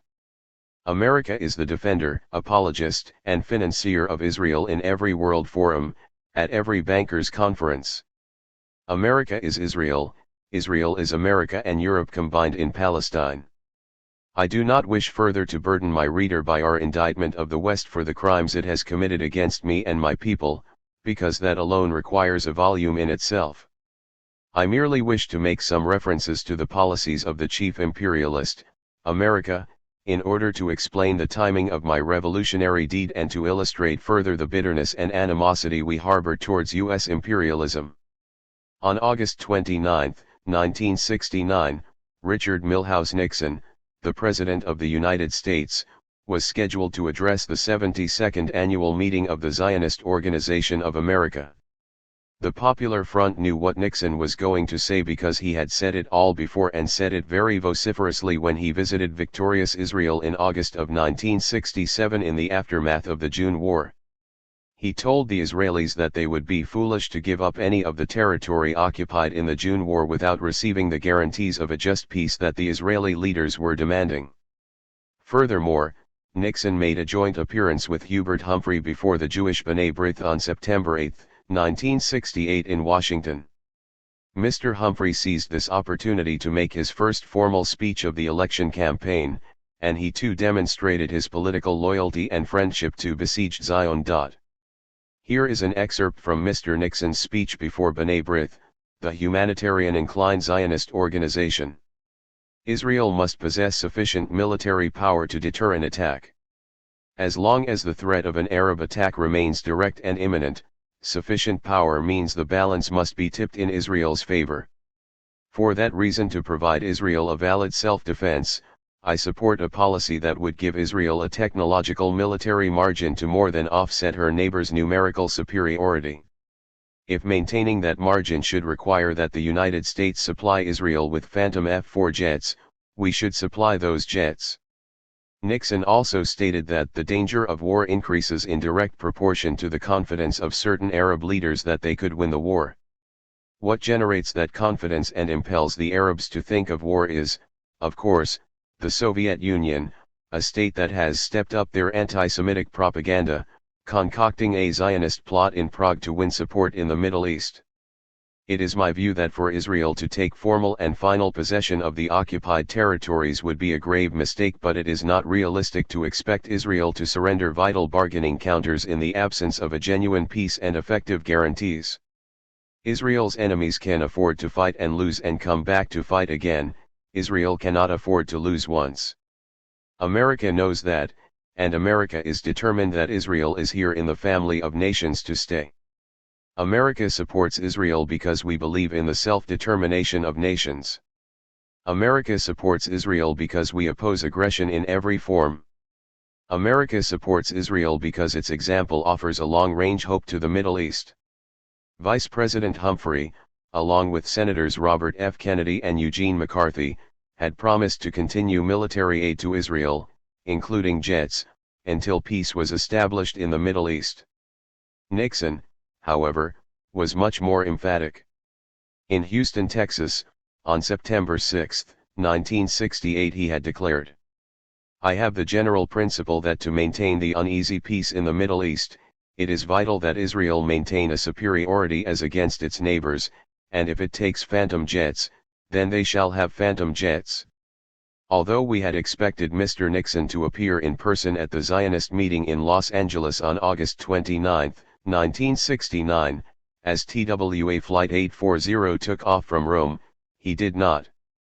Instead, he sent a letter to the President, Mr. Jacques Torchiner, who read it to his fellow Zionists on behalf of Mr. Nixon. The letter stated that America was committed to friendly relations with Israel and cited the Organization for Strengthening Israel's Social and Economic Foundations and the cultural ties between its people and their friends in America. Nixon regarded these efforts as being in the highest American tradition, and assured the Zionists that his government sought a Middle East arms balance that favored Israel's continued military superiority. As the Zionists were gathering in Los Angeles with California Governor Ronald Reagan and Golda Meir, I was having a pleasant chat with the Singer Sewing Machine Company's Middle East agent on my way to Rome to divert TWA Flight 840 to Damascus. I had trained for every conceivable contingency, I had mastered most operational details of the great Boeing 707. There was something, however, I did not train for: the human situation. How to deal with idle or curious conversationalists. How not to arouse their suspicions or be rude to a seatmate. I had to improvise and felt very uncomfortable. I imagined that all the Westerners aboard knew about my mission. My seatmate from Beirut to Rome was a clean-cut sociable American on his way to New York. I knew that Americans, like most other tourists, like to make casual conversation about everything under the sun. I didn't realize that they posed personal questions so directly and so nonchalantly. Mr. Holden must have been bored, and he wanted to talk. "Where are you going?" he asked to open the conversation. "I am going to Rome," I said. "Why are you going to Rome?" he continued. I paused momentarily to fabricate an answer, and said with simulated shyness, "I am going to meet my fiancée who is coming from London to meet me in Rome in a few days." I suddenly realized I had made a slip. What if he too were going to Rome, and asked me to dinner or something while I was waiting for my fiancée? I swiftly corrected my mistake by adding, "It is quite possible that he might surprise me and be waiting for me at the airport." Then I asked him, "Where are you going?" "To New York," he said, much to my relief. He was determined not to let the conversation lapse. How on earth would an Arab girl be going to Rome to meet her fiancé alone and get married? he asked. I answered in a superficially self-assured tone, "I've known him since we were children, and we've been engaged for several years. Besides, we are modern, not traditional Arabs." "That's good," he said, and started telling me how he and his wife had eloped because her parents had disapproved of him. As I assured him that I was not eloping, the stewardess cheerfully announced that there was a newly married couple on the plane and they had a huge cake they would like us to share. "Who would like to have some cake?" she said. Everybody, including Mr. Holden and I, chanted in a chorus of "I would." In the midst of this jolly atmosphere, Mr. Holden asked, as if to dampen my enthusiasm for marriage, "How come you're getting married when your fiancée is still a student and without a career?" I smiled. "We're not filthy rich oil kings, but we're rich enough to afford it while we're young." "Then," he said, "may I suggest that you spend your honeymoon on a yacht by yourselves, on a Mediterranean cruise?" I interrupted, protesting I'd rather be among people. He slyly asked, "Are you going to marry the people?" "No," I said, "but I love being with people." As I cleared customs and claimed my luggage, I had to face a porter who insisted on helping me, and then asked, "When can I see you tonight?" I was angered by his forwardness, and firmly said, "I am engaged, I am sorry," resorting to the traditional stewardess's reply. I had to face the same problem with another man on the bus into Rome. By now I was running out of patience, especially as my suitor squeezed close to me and practically tried to hold me in his arms without having spoken to me. I said furiously, "Take your hand off me. You're about to drive me out of the bus with your pushiness." He did, and he didn't dare make any other overtures all the way. I spent 2 days at the hotel fending off invitations for personally guided tours of Rome. During these 2 days, I walked the streets of Rome alone. It is strange, but I had no desire to purchase anything, see Rome's ancient glory, or even go to a film. I only walked and walked, contemplating my mission and reciting its details to myself. Early on the morning of August 29th, I checked out of the hotel and caught a bus to Fiumicino Airport on the outskirts of Rome. Happily, the only snag was a half-hour flight delay. My associate, whom I recognized only from a photograph, appeared on schedule and we exchanged pre-arranged signals. His name was Salim Isai. He was a Palestinian from Haifa who had been raised in Syria. Salim sat quietly nearby and we tried to ignore each other. All was going smoothly when suddenly the human element threatened our careful planning. A few seats away there was a little girl with a button on her dress cheerfully proclaiming "Make friends." That message brought me up short, forced me to remind myself, as I watched her playing with her little sister, that this child had committed no crime against me or my people. It would be cruel to imperil her life by hijacking a plane, the symbolic meaning of which she had no conception, a plane that could explode during our attempted seizure or be blown up by Israeli anti-aircraft fire when we entered the Israeli airspace. While these qualms pricked my conscience, the whole history of Palestine and her children came before my eyes. I saw everything from the first day of my exile. I saw my people homeless, hungry, barefoot. The twice refugee children of Bagot camp near Amman seemed to stand, a humiliated multitude, in front of me saying, "We too are children and we are a part of the human race." The scene strengthened me enormously. I said to myself, what crime did I and my people perpetrate against anyone to deserve the fate we have suffered? The answer was none. The operation must be carried out. There can be no doubt or retreat. My children have spoken. On the bus across the field to the Boeing 707, another unscheduled problem developed. A handsome man in his early 30s came up to me and said hello in a most jovial, enthusiastic manner. "Hello," I replied nonchalantly, as I calmly tried to read My Friend Che by Ricardo Rojo. He seemed very eager to talk and asked me who I was and where I was going. I couldn't very well repeat the marriage tale and couldn't invent anything quickly enough. I said, "Guess." He tried, Greek, Spanish, Italian. I asked him where he was from. "I am from Chicago," he answered, and continued his questioning. "You wouldn't be South American, would you?" Now that I knew where he was from, I figured it was safe to say that I was a South American. I thought it might end his questioning, at least. "From Brazil?" he asked, looking admiringly at me, and ogling my whole body. "You're getting closer," I said. "Bolivia?" "Yes," I replied, "but how did you know?" "It's your book that gave you away," he declared. I asked him what he thought of Che. "Good man," he said. "Where are you going?" I countered, trying to change to a less controversial topic. "To Athens, to see my mother. I haven't seen her in 15 years. I bet she's there already, waiting for me at the airport." I was astounded, and almost told him, "You bloody fool, you'd better get off this plane, because it isn't going to Athens." I tried to ignore him and closed my ears to keep his voice from penetrating my inner conscience. I plunged into a nervous reading of My Friend Che. This encounter made me stop and think, because I understood the longing for one's own country. However, I rationalized his plight by making a distinction between his exile, which was voluntary, and mine, which was forced. But these human encounters made me decide to be extra careful not to jeopardize the lives of the passengers unnecessarily. Their welfare, however, did not and could not cripple my operation. The deed had to be carried out. There was no turning back.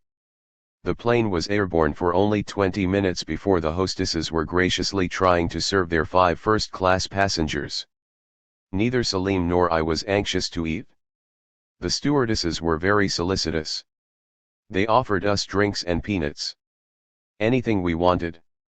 I settled for a coffee, Salim for a beer. But they made us nervous, as they kept returning and asking us if we wanted anything else. I pretended that I had a stomachache and asked for a blanket. I innocently placed it over my lap, so I could take my hand grenade out of my purse and put my pistol right in the top of my trousers without being noticed.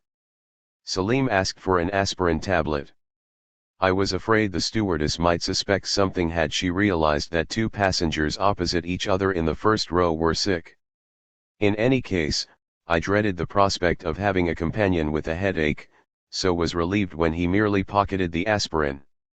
Seconds after the only other male passenger in the first-class section returned from the small lounge, I gestured to Salim to proceed to the cockpit. Just at that moment, another hostess carrying the crew's lunch trays was opening the door of the cockpit. Salim seized the opportunity and leapt in ahead of her. She screamed, "Oh no!" and her trays flew in the air, causing much noise but no injury. I was behind Salim and ordered the stewardess to get out of the way. She did, quivering and watching us over her shoulder. Salim was so huge that he blocked my view, and I couldn't see the reaction of the crew. I could, however, hear him say that the plane had been taken over by the Che Guevara Commando Unit of the PFLP, and announce that the new captain was Shadia Abu Ghazala. In the middle of his speech, my pistol slipped down the leg of my trousers and, as I bent down to pick it up, I saw the bewildered looks on the crew's faces. I suppose all they could see was part of my wide-brimmed chic hat. I felt ridiculous for a moment, laughed at my ineptness, put the pistol away, and entered the cockpit solemnly brandishing my hand grenade and declaring I was the new captain. The crew were completely shocked to see me there, but they showed no fear. To demonstrate my credibility, I immediately offered my predecessor, Captain Carter, the safety pin from the grenade as a souvenir. He respectfully declined it. I dropped it at his feet and made my speech. If you obey my orders, all will be well, if not, you will be responsible for the safety of passengers and aircraft. Go to Lida, I instructed. To Lod? He queried, using the Israeli name. You understand English, don't you? I said curtly. You just listen to my orders and don't ask silly questions. Since I knew the plane carried fuel for almost 3 hours and 45 minutes, I decided to reaffirm my authority by testing the flight engineer. I turned towards him and asked, "How much fuel do you have, flight engineer?" "For 2 hours," he promptly replied, without even looking at the fuel gauge. "Liar," I shouted, and told him that I knew just as much as he did about the Boeing, and that if he ever lied to me again I'd break his neck. The pilot tried to calm me down. He thought I was angry, but I was actually overjoyed. He warned the crew not to be obstinate in dealing with their new captain. Realizing that he was prepared to cooperate, I asked Captain Carter to radio Rome so that I could explain my action to the Italian people. He explained that we were too far away. I insisted that he try. He did. We had no luck. I asked a steward to bring our hand luggage forward, and then ordered him and the other first-class passengers to move to the tourists section. Next I demanded that the intercom system be turned on. All orders were complied with, and I read the following message to the passengers. Ladies and gentlemen, your attention please. Kindly fasten your seat belts. This is your new captain speaking. The Che Guevara Commando Unit of the Popular Front for the Liberation of Palestine, which has taken over command of this TWA flight, demands that all passengers on board adhere to the following instructions. Remain seated and keep calm. For your own safety, place your hands behind your head. Make no move which would endanger the lives of other passengers on this plane. We will consider all your demands within the safe limits of our plan. Among you is a passenger responsible for the death and misery of a number of Palestinian men, women, and children, on behalf of whom we are carrying out this operation to bring this assassin before a revolutionary Palestinian court. The rest of you will be honorable guests of the heroic Palestinian people in a hospitable, friendly country. Every one of you, regardless of religion or nationality, is guaranteed freedom to go wherever he pleases as soon as the plane is safely landed. Our destination is a friendly country, and friendly people will receive you. As I completed reading the message, I observed that the plane had swerved off the course I charted for it. I ordered the captain not to play games if he wanted to reach our destination safely and put him on course again. Then Salim reminded me that 15 minutes had elapsed since the passengers were asked to hold their hands behind their heads. I quickly advised them to relax and to drink champagne if they so desired, and offered an apology for inconveniencing them.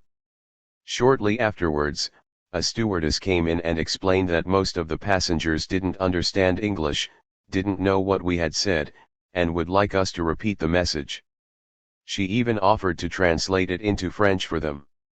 I repeated the message and assured them that everything was normal, that there was only one person on the plane we were after. Later, this was interpreted by the press as indicating that we were after the Israeli ambassador to the U.S., General Itzhak Rabin of June war fame. We were not, and if we had been, I would not have boarded Flight 840 at Rome, since I saw all the passengers and knew that Rabin was not among them. Saleh al-Muallim, an Israeli Arab on board, must have thought that he was the person we meant, because he became very jittery and frightened. The selective terror tactic worked, the passengers' fear diminished and everyone cooperated with us. In explaining the message to the passengers, I told them that we detested the American government's Middle East actions, and held no grudge against any individual person. They were frightened, however, when I announced that we intended to blow up the plane upon arrival in a friendly country. I announced this only an hour before reaching Damascus. Meanwhile, I resumed radio contact with the ground, sending messages of solidarity to the Greek revolutionaries and to the people of South Europe. I demanded that the Greek colonels release our imprisoned revolutionaries, and said that the CIA plotters would be toppled by the Greek people. All went according to plan, until we got the Egyptian observation tower on our wavelength. I identified myself to the controller in Arabic and asked him to convey to the Egyptian people the greetings of the Palestinian Revolution. I advised him that I was going to Lydda, and his voice crackled, "Allah, to Lydda, what will you do there?" "Visit the fatherland," I said. "Are you sure of that?"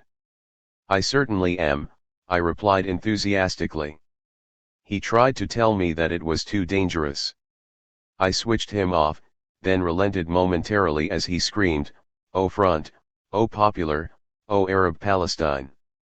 But the rest of the appeal was too incoherent and inaudible. Within minutes, I could see the coast of my Palestine in the haze. As we approached the land of my birth, it seemed that my love and I were racing towards each other for an eternal embrace.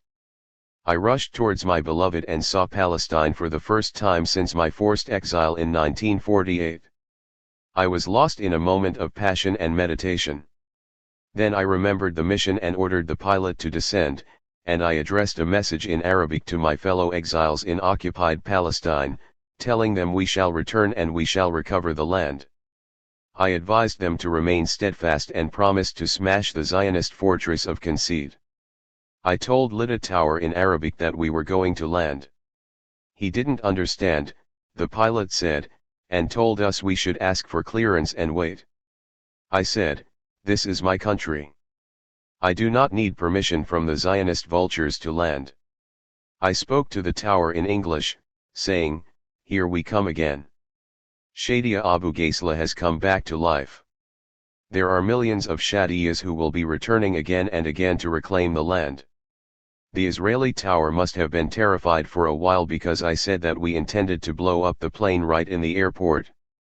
In seconds 3 Israeli Mirages appeared on the horizon and tried to prevent us from landing. I turned the intercom on so that the passengers could hear the exchange. I declared anew that the pilot and the Israelis were responsible for the safety of the passengers and the plane, and that we intended to do no harm to anyone if our orders were obeyed. The co-pilot asked if he could speak to the Israelis and I let him. He said, "Popular Front, Free Arab Palestine, armed people have threatened to explode the plane with hand grenades if your Mirages don't clear out." Until this moment the Israeli tower was still addressing us as TWA-840. My patience ran out and I told him to shut up and turned him off, saying that there will be no further communications until he addressed us as Popular Front, Free Arab Palestine. In seconds he did so as we swung around my beloved Haifa. The pilot asked, "What shall I do now?" I said, "Let's take a 7-minute tour of the fatherland." My father's image appeared before my eyes, and I could hear his voice saying, "When will we return home?" My whole world came together. I was silent. I looked out at the greenery and mountains of Palestine. I could see Tel Aviv below. I wept out of affection and longing, and said softly, "Father, we shall return. We shall redeem your honor and restore your dignity. We shall become the sovereign of the land someday." Suddenly, I remembered that the mission preceded personal emotions. I instructed the pilot, "Go to Lebanon, where my people live as refugees." The Israeli planes continued to pursue us. At the Lebanese border, they zoomed away. I called Cyprus and sent greetings to its heroic anti-imperialist fighters, and sent messages to my people in South Lebanon. The pilot interrupted. We must ask for clearance from Beirut. We don't need to ask for clearance, I said. This is an Arab country. We circled Beirut briefly before I ordered the pilot to go on to Damascus. He objected, the airport there couldn't accommodate the Boeing 707. Look, do you think we're so backward that we couldn't handle your damned plane? I said strongly. He didn't respond. I took the microphone and addressed the passengers for the last time, evacuate immediately on landing, have a happy holiday in Syria. I trust we shall have a smooth landing. The fuel gauge was reading empty, the pilot sought clearance and I ordered him to land immediately on the runway farthest from the air terminal. Let's have a smooth landing, I said, because if I fall, the hand grenade could explode and that would be a terrible anticlimax to a happy journey. He landed smoothly and in less than 3 minutes the plane was empty. Salim and I tried to tell the passengers to slow down and to take their personal belongings with them. Most ran out barefooted. Even the crew left their jackets behind. As Captain Carter stepped out, I saluted and thanked him for his cooperation. He looked at me in astonishment. The co-pilot said, "You're most welcome." I checked the plane. All the passengers had left. Salim wired the cockpit and lit the fuse. I slid out on one of the torn emergency chutes and fell to the ground on my rear. Salim followed and landed on my shoulders. The plane did not explode as scheduled. Salim's personal courage made him climb back in and set everything in motion once more. When Syrian soldiers arrived on the scene, I distracted them by saying, "The Israeli officers ran in that direction. Go and get them." Salim was still in the plane. I feared for his safety, but admired his heroism and selfless devotion. I tried to leap in and couldn't. Suddenly he appeared and waved reassuringly. The Boeing still did not explode. He fired a few shots into the wing of the plane, but there was no fuel left, so it wouldn't readily ignite. When sparks finally fluttered, we took cover 20 yards away. Half a mile away, the passengers in the terminal watched the bonfire and the explosion of the Boeing. The Syrian soldiers returned, astounded. They were even more surprised when Salim and I surrendered to them and turned over our weapons. The AIHATAF photographer, who was parachuted by the front to film our landing and the explosion, was so excited that he forgot to remove the lens cap from his camera. Our Syrian hosts took us to the air terminal, where I delivered a brief speech to the passengers. Ladies and gentlemen, thank you for your kind attention and cooperation during the flight. I am Captain Shadia Abu Ghazala. That's not my name is Khaled. Shadia is an immortal woman who wrote, "Heroes are often forgotten, but their legends and memories are the property and heritage of the people." That is something historians and analysts cannot understand. Shadia will not be forgotten by the Popular Front and by the generation of revolutionaries she helped mold in the path of revolution. I would like you to know that Shadia was a Palestinian Arab woman from Nablus, that she was a schoolteacher and a member of the Popular Front underground, that she died in an explosion at her own home at the age of 21 on November 21, 1968, while manufacturing hand grenades for the front. She was the first woman martyr of our revolution. I assumed her name on Flight 840 to tell the world about the crimes the Israelis inflict upon our people and to demonstrate to you that they make no distinctions between men, women, and children. But for their own propaganda objectives they repeatedly state in your press how we attack their innocent women and children and how cruel we are. I want you to know that we love children, too, and we certainly do not aim our guns at them. We diverted Flight 840 because TWA is one of the largest American airlines that services the Israeli air routes and, more importantly, because it is an American plane. The American government is Israel's staunchest supporter. It supplies Israel with weapons for our destruction. It gives the Zionists tax-free American dollars. It supports Israel at world conferences. It helps them in every possible way. We are against America because she is an imperialist country.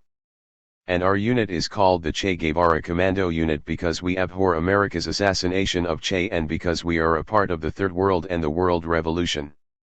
Che was an apostle of that revolution. We took the plane to Haifa because Comrade Salim and I come from Haifa. Both of us were evicted in 1948. We took you to Tel Aviv as an act of defiance and challenge to the Israelis and to demonstrate their impotence when the Arabs embark on offensive rather than defensive strategy. We brought you to Damascus because Syria is the pulsating heart of the Arab homeland and because the Syrians are a good and generous people. We hope you will enjoy your stay in Damascus. We hope you will go home and tell your friends not to go to Israel to the Middle East war zone. Please tell your neighbors that we are a people like you who wish to live in peace and security in our country, governing ourselves. Please tell the Americans that if they hate war and the exploitation of others, they should stop their government from making war on us and helping the Israelis to deprive us of our land. Tell your people that coming to Israel helps her to deny our rights. Revolution and peace. Greetings to all lovers of the oppressed. It was nearly 7 p.m., August 29, 1969. As I concluded my speech, I saw my Greek friend sobbing, and an American woman trying to assuage him. I do not think he recognized me as his bus companion. Salim and I mixed with the passengers and distributed sweets to the children. Two old ladies were consoling each other, one was saying she was wet and the other was telling her to thank God for having arrived in Damascus alive. The Syrian authorities cleared the passengers through customs and took them to hotels in Damascus. They released all of them with the exception of 6 Israelis. One American woman was taken to hospital with a broken ankle. On September 3, 4 Israelis were released, later the other 2 were exchanged for 2 Syrian Air Force pilots in Israeli custody and a handful of imprisoned fighters. Salim and I were taken to police headquarters. Although we had arrived at the airport to the cheers of the Syrian crowds, the Syrian officials were not that friendly. An arrogant colonel started his investigation by demanding, "What do you think you are?" "Soldiers, like you," I said. "No," he angrily replied, "you are a terrorist organization." "Hey," I said, "am I in Israel or the Syrian Arab Republic, the advocate of revolutionary warfare?" The colonel didn't like my tone of voice. "This action is not Fedayeen-like. It is terrorism," he said. "Look," I explained, "I am a soldier who carried out her assignment. If you wish to debate the validity and legitimacy of our revolutionary strategy, we'll be happy to do it with you, but not in a police station. Where did you train? I will answer no further questions, since I already gave you my name and told you what party I belong to."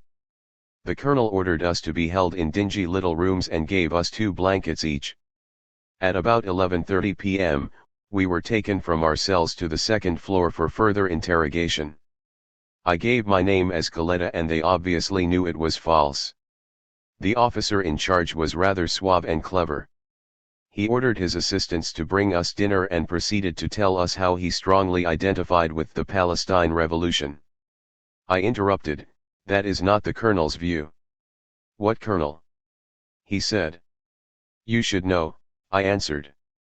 The assistants brought food, and I declined it, declaring, "I won't eat until I am released." "Where will you go if released?" he asked. "To my country, Palestine," I said. The officer inquired about many things, and my answer was an emphatic no comment to every question. Late that night, I asked to go to the bathroom, and I was accompanied by a male policeman who was under orders to search me before I went in. I dared him to touch me, and threatened to attack him and scream rape if he did. He ignored the orders and took me back to my windowless cell. I asked the male guard to buy me a packet of cigarettes. He refused, doling out 1 cigarette at a time for the remainder of the night. Since I was unable to sleep, see anyone or talk, I kept the guard marching me back and forth to the bathroom all night. I do not know who was more exhausted by morning. I continued that strategy for the next 4 nights. On the morning of August 31st, breakfast was brought in and I declined to eat again, announcing that I was on a hunger strike. By then I hadn't had a good meal in 3 days and I was smoking very heavily. I was also getting bored being in isolation but knowing full well that my comrades were joyously celebrating my deed. Around noon, I twisted the edge of the rusty iron partition between me and Salim and we started whispering to each other face to face. I told him about the wet lady at the airport, and we laughed boisterously about it. The guard heard the noise and ran towards the cell thinking I must have gone mad. He asked me to share the joke with him. I refused to say anything. But when he realized that I was still sane, he looked around my cell, and found the hole. He accused me of being a terrorist, and threatened dire consequences if I widened the hole. I dared him, "Go and tell your superiors." That afternoon, another colonel came to visit us, but he was in civilian clothes. He was smoother than his predecessors. He introduced himself as a Palestinian pilot with the Syrian Air Force from Al-Nasirah. "My name is Azani," he said, "and I have just returned from the front bringing you the revolutionary greetings of the fighters." I said, "If you recognize us as revolutionaries, why are you holding us in prison? Why are you on a hunger strike?" He asked, without answering my question. I said, "Because I am being treated like a criminal, and I protest very strongly against these insulting interrogations of intelligence officers like yourself." He asked if I needed anything or any money. I replied proudly, "I have money and the only thing I want is departure from this Baath prison." He left without comment. On September 1st, I felt very weak and tired. Stomachache, headache, general fatigue seemed to have overtaken me. I began to feel dizzy, but I still refused to eat. That evening I fainted on my way to the bathroom, and it took them a few minutes to revive me. The Syrians were very disturbed and called in a doctor who tried to persuade me to eat some yogurt or drink something other than coffee. I insisted no and passed out again. All I remember after that was a nurse bathing my face, and Salim carrying me to a hospital ambulance. I was not fully conscious until the morning of September 2nd, when, with a sense of inner peace and self-fulfillment, I sat down in the hospital and wrote a few notes, taking my inspiration from Che's immortal dictum, "We must grow tough, but without ever losing our tenderness." What a beautiful passage, but more beautiful is the tradition of revolutionary tenderness. I am not sure that I have practiced that art effectively. Others will have to pass judgment on my deed. I am certain, though, that the capitalist press regarded my deed as an outrage and urged their governments to prosecute those criminals ruthlessly or to extradite them to other countries where they could be prosecuted. I am somewhere in Damascus. I was placed here after I carried out my mission. After I performed my revolutionary duty against the enemy. It was a momentous second in my life when I put my fingers on the trigger and ordered the enemy to obey my command. All my life I dreamt of carrying arms to aim at the enemy, that vengeful enemy who raped our land and has expropriated our homes without compensation. O Palestine! I am ready to die and I shall live by dying for thee. O my homeland! My love, my only love! I shall revolt against thine enemies, all enemies. I shall make bombs from the atoms of my body and weave a new Palestine from the fabric of my soul. With all my power and the power of my sisters, we shall convert our existence into bombs to redeem the land, the coast, the mountain. We shall fight and fight. Oh! I seem to be forgetting myself. I am writing as if I were a poet. Poetry is also part of our armory, but deeds are a sharper aspect of our weaponry. O God! When will the deprivation end? When will I return to my home to embrace life in its fullest? There in Haifa I shall live, for I feel choked here. I feel oversatiated for having beaten the CIA. And why not? Hadn't Salim Issa and I hit at the heart of America and its power? Let America give Israel all the weapons she requests. I am sure my people shall live. I am in the observation tower and nothing frightens me. My people are being steeled by struggle against the imperialist and Zionist enemies. I remember the moment I entered the pilot's cabin and how he shivered before me. How the words of surrender flowed from his lips. "Okay, all right. I'll do whatever you want. Now tell me what to do." He was stunned by my deed. I am certain he cursed Israel and America 1,000 times in the silence of his heart. What an exciting occasion to force every air tower, including that of Israel, to broadcast our slogans: Popular Front, Free Arab Palestine. The pilot was the first to shout our slogan. He said it with a quivering voice. He is a middle-class American who was taught to love himself more than anything else. I have no doubts that selfishness is an American virtue that manifests itself when Americans are not acting collectively under a victorious leadership. I remember how they fled from the Japanese and how they retreated like sheep in the Far East. I don't think the pilot cared to sacrifice himself for America. What a splendid moment in my life when I flew over the homeland in an enemy plane. Oh, my God! What a beautiful land! I felt like landing and dying at the hands of my enemy. To land, to melt into the eternity of the land and to form part of the soil of Palestine. But our revolutionary nobility impelled me to sacrifice my personal wishes for a union with the land in order to save the children who committed no sin against me or my people.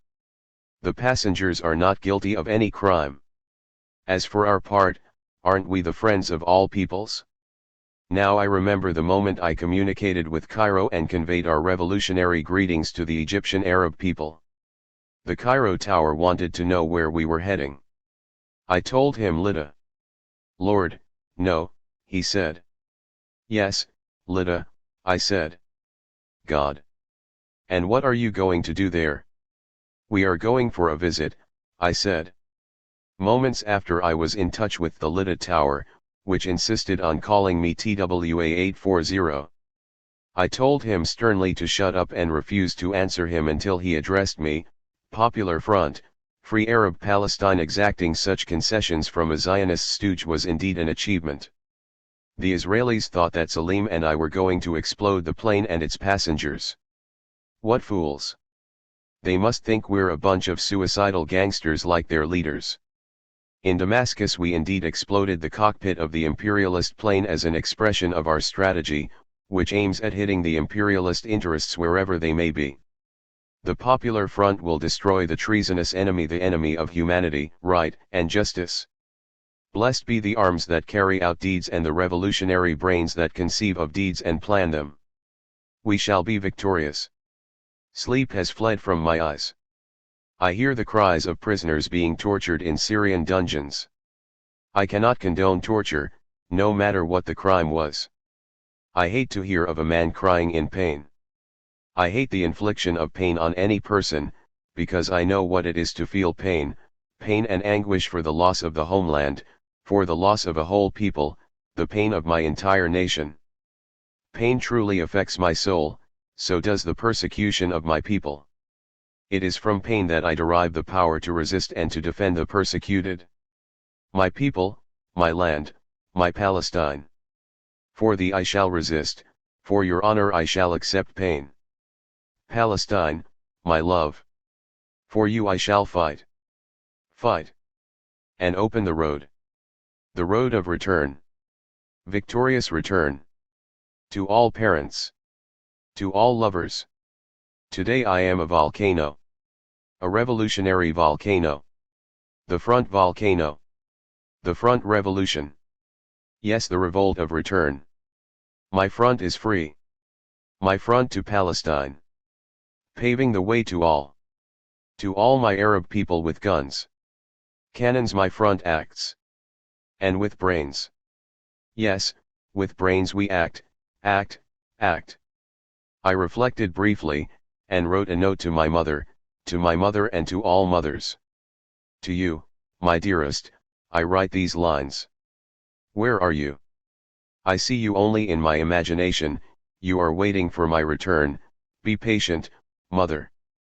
I shall return. I see you, beloved, in the hands of thine enemies. I am choking, on the verge of death, every time I imagine you. O Lord, safeguard her and safeguard my people as you protected me.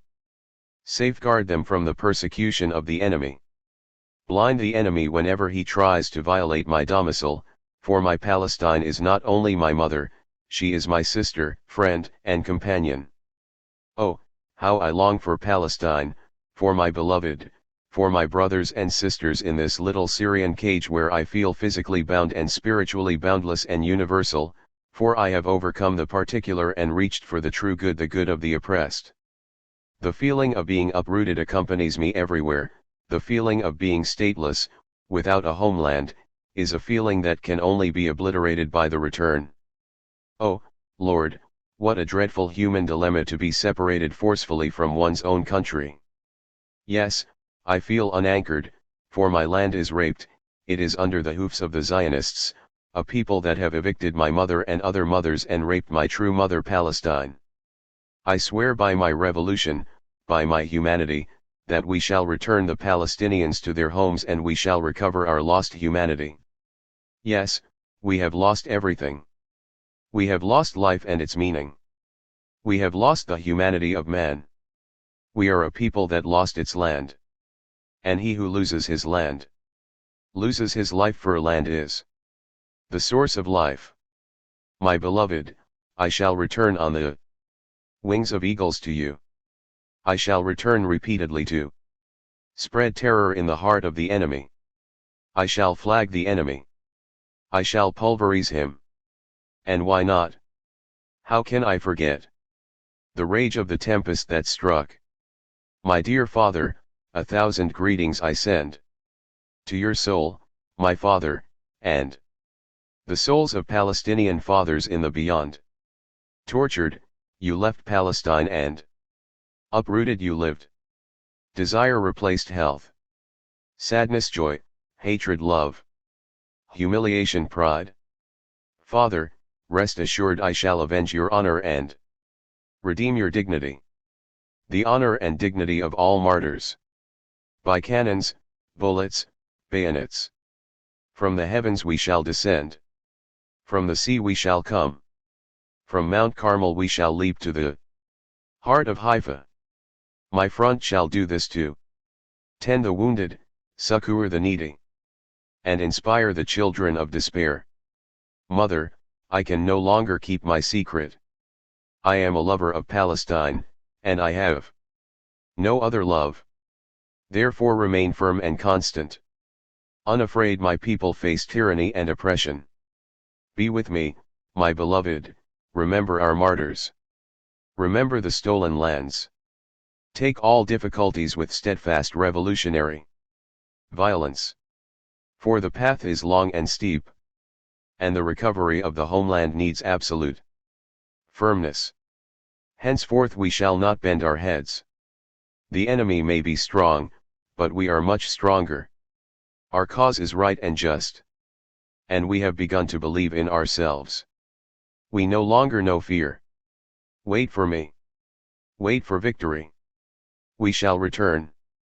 On September 3rd, I was shocked to hear that the Syrians had released 4 Israelis, while Salim and I were still detained. I lashed out at the Syrians, threatening retaliation. The nurses tried to calm me, explaining that the hospital was not a prison and urging me to eat if I wanted to be released quickly. I promised to behave if they brought me newspapers and let me listen to the radio. They agreed, and I felt compensated for my fatigue when I heard a broadcast in which the story of the hijacking was told according to the pilot. Moments later, the commander-in-chief of the Syrian Armed Forces, General Mustafa Tlass, entered my room, my most distinguished visitor. The general said he disapproved strongly of my deed and insinuated that I was a UAR agent who had brought the plane to Syria to embarrass the Syrians and give President Nasser a propaganda boost. I assured him that the front was totally autonomous and took orders from no one. I raised the issue of the released Israelis and he explained that I was the guest, not the prisoner of Syria. I would rather not be anybody's guest, because I must return to my base to carry on with my work, I said, and asked him to see if he could arrange a meeting for me with President Atassi. The president was in Egypt for a meeting of the front-line states, he explained, and he didn't know when he was coming back. The general left, and Salim and I were moved to an apartment with 4 other people. We began to realize that the more indignant we behaved, the more lenient and accommodating the Syrians became. We demanded to know why we were being kept there and how long it was going to continue. There was no reply. Around 10 that evening, we were visited by Colonel Ali Zaiza. He is presently the Minister of the Interior under President Hafez al-Assad, and got an inkling of what was in store for us. Zaiza came with 2 other men who identified themselves as Saiga commanders. Saiga is the Syrian-supported section of the resistance. They were eager to talk. For the next 4 hours we debated the whole history of the resistance, the role of Fatah, the Palestine National Congress and its value, the nature of socialism. It became increasingly obvious that Saiga was a branch of the Syrian Ba'ath, and had no independent personality of its own. Although we agreed on some points, we felt that, on the whole, the Ba'ath of Addisi, Jedid, and Makis, the current ruling triumvirate of Syria, believed in left-wing Baathism, not scientific socialism and dialectical materialism. By September 4, we must have become very fashionable and respectable. 4 ladies of upper-class appearance and attitudes came to visit us and presented me with a bouquet of flowers. 3 introduced themselves as representatives of the Syrian, Palestinian, and Lebanese Union of Women, and 1 as a member of Fatah. I looked at them with contempt and asked if their bouquet was a fitting tribute to a living revolutionary who had accomplished her mission. They were taken aback. 1 had the audacity to criticize the front for the operation, calling it an attempt on our part to eclipse the burning of the Al-Aqsa Mosque, an action which was gaining sympathy for the Arabs and unifying the Muslim world behind one policy. At one hurriedly called Summit Conference of Arab States, Israel was held responsible for the burning of the mosque and accused of desecrating a Muslim shrine and attempting to Judas it. I explained that the Al-Aqsa incident had occurred more than a week before our attack, and had no relation to our action. Furthermore, I insisted, we did not strive for a unity based on religious bigotry, but we were fighting for the unity of the anti-imperialist forces. My congenial guests were not impressed. They were upset that an upstart like myself could dare cast aspersions on their idols. They walked out in a huff, never to return to amuse me with their feminine slave passions and fashions. The evening of September 4 was a sad one for me. I learned of the death of a great revolutionary leader, Ho Chi Minh. Ho's death struck me like lightning. I felt part of me had died. It was the same feeling as when I heard about the assassination of Che. I knew Ho's principles would live, and that he was an old man who had lived a full life and helped liberate a substantial part of his homeland.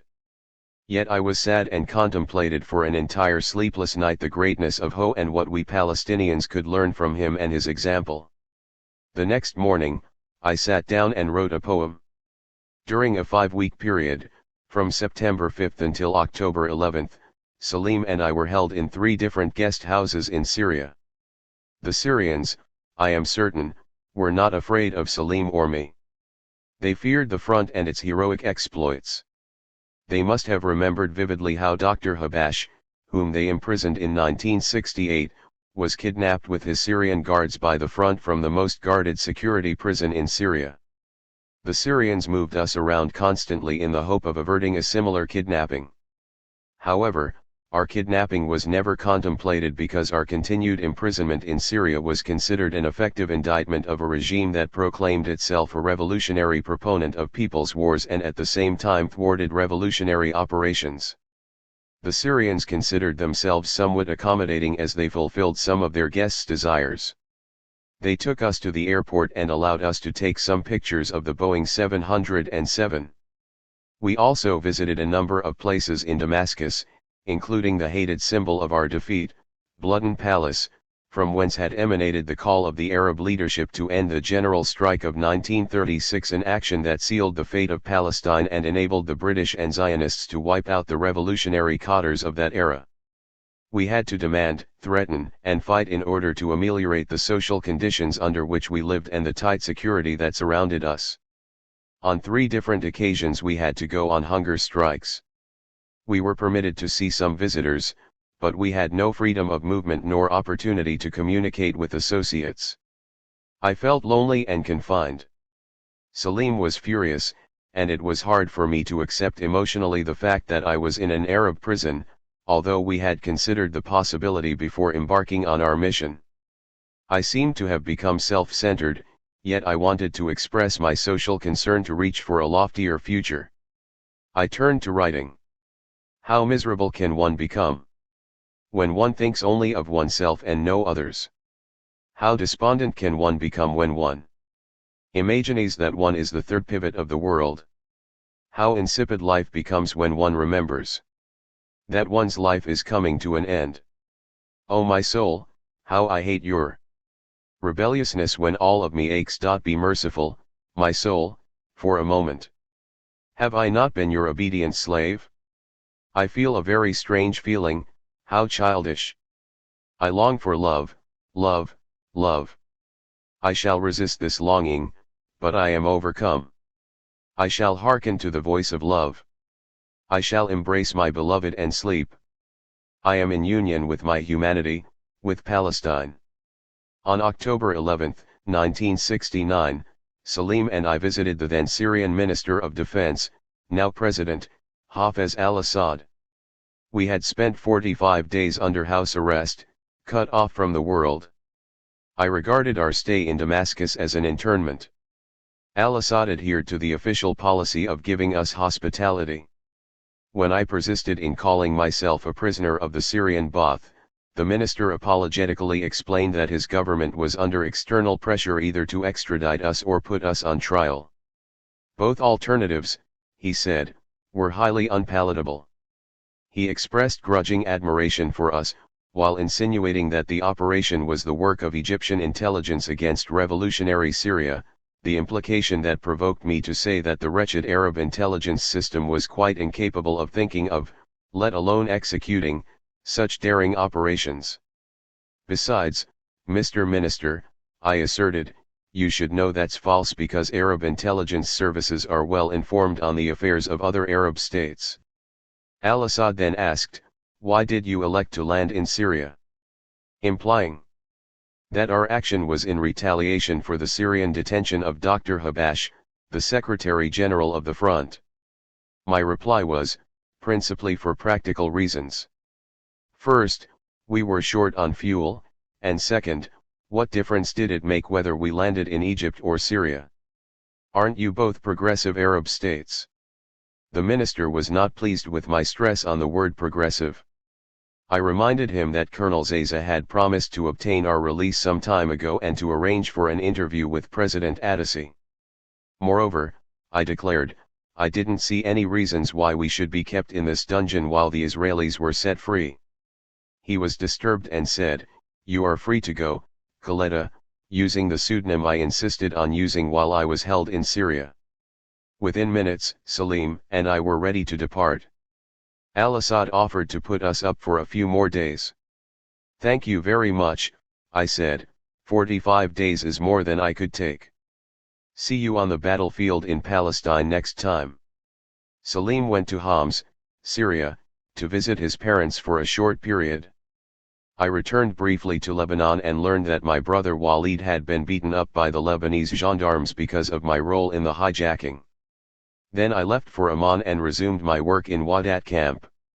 6. America in Jordan.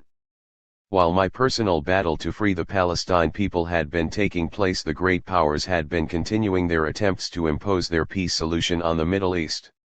In order to try to implement the UN Peace Resolution 242, Secretary General U Thant designated Dr. Jaring as his personal representative and the latter set up headquarters in Nicosia, Cyprus, in December 1967. Jaring commuted to Cairo, Beirut, Tel Aviv, and Amman and reported to U Thant on his findings and progress. U Thant made periodic non-committal reports to the UN, the substance of which was that Dr. Jaring should continue his mission and pursue further his efforts to promote agreement among the parties. Jaring continued his globe-trotting until April 9, 1969, when his mission was temporarily suspended to give more elbow room to the four power representatives, as the Israelis put it. The latter were finally reduced to bilateral negotiations under which the United States and the Soviet Union would work out a settlement and decide to impose it on both belligerents under UN auspices. The question of denying our existence was moved from the corridors of the UN and multilateral diplomacy to the realm of the great power relations, where universal strategic interests preceded our concerns and perhaps even those of the Israelis. The Arab leadership favored the imposed solution because they felt they could more easily justify it on the grounds that they couldn't violate the wishes of the great powers and were not able to resist the whole world single-handedly. Israel felt that these four-power negotiations were prejudicial. In the first place, Israel had no control over the talks. Secondly, the Israelis felt they were weighted against Israel because two powers, namely the Soviet Union and France, were hostile to the Israeli position. But all the parties associated with the Middle East conflict intended the year 1969 as the year of solving the Arab-Israeli conflict before the guerrillas became too dangerous an alternative to both the Arab regimes and to Israel.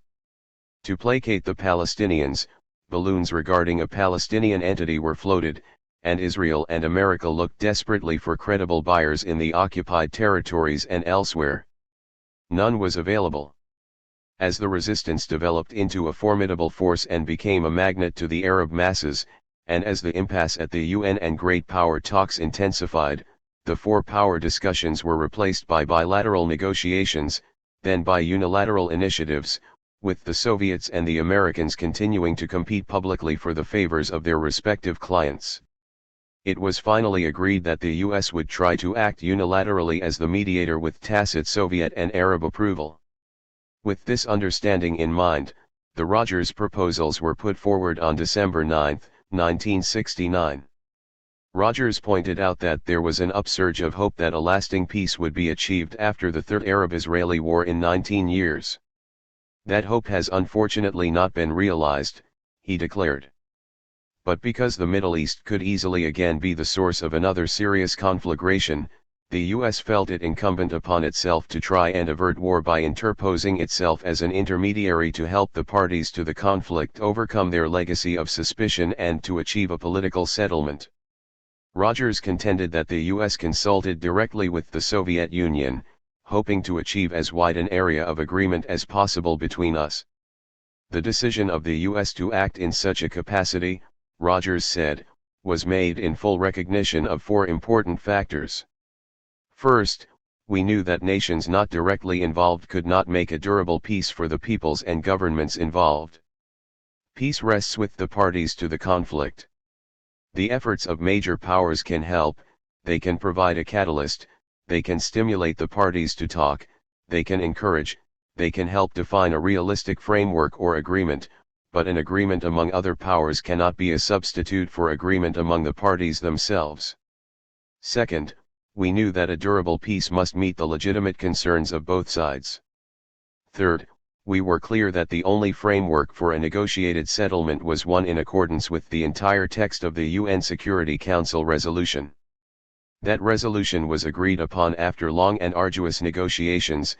It is carefully balanced, it provides the basis for a just and lasting peace, a final settlement, not merely an interlude between wars.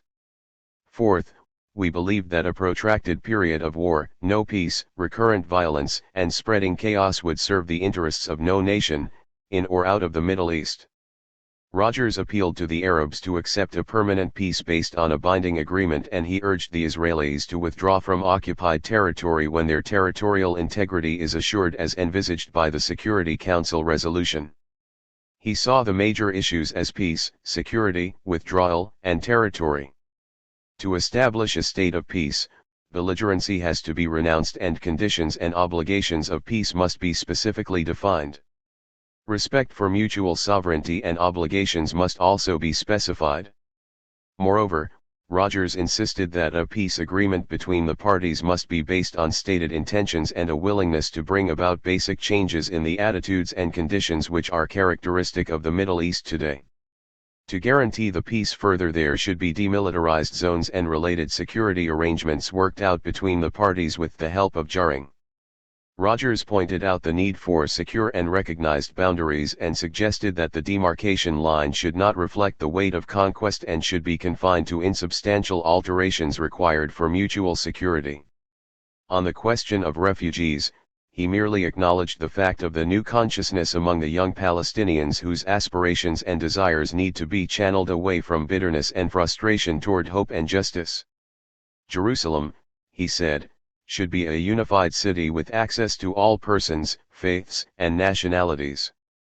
As to its administration, Rogers proposed roles for both Israel and Jordan in the civic, economic, and religious life of the city. On the issue of a separate peace between Israel and Egypt, Rogers admitted that in meetings with the Soviet Union a new formula had been worked out consisting of three principal elements. First, there should be a binding commitment by Israel and the United Arab Republic to peace with each other, with all the specific obligations of peace spelled out, including the obligation to prevent hostile acts originating from their respective territories. Second, the detailed provisions of peace relating to security safeguards on the ground should be worked out between the parties, under Ambassador Jaring's auspices, utilizing the procedures followed in negotiating the armistice agreement under Ralph Bunche in 1949 at Rhodes.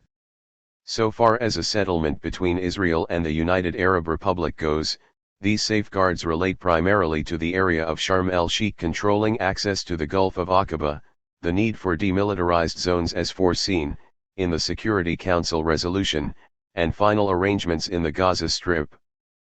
Third, in the context of peace and agreement on specific security safeguards, withdrawal of Israeli forces from Egyptian territory would be required. The Rogers speech aroused concern and suspicion in Israel. Prime Minister Golda Meir denounced the plan as a grave danger to our very security. Foreign Minister Evans said it marred prospects for peace. In America, Hubert Humphrey, the presidential hopeful, declared the proposals sacrificed Israel's interests and friendship. But a New York Times editorial, December 11, 1969, stated that Rogers' statement was forthright, sounded a clear call to reason and fair play, and honestly pointed the way to a reasonable compromise, the only alternative to a new conflict that neither the nations directly concerned nor the great powers that are perilously involved can afford to risk. Since Israel dubbed the Rogers proposal as Arab appeasement, it unleashed the Zionist movement in America to agitate against the proposals, and try to extract concessions from the government or coerce Rogers into retracting on such substantive points as insubstantial alteration of borders and a civic role for Jordan in Jerusalem. To that end, 24 Zionist organizations in America assembled in Washington on January 25, 1970, called ostensibly at the behest of the Conference of Presidents of Major American Jewish Organizations, to express deep concern and apprehension over recent U.S. policy statements on the Middle East. Under this onslaught, Nixon caved in. He not only sent a message to the conference reiterating the American stance of absolute support to Israel, but also dispatched his personal friend and representative, the Zionist Jewish industrialist, Max Fisher of Detroit, the chairman of the Council of Jewish Federations and Welfare Fund, to read the message to the Zionists. Mr. Fisher told the more than 1,000 Jewish community and organization leaders that America stands by its friends. Israel is one of its friends. And he went on to say that the president was prepared to supply military equipment necessary to support the efforts of friendly governments, like Israel's, to defend the safety of their people. More specifically, the message noted that the prospects for peace are enhanced as the governments in the area are confident that their borders and their people are secure. Furthermore, the message stressed that peace could only come to the Middle East after negotiated agreement between Israel and the Arab states. Dr. William Wexler, chairman of the conference and president of B'nai B'rith, was disarmed and pleased. He backslid on his apprehension and concern and commented, "The message shows that the president understands and shares our concerns. It indicates that he wants no further erosion in American policy." Wexler concluded by saying that the Jewish community's disagreement with the State Department was not over motivations or intentions but over tactics. The Zionists did it again. They got an additional 24 Phantom planes to the 50 already delivered in 1968.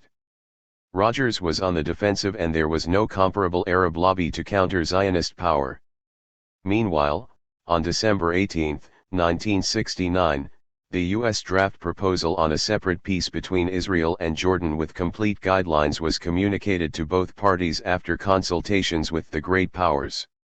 In considering the American proposals, one must keep in mind two facts: that Syria, whose Golan Heights are under Israeli occupation, is specifically excluded for the big power discussions, that Jordan is under obligation to crush the resistance movement before the proposals are carried out.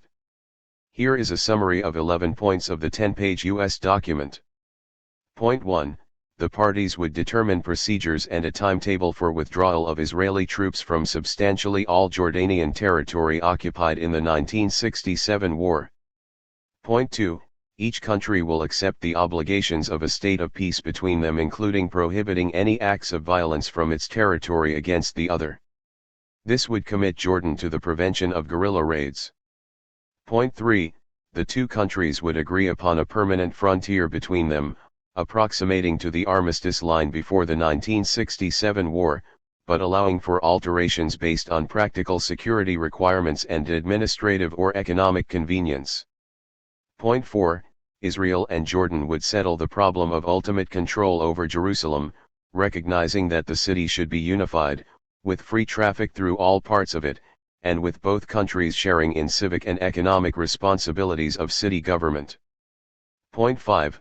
Jordan and Israel would participate in working out final arrangements for the administration of the long unsettled Gaza Strip, on the basis of a parallel accord to be reached by Israel and Egypt.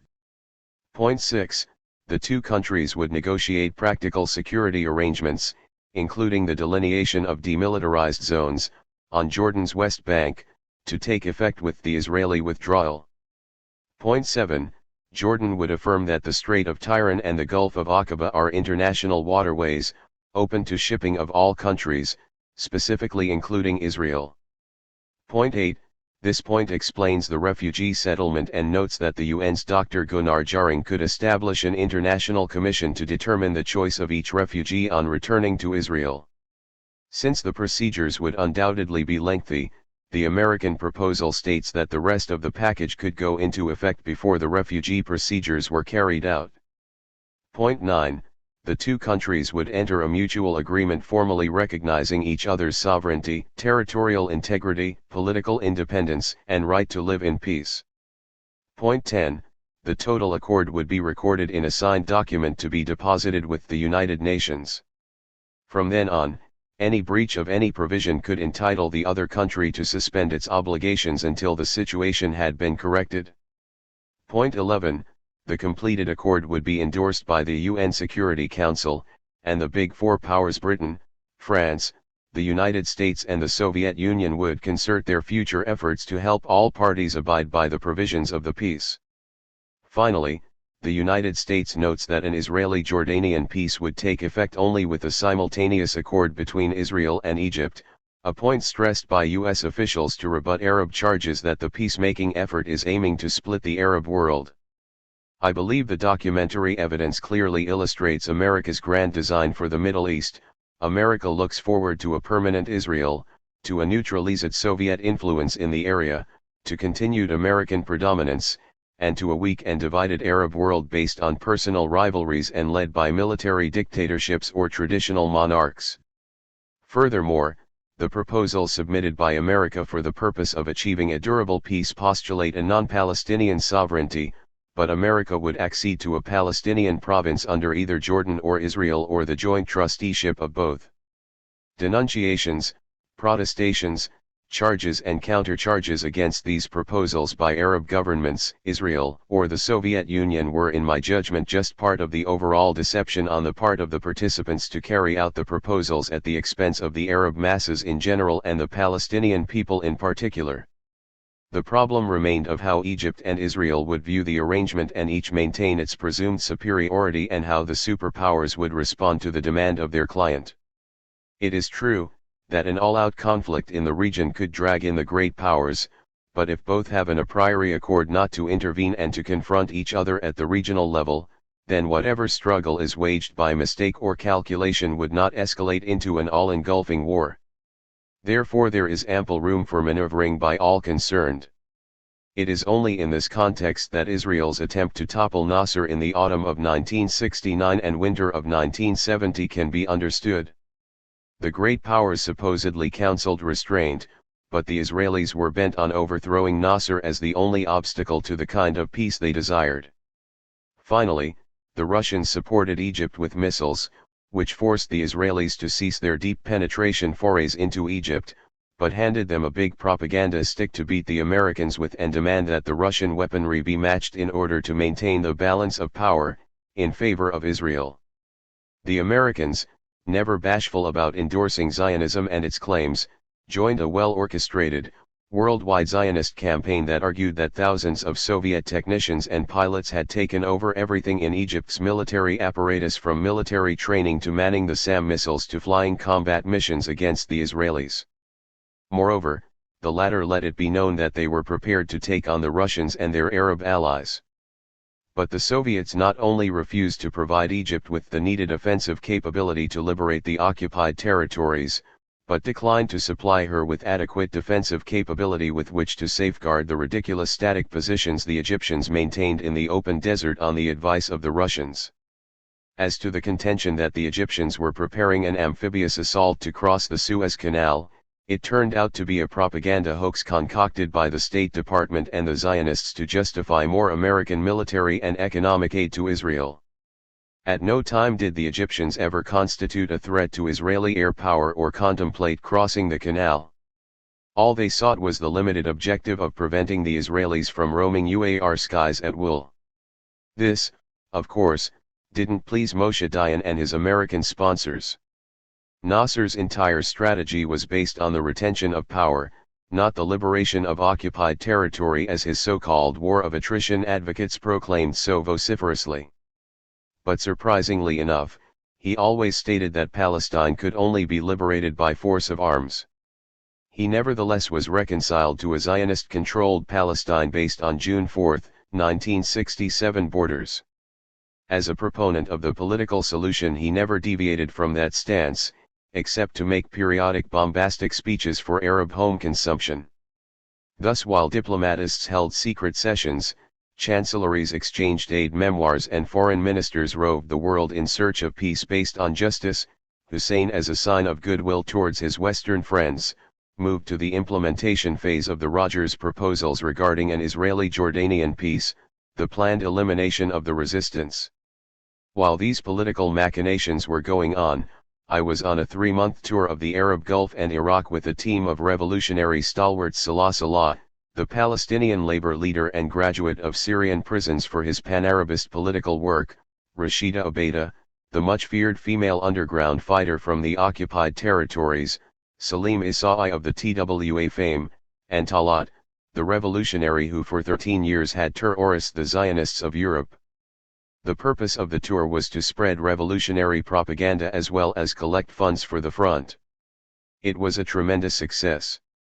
We not only reached and communicated with the Arab masses, but we learned a good deal about their concerns, especially their desire to oust the British from the Arab Gulf and to stop encroaching Yankee neocolonialism in the area. It was the poor, the workers and peasants who received us and showered us with gifts, not the oil kings or the political advisors of the local bandits. We returned to Amman in early February, to the vortex of counter-revolutionary conspiracy. King Hussein had just arrived from Cairo after extensive consultation with the front-line states. He appeared to be in a belligerent state of mind as he made some strong statements threatening dire consequences if the Israelis did not carry out Resolution 242. Yet, he immediately promulgated several restrictive decrees which, in effect, banished the resistance from the cities, closed down its newspapers and banned its public assemblies. A showdown was inevitable. First of all, we decided to break the siege that Hussein had imposed on the cities. Each sector of the resistance took the necessary countermeasures. I was assigned to go to Skillar camp near Zarqa, to give public lectures against Hussein's decrees and to explain to our masses that Hussein's actions could not be separated from those of the US and Israel. Other comrades carried the front's political line to all the camps in Jordan. Hussein retaliated by shutting off the camp's water and electricity, a deed he was going to repeat in September with devastating effects on the poor. We challenged his position and called for demonstrations throughout Jordan. His goons tried to disrupt our public meetings and stir up riots, but most of them met revolutionary justice. Tension was rapidly mounting as I returned to Amman and was ordered to go and give another public lecture at Jebel al-Taj school. When I arrived with a few comrades, we discovered that the audience had been dispersed by Hussein's troops and the air bristled with the sound of machine guns. The front's local commander advised us to go back to Wadat camp until further notice. We did without question. On the eve of February 10, I was saddled by the presence of my fiancée's sister, Samira, who had just come from Baghdad to visit Basim and ascertain for the family if I were worthy of becoming their daughter-in-law. Basim and I had got engaged earlier with the approval of the front. Neither family was consulted before the announcement. Samira had had no military training and I had no place to keep her at a safe distance from the battlefront. I was worried about her. In a blunt Iraqi manner, she eased my fears. "Leila, I will do whatever you ask of me. I, too, am an Arab and I want to fight." Happily, I said, "All right, come with me to Jebel Aman to deliver some messages." I picked up a gun and a hand grenade and took a taxi. As we climbed uphill, we saw a burning military jeep and heard exchanges of gunfire. Some brothers from Fatha stopped us and warned us it was too dangerous to go any further. The driver ordered us out of his taxi saying he wasn't ready to die. I tried to persuade him to continue. He didn't yield. Samira was infuriated. She denounced him as a shameless coward. The poor fellow said he had 8 children to support and left us after refusing to accept the fare. The brothers from Fatha reported that the whole area was aflame and people were being evacuated. One of them recognized me and said the battle had already started. "Get back to Wadat camp, Leila." I showed him the grenade and assured him I was ready to fight. He grinned and said, "Come with me, let's phone the military bureau and tell them that all signs indicate that Hussein is about to launch a murderous attack against us." We did. Then Samira and I returned to Wadat camp to report on developments. Upon our arrival, Dr. Habash ordered us to prepare petrol bombs to use against Hussein's soldiers. I went to the nearest petrol station to purchase some petrol. The attendant said I could have all the petrol I wanted and refused to accept a single fills for it. We spent practically the whole night making bombs and distributing them among our guerrillas. Since the front had no weapons supplier, we had to rely on our own resources and on weapons we captured from the enemy. Comrade Nadia, a lady squad commander recently appointed to the region, discovered that we were low on ammunition and weapons and, without informing anyone, led her squad in 5 military operations on Jordanian police stations, netting over 80 weapons and hundreds of rounds of ammunition without a single casualty.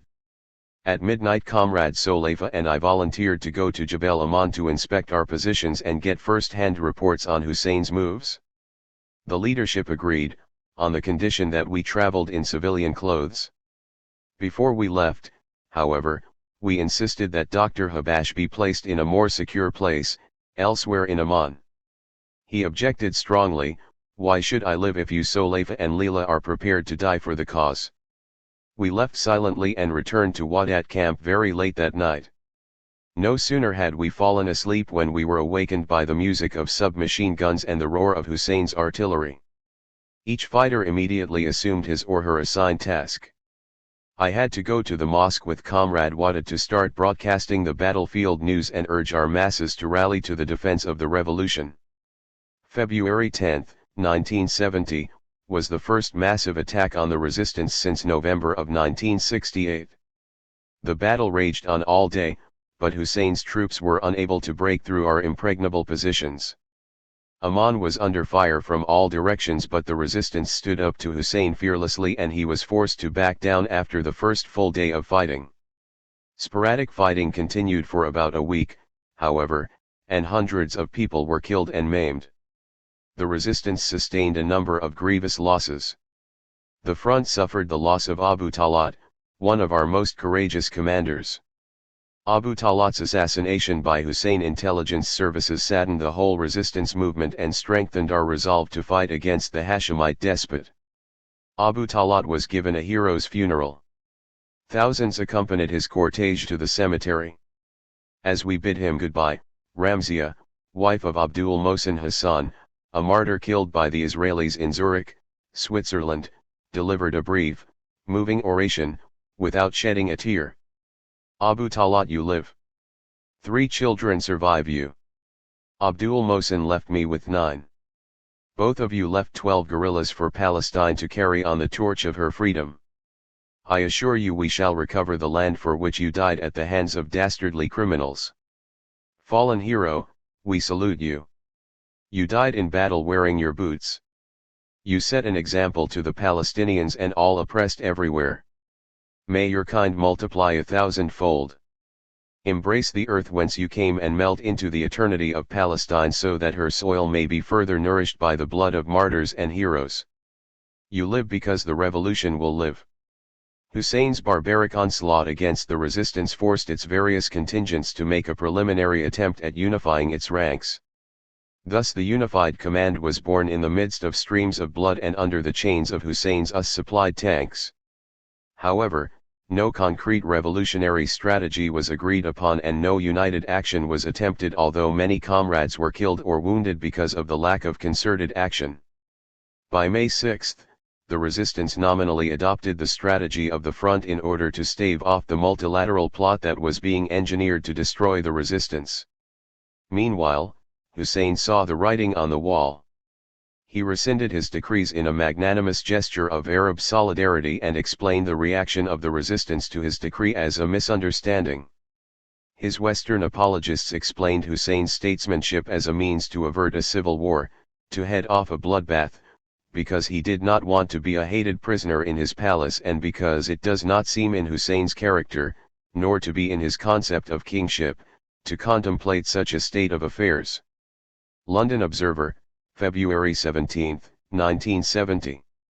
Nevertheless, it was admitted that Hussein had been urged for months by the U.S. Embassy in Amman to have it out with the Palestinians. In February 1970, the subterranean currents in Jordan became clear to even the casual observer.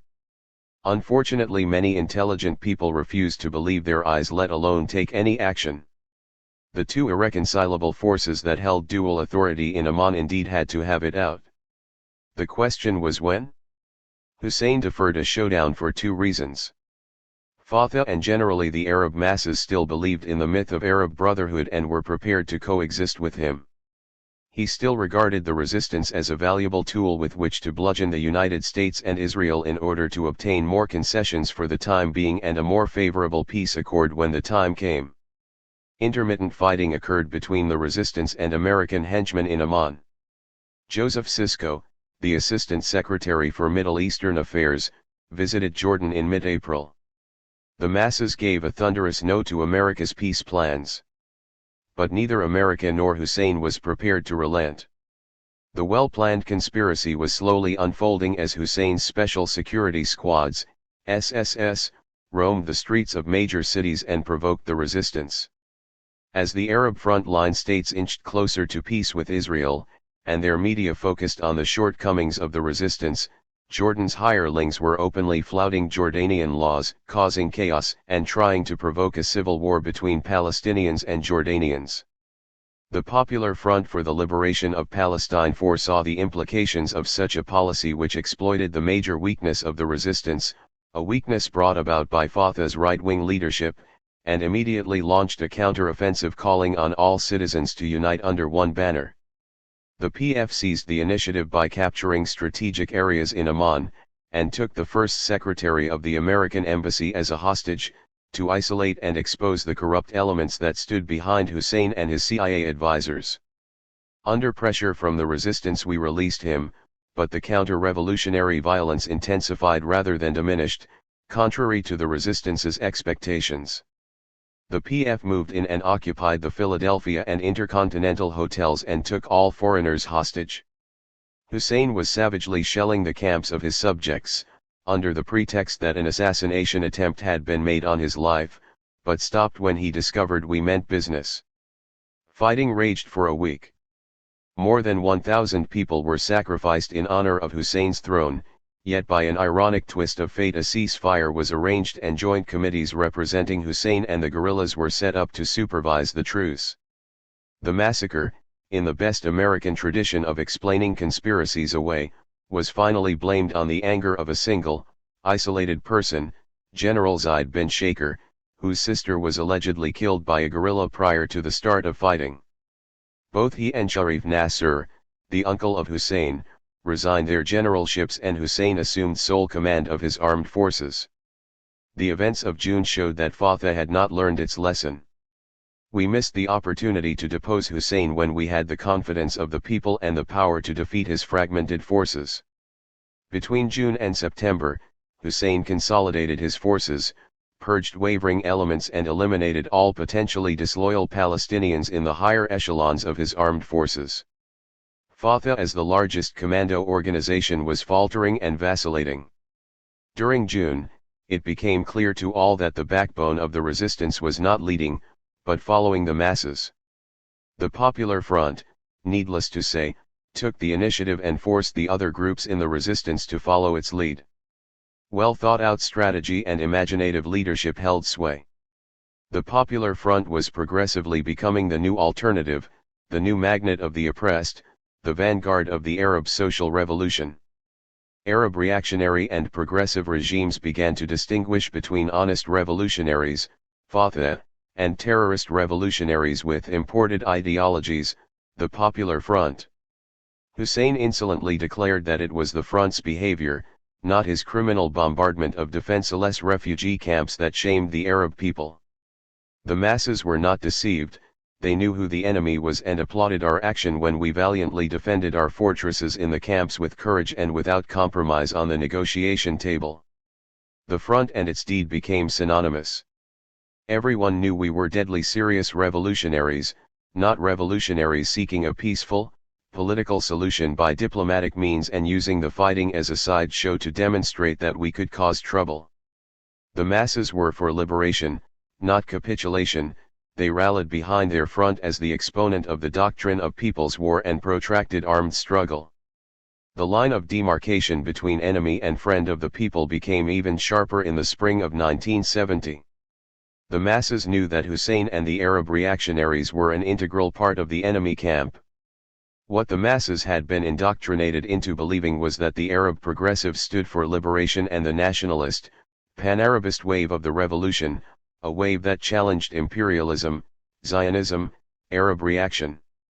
In that fateful spring, the progressives unmasked themselves as they emitted peace gestures to Washington and Tel Aviv, with Moscow's approval. By September 1970, their peace strategy and attempts to liquidate the resistance were clearly evident. By July 1971, they became abundantly clear as Sadat ditched Nasserism and unleashed a war of attrition against the Popular Front from the August halls of Cairo University. In his May Day 1970 speech, Nasser stated that the opportunity for an Arab-American rapprochement was rapidly fading. Instead of the usual abuse directed against the United States, he said that America was one-sided and biased in favor of Israel. Then Nasser invited America to repair its relations with the Arabs on the basis of Scranton's even-handedness of December 1968, clearly an invitation to America, the Zionists' accomplice, to act as an intermediary in the Arab-Israeli conflict. Nasser thought he was putting America on the defensive. He was in for a surprise when Rogers answered him affirmatively on June 19. Rogers resuscitated the old doctrine of peace based on justice. Diplomatic flirtation was carried on for a month. Then came Nasser's historic bombshell. On July 23, 1970, on the 18th anniversary of the revolution, he accepted the Rogers proposals for peace in the Middle East. Nasser agreed not just to peace with Israel as a long-term objective, but also to the cessation of the war of attrition, an arms freeze, and Israel's non-withdrawal from occupied territories prior to negotiations. Nasser's brilliant diplomatic tactic, as his confidant, Mohammed Hassanein Haikal labeled it, sent a shockwave through Arab revolutionary ranks. The contradictions of Zionist society as Nasser had foreseen came to the open. Khaled, the right-wing party, quit the national coalition when Israel accepted the ceasefire. The Arab states, with the exception of Iraq and Algeria, gave verbal support to Nasser's peace offensive. Journalists hailed Nasser's statesmanship. The Palestinians, the worshippers of Nasser in Amman and in occupied Jerusalem and major West Bank cities, went through the streets shouting, "Nasser is a coward, Nasser is a traitor." Nasser's image was tarnished, but he remained the idol of the masses.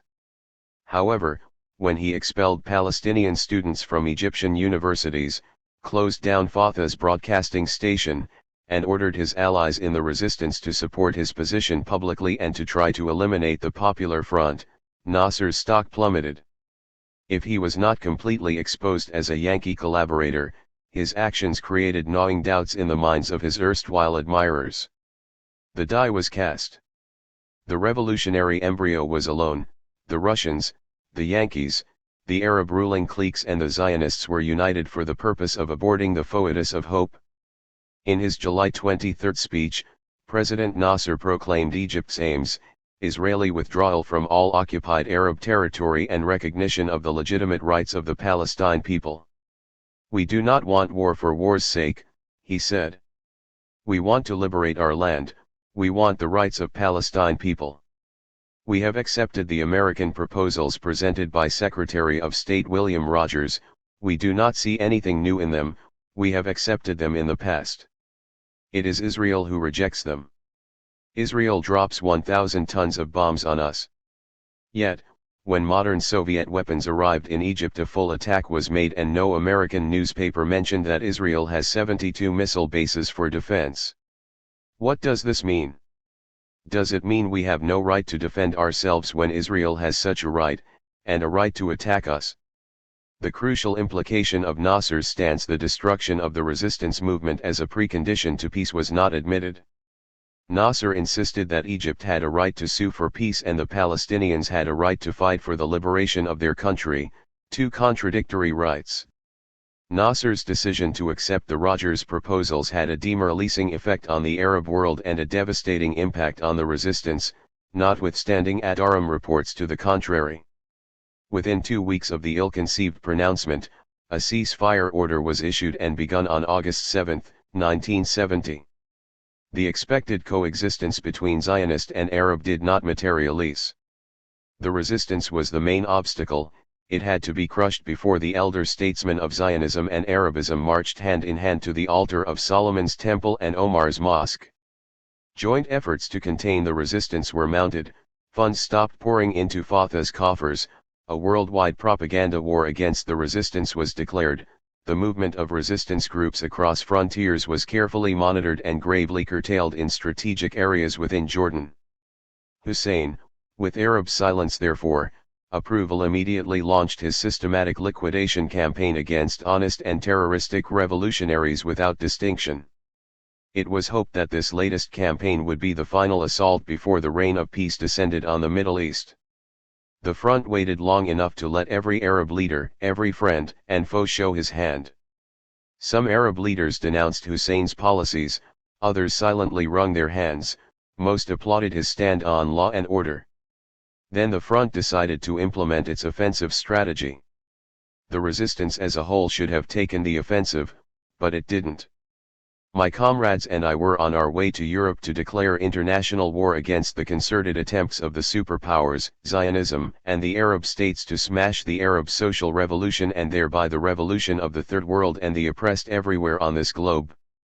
I went to Frankfurt in the full knowledge that we, the Palestinians, the children of despair and now of revolution, were carrying the torch of freedom and human liberation on behalf of humanity. If we failed, America would have succeeded in reversing the tide of the world revolution, with the notable exception of Vietnam. Our minimum objective was the inscription of the name of Palestine on the memory of mankind and on the mind of every self-respecting libertarian who believes in the right of the subjugated to self-determination. Furthermore, we hope to arrest the fascist terror in Jordan and reveal the contradictions of Arab society. We were out to strike at the heart of the oppressor. 7. We speak for a lost humanity. The Popular Front in its manifold institutions is a miniature of the Arab world we hope to build. Each member must therefore learn to serve the common good and do his utmost to help the front attain the liberation of the Arab man and his Zionist foe. George L. Bagot. The principal functions of every member in the Popular Front are politically orientated military activities, the spreading of revolutionary propaganda and fundraising. While these functions are often closely associated, nonetheless each comrade specializes in the area to which his or her talents are best suited. But the party requires that each one of us has a good grasp of the ideology and strategy, that we be prepared to undertake military operations in the occupied territories or in foreign lands, that we always be willing to live and work with the masses, that each must help collect funds in a variety of ways from selling the front's theoretical journal, Al-Hadaf, to raising money from European and American friends and supporters. In my capacity as a soldier, I was selected to carry out foreign operations. Unfortunately, however, my identity had been revealed by the Syrian authorities in 1969 when Comrade Salim Isai and I landed the TWA 840 in Damascus. If the Syrians had not interfered, I would have remained one of the hundreds of anonymous soldiers at the front. Thanks to Zionist hysteria, my name and photograph have probably appeared in every paper in the West, if not the entire world. But the wide publicity did not prove an effective means of ending my career as a revolutionary. I was not out of the picture yet. While many members of the front thought that I was working in Irbid in the spring and summer of 1970, and my family thought that I was still in Egypt, I was in fact training to commandeer an El Al plane. Details of the training must still remain secret. After the first hijacking, I was elected to the Central Committee of the Front, a position that has not diminished but increased my obligations. In the front, the higher one ascends in its organizational hierarchy, the more responsibilities one has to assume. There are none of those celebrities in the front who perform innocuous bureaucratic functions and are surrounded by kowtowing assistants. In early March 1970, I left Amman for an undisclosed destination where I underwent 3 plastic surgery operations so that I could continue our planned military operations. It was difficult at first, to find a doctor ready to put his medicine at the service of the revolution. After extensive searches, a physician was found who was anxious to help, but he couldn't understand why a prospective husband would want to see his wife's face disfigured before he'd marry her. He must be nuts, the good doctor insisted. Nuts, we agreed, but please operate, we said. The doctor shook his head, booked an obstetrics hospital and reached for his sisal sticks. It was March 13, 1970, when the first face twisting was performed. It was extremely painful. Since I refused a general anesthetic, I could see as well as feel the thrust of the needles. I suppose people in the West will conclude that I must be a masochist, but I assure them that I am not. I have a cause higher and nobler than my own, a cause to which all private interests and concerns must be subordinated. Here then I lay on the operating table while my comrades were being tortured, my sisters being raped and my land pillaged. For 20 days after the first operation I had to live on liquids. I felt terribly weak. Since the operation was a secret which less than a half dozen people knew about, I languished in the hospital with no visitors to break the boredom. I spent my days watching the comings and goings in the maternity ward across the hall. To complicate matters, my nurse spoke neither Arabic nor English. She was an Armenian and we could communicate only by sign language, a situation which didn't help my painful face. Happily no one in the hospital recognized me. But one day when I was calling for a nurse, a man who was visiting his wife in the room next door walked in to help. He recognized me and called me by my first name. I denied that I was Leila. He didn't believe me. When I left the hospital, I gave his new daughter a necklace made of bullets and wished her a long, long revolutionary career. 0 hour was approaching rapidly, yet more surgery was required to complete my beauty treatment. 2 more operations were performed, the last a few days before the scheduled hijacking. Most of my comrades were already in Europe waiting to meet me. Suddenly word came through that everything must be postponed to avoid confrontation with Jordan. I was a little disappointed, but not disheartened. The Israelis and their allies, however, were a vigilant and sleepless enemy. I had been released from the hospital.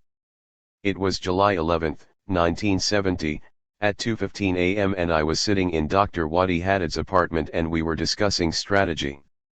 His wife and child were asleep in the next room. From out of nowhere a volley of rockets struck the bedroom. Neither of us was hurt. We reached for our guns. Then in the midst of flames his family burst out of the bedroom screaming and bleeding. The electricity failed. We panicked momentarily as we tried to extinguish the fire. I grabbed 8-year-old Hani, and ran up and down the stairs shouting, "Fire, fire!" Hani was bleeding from the chest and his feet looked squashed. A neighbor invited us to take refuge in her apartment and called the fire brigade. I was anxious, but Hani was absolutely calm and silent. He forced a smile and said to me, "Leila, revolutionaries of the front ought not to be fearful. You ought to be ashamed to be frightened." I was a little shocked by the reminder from this child revolutionary, and I pounced on him and carried him outside to take him to the hospital. I stopped a cabbie, who refused to transport us, and I spat in his face. Suddenly Abu Dardak, a member of the front, appeared on the scene and away we went to the American University Hospital's emergency ward. As I rushed in with Hani in my arms, blood covering both of us, I cried, "Find me a doctor please." Within minutes a doctor was there, but before he even looked at the child, he callously inquired if I had the money to pay for the treatment. I shrieked at him, "Are you a doctor or a carpet salesman?" He firmly explained that AUB was a hospital, not a charity center. "Since you are in business, take me for ransom, but please look after the child," I begged. At that moment Dr. Haddad and his wife stormed in looking for their child. His mother was almost hysterical. The American doctor recognized Dr. Haddad, a fellow MD. He was taken aback and apologized profusely. His apologies fell on deaf ears. I voiced my threats loudly, "Yankee doctor, the revolution will make AUB's hospital a hospital for the poor and your kind of doctor will have to be disbarred or sent back to America." He flashed a barefaced grin and said, "I'm sorry." The attack on Dr. Haddad's apartment strengthened our resolve to fight the enemy with all the power at our command. We were much more determined to die for the cause than ever before. The sight of the apartment in flames was constantly on my mind as I flew to Frankfurt in August. In Frankfurt, I stayed at a moderately priced hotel whose owner turned out to be Jewish. He greeted me in Arabic and I hesitated momentarily before replying, then casually reciprocated his greeting, pretending that I was a non-Arab. He persisted in talking Arabic to me and boastfully announced, "I am a Jew, you know." I promptly replied, "I am an Arab and I am not against the Jews, I am against the Zionists and the people who occupied Arab territory." He countered agreeably, "I am a Zionist for religious reasons, but I am not interested in politics." Our confrontation ended, I went upstairs to my room and stayed put until the following morning. Finally I became restless and hungry and decided to go out to eat and take a long walk. My Jewish friend was at the desk. He greeted me volubly and asked if I would like to go to Amsterdam on a trip he was organizing for his guests. I smiled, declined the invitation and rushed out to fetch some food. On the way I purchased several English newspapers, all were filled with news from Jordan and some had editorial comments on the impact of the Rogers proposals on the Arab world, Israel, and great power relations. Practically every paper I read speculated on forthcoming hijackings. I felt uneasy at first, but then relieved when I read that the hijackings were supposed to be taking place in Zurich and elsewhere, not in Amsterdam. I was obsessed with the idea of my mission. I rehearsed it on the hour every hour of my waking days. I roamed the city of Frankfurt for a few days, bored with the waiting, then I went to Stuttgart briefly and on to Amsterdam. Our rendezvous with history was approaching, all plans had to be translated into action, history was ours to write, Patrick Arguello was to write it in blood. I was not so honored. I met Patrick Arguello for the first time in September, 1970, in front of the air terminal at Stuttgart. We briefed each other on our mutual assignment and reviewed the plan thoroughly. The following day we flew together to Frankfurt. At Frankfurt Airport, Mr. Diaz, Patrick, was inspected as I watched the passengers of a TWA Tel Aviv-bound flight being thoroughly searched. I felt very happy that we were causing the enemy so much trouble. What fools, that's the plane we're going to hijack on its way back from Tel Aviv, I thought to myself. Patrick was cleared through customs without suspicion. The next stop was Amsterdam. On September 6 Patrick and I met in front of the El Al counter at 10 a.m. We waited for half an hour for the El Al office to open. It never opened that day. We checked the flight schedule, the bulletin board still showed El Al Flight 219 as departing for New York at 11:20 a.m. We asked the KLM ground hostess for assistance. She took our tickets and called El Al office. There was no answer. The KLM hostess seemed a little surprised. She asked, "Why take El Al flight? There are others, which are better and more comfortable." We assured her that we'd rather travel El Al. As we waited Pan Am Flight 840 arrived and I happily remembered TWA Flight 840 of August 29, 1969. I was not aware at that moment that two of our comrades, having been barred in an earlier attempt by the Israelis, were on their own to seize Pan Am Flight 840 a half hour after takeoff. They took the 747 to Cairo where they blew it up as a declaration of Palestinian independence. Neither Patrick nor any of the other 5 male hijackers knew that 3 planes were our target that day. Only the 3 female Palestinian captains and a handful of other leaders knew of the entire plan. We lingered in the waiting room until about 12:05. There was still no sign of the El Al counter staff. Suddenly an armed police officer in Israeli uniform emerged. "Why are you late?" he demanded. I accommodatingly explained, "We arrived at 10 o'clock, officer," and suggested that he ask the KLM hostess, who vouched for us. "Your passport please," he said. Both Patrick and I showed him our passports without comment. The officer carefully examined each page. He looked at my photograph and then back at me several times. He paced back and forth as he addressed us. He asked me to empty my handbag and identify every item in it, which I did. I looked completely normal. Patrick was wearing a business suit and I was dressed in a miniskirt and jacket. I did not pretend to be other than calm Maria Sanchez from Honduras. Routine questions went on for several minutes. Suddenly I heard loud voices. I saw 3 Arabs walking in my direction. My heart sank. I knew and recognized one of them. What if he greeted me? We would be exposed immediately. Fortunately, the Israeli officer had his back to them. Since we were already holding hands for his benefit, I quickly threw my arms around Patrick.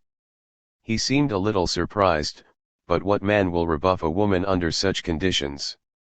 The embrace lasted until my Arab friend passed by unnoticed by the El Al officer or anyone else.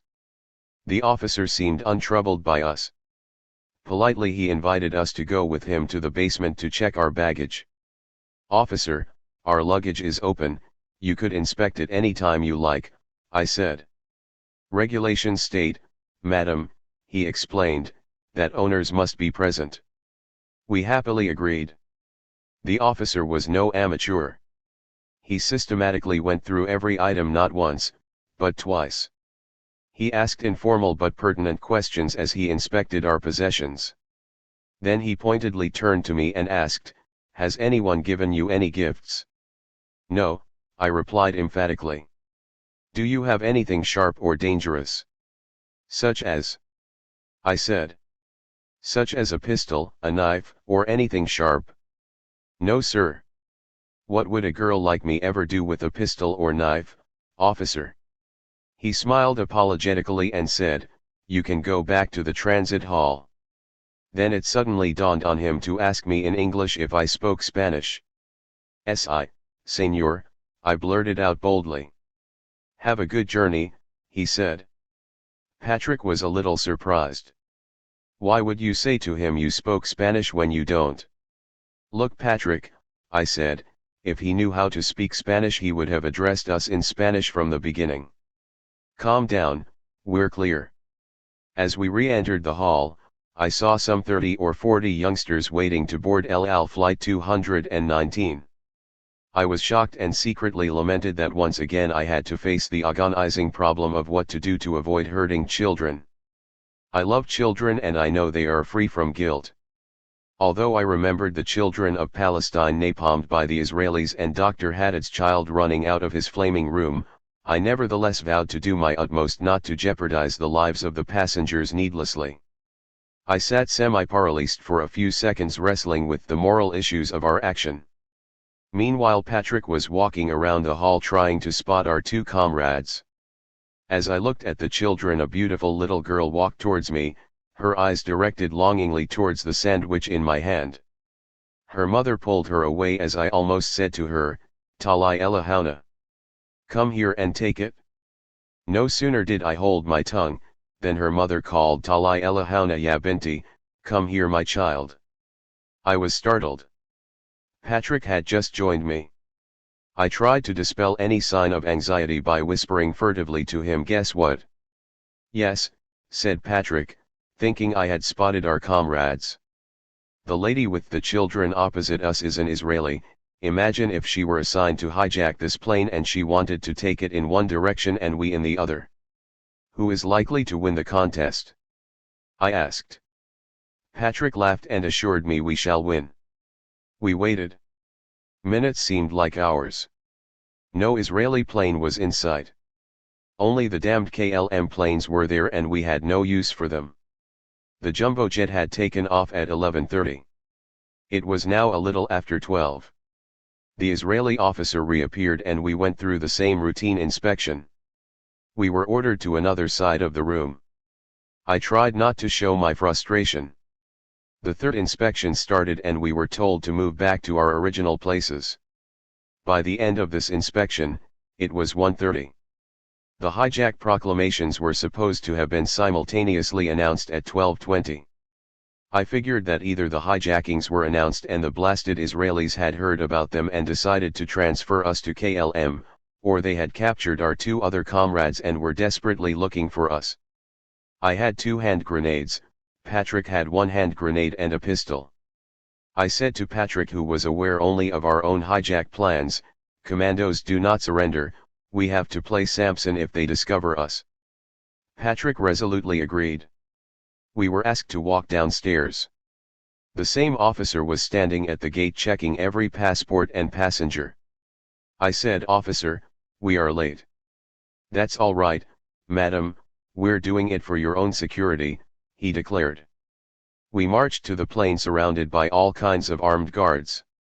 I was delighted that the resistance was causing so many difficulties and making the Zionists paranoid and jittery. I felt that Patrick and I had already conquered the enemy and accomplished half of our mission by making a fool of him and proving that his precautionary measures were not foolproof. I realized that the enemy's fortress was not impregnable as I ascended the plane with 12 guards of honor bearing submachine guns guaranteeing my security. When I stepped into the El Al plane, I felt for the first time since April 13, 1948, that I was at home again in Haifa. I was indeed in a lion's den. Never before had I felt so elated and proud of being a member of the Popular Front than at that moment. Patrick and I searched for 2 empty seats. We were moved around twice until we were finally seated together in the second row of the tourist class.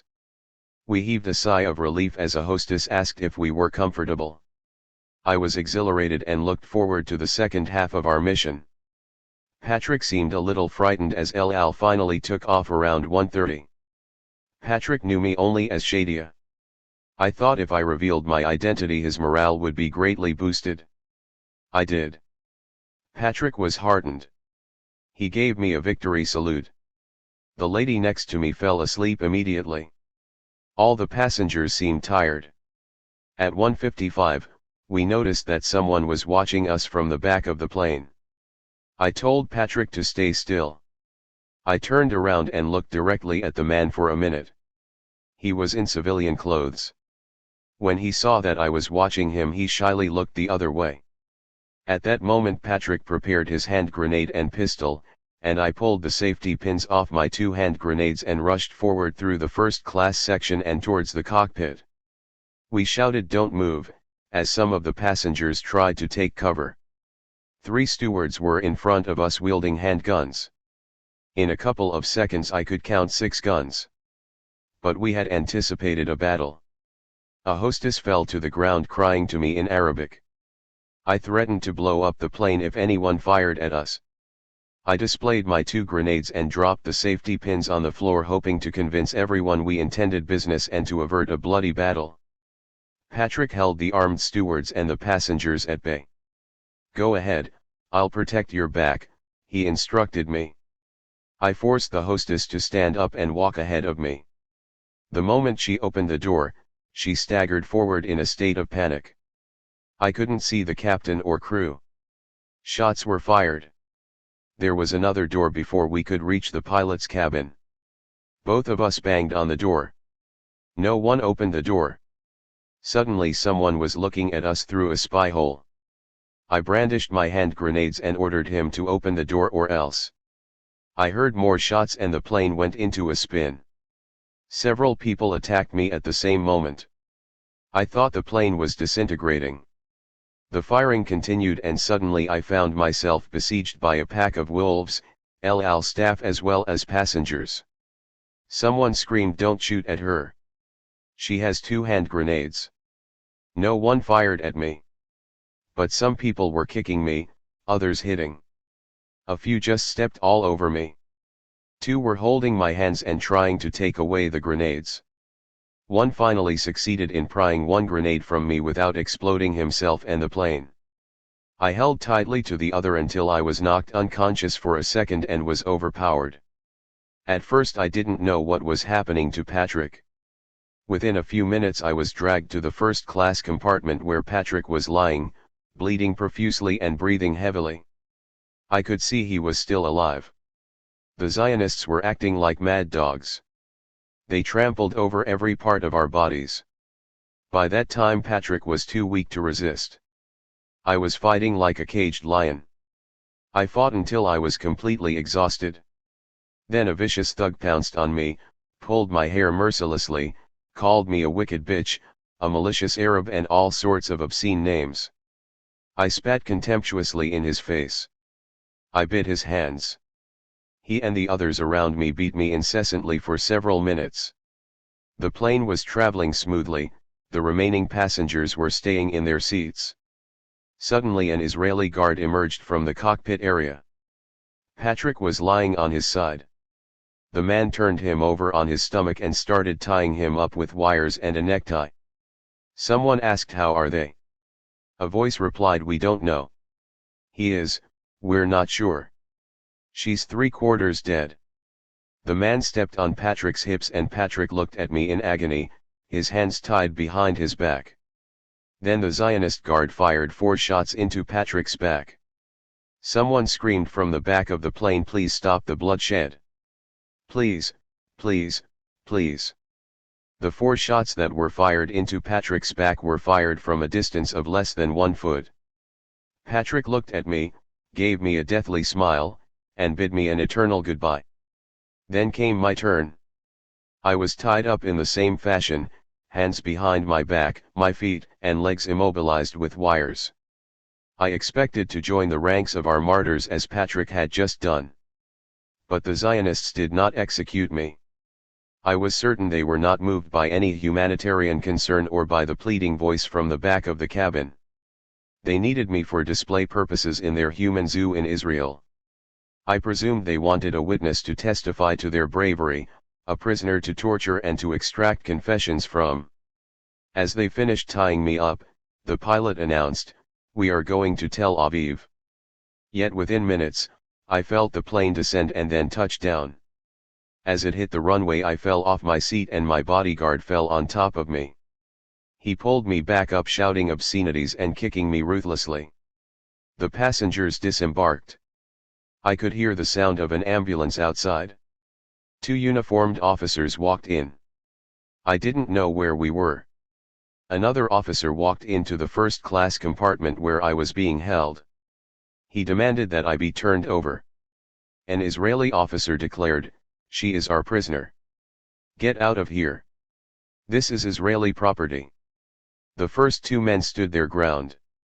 Then the Israeli pilot, yes, the pilot, in the presence of 2 British officers, came out of his cockpit, lifted me off my seat and gave me a couple of vicious kicks in the bottom. The British officers screamed, "Shame," and pushed him aside. More British officers stepped into the fray, identifying themselves as members of Scotland Yard. The captain told them, "To hell with you and your government. She is my prisoner. Get out of this plane." The British officers tried to seize me. 3 Israelis pulled me in one direction by my trussed-up legs, the British pulled my hands in the other in a tug-of-war which the British won. A great husky English officer carried me over his shoulders and threw me down to the waiting arms of 2 other officers below. I was in British hands. I knew it would be safer here for me than in Tel Aviv. The British placed Patrick and me in some kind of police ambulance. I was hoping against hope that Patrick would live. In a few minutes, a nurse told an officer beside her something, but I didn't hear it. Then she took the oxygen mask off Patrick's mouth. I knew he was dead. I pleaded with the British to untie me. They did after they persuaded me to remain calm. I stood beside Patrick's body, I held his hands, I surveyed his wounds, I touched his smashed head, I kissed his lips in a spirit of camaraderie and love, I wept unashamedly. I spoke to him, "Patrick, now you have joined Che in revolutionary love. You are an inspiration for the weak and oppressed.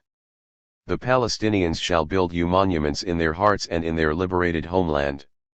I long for the hour of liberation under leaders of your stature and selfless dedication." In less than 20 minutes, the ambulance arrived at Hillingdon Hospital. Patrick Arguello, age 27, father of 3 children, a Nicaraguan citizen of the world, born in San Francisco, USA, was pronounced dead. What had prompted someone halfway across the world from Palestine to undertake this dangerous mission? Patrick was a revolutionary communist. His gallant action was a gesture of international solidarity. A flame of life was extinguished, it lit the world for a moment, it blazed a trail on the road back to Palestine. Arguello lives, so do my people, so does the revolution. At Hillingdon Hospital, I was given a general checkup and x-rayed. I was surrounded by a crush of people who seemed to have very little to do with my medical examination. The doctor pronounced me fit to go, though neither he nor anyone else around me could have imagined how beat I was and how everything in me ached. I was asked by someone who didn't look like a nurse who I was. I said, "I am a commando from the Popular Front for the Liberation of Palestine." "This is not a name," a voice shouted. "That's my name. I do not wish to talk further." As people wandered around trying to extract confessions from me or statements, the familiar face of a journalist appeared in the crowd, but I couldn't place him. He must have recognized my voice immediately. He said, "That's Leila." A police officer said, "What Leila?" "That's Leila Khaled, the girl who hijacked the TWA last year," the journalist replied. "Are you sure?" "Yes, I am." The officer asked if Leila was my name. I smiled but refused to comment. I was taken to West Drayton police station where I spent the night. Here the police tried to interrogate me. I absolutely refused to utter a single word beyond "I am a commando from the Popular Front," unless they agreed to recognize me as a commando and treat me as a war prisoner. At West Drayton, the only unpleasant incident was when an immigration officer came in with a sheaf of papers, read me all sorts of legal instructions, and informed me that I was refused legal entry to Britain. I said, "Wonderful. Release me now." He said no, and wanted me to sign his ridiculous papers and acted as if I were some kind of a British outlaw. I ordered him out. The first 2 nights were a nightmare. I worried about what was taking place in Jordan and what had happened to the other planned hijackings. I felt terrible because I had failed to seize and retain El Al flight gig, and I felt shattered over the death of Comrade Arguello. These 2 thoughts were constantly on my mind. I couldn't sleep for an hour without waking up, finding myself engaged in another make-believe battle. I was lonely and exhausted. I said very little to the women who constantly accompanied me. The only relationship I had with them was, "What time is it?" A question posed as frequently as I could, to ease my boredom. But one guard provoked me. "Why did you do it?" "It's a monstrous act," she said. I left without being able to explain to her why. However, she was kind to me and assisted me when the police moved me to Ealing. She put a blanket over my face and wished me well. I was moved to Ealing Police Station on September 7th. Here I was placed in a cell by myself. 2 women officers guarded me. At first both seemed to resent me. We exchanged few words. I refused to eat. I only smoked and drank black coffee. I asked to see newspapers. They said I could read a women's magazine if I wanted. I said, "No thanks." On September 8th, I met Chief Superintendent Frew, and Inspectors Bruce and Laidlaw. I said to them, "I will talk if I am recognized as a commando." They agreed on the condition that I would tell the truth. "Frew, what's your name?" "Khaled, Leila Khaled." "Frew, that's a lie." "Khaled, then, what is my name?" "Frew, Khaled is an assumed name." "Khaled, my assumed name is Shadia Abu Ghazala. She was one of our great fighters."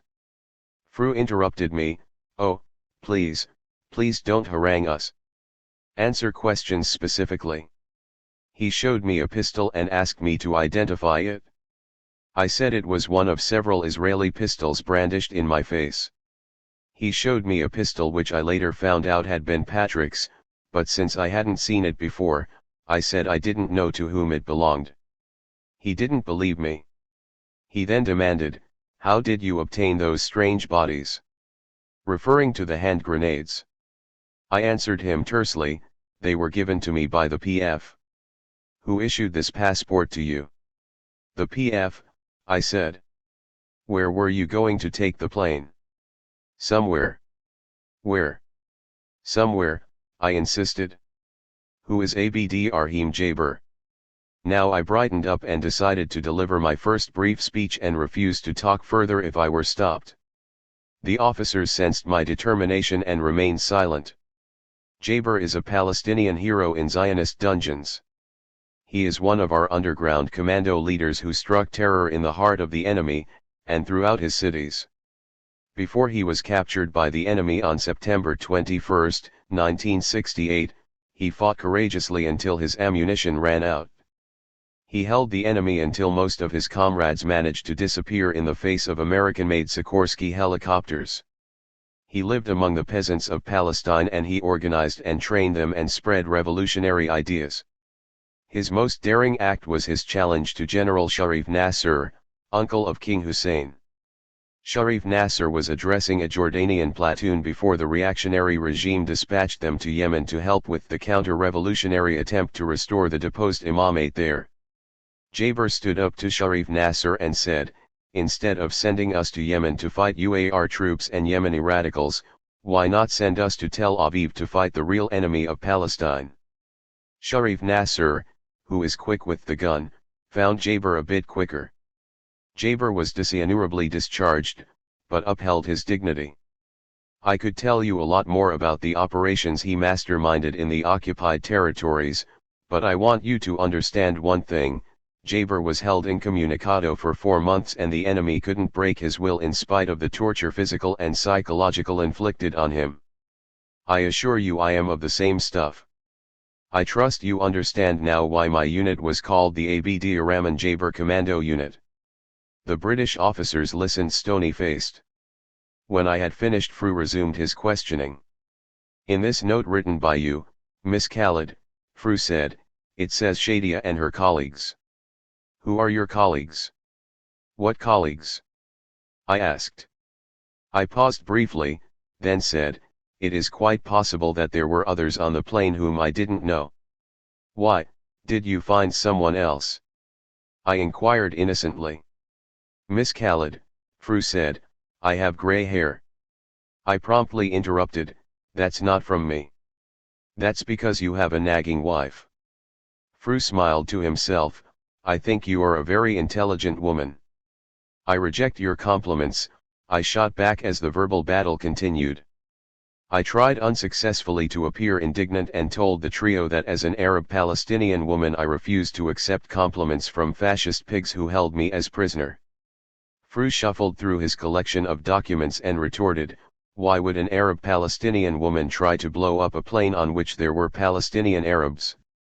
I was not antagonist. Oh, I said, you have already decided that I am guilty of a crime that wasn't even committed before giving me the benefit of a British trial in court. All the witnesses said you tried to blow up the plane. Mr. Fru, I said, they are a bunch of Zionist liars. Besides, why don't you hold a public inquiry and let every one of the witnesses be cross-examined? He cleverly interjected, do you think you're a coward, Miss Khaled? Look, I replied, I had orders to seize the plane, not to blow it up. I am no kamikaze pilot. I care about people. If I wanted to blow up the plane, no one could have prevented me. Where did you board the plane? In Tel Aviv? Fru inquired. I boarded it at Schiphol Airport in Amsterdam. How many other hijackings did you plan? None. 2 others have taken place, he informed me. Surprised and pleased, I tried not to show any reaction to his statement. Then Fru said to me, the Israelis have asked for your extradition. Would you like to be extradited to Israel? I didn't know the meaning of the word extradition and asked him to explain the implications. He did, and added, if you're extradited, the Israelis are likely to torture you. Well, Mr. Fru, then you know about Israel's torture chambers, brainwashing sessions, and physical shaming. That's good. I am glad you know. I think others should too. Anyhow, if I am extradited, I will only be number 20,001. Just a statistic. I assure you, I won't break down under Zionist torture. I insist you're a very intelligent girl, Fru declared. I insist I do not accept your compliments. Give me a cigarette and a drink of water, please, I said humorously. In this relaxed atmosphere, I told the officers that I had committed no crime against the British and I could see no reason why I was being kept in a British jail. They said they didn't know either. I asked if any Israelis were also held in jail. None, they said. I exploded, why not? Don't you know they executed my comrade in cold blood? Your colleague was killed in battle. The coroner's verdict says his death was lawful homicide, Fru pointed out. Shame on the British courts, I cried out. How could they make such a decision on the basis of biased evidence and without even interrogating me? It is the Star Chamber all over again.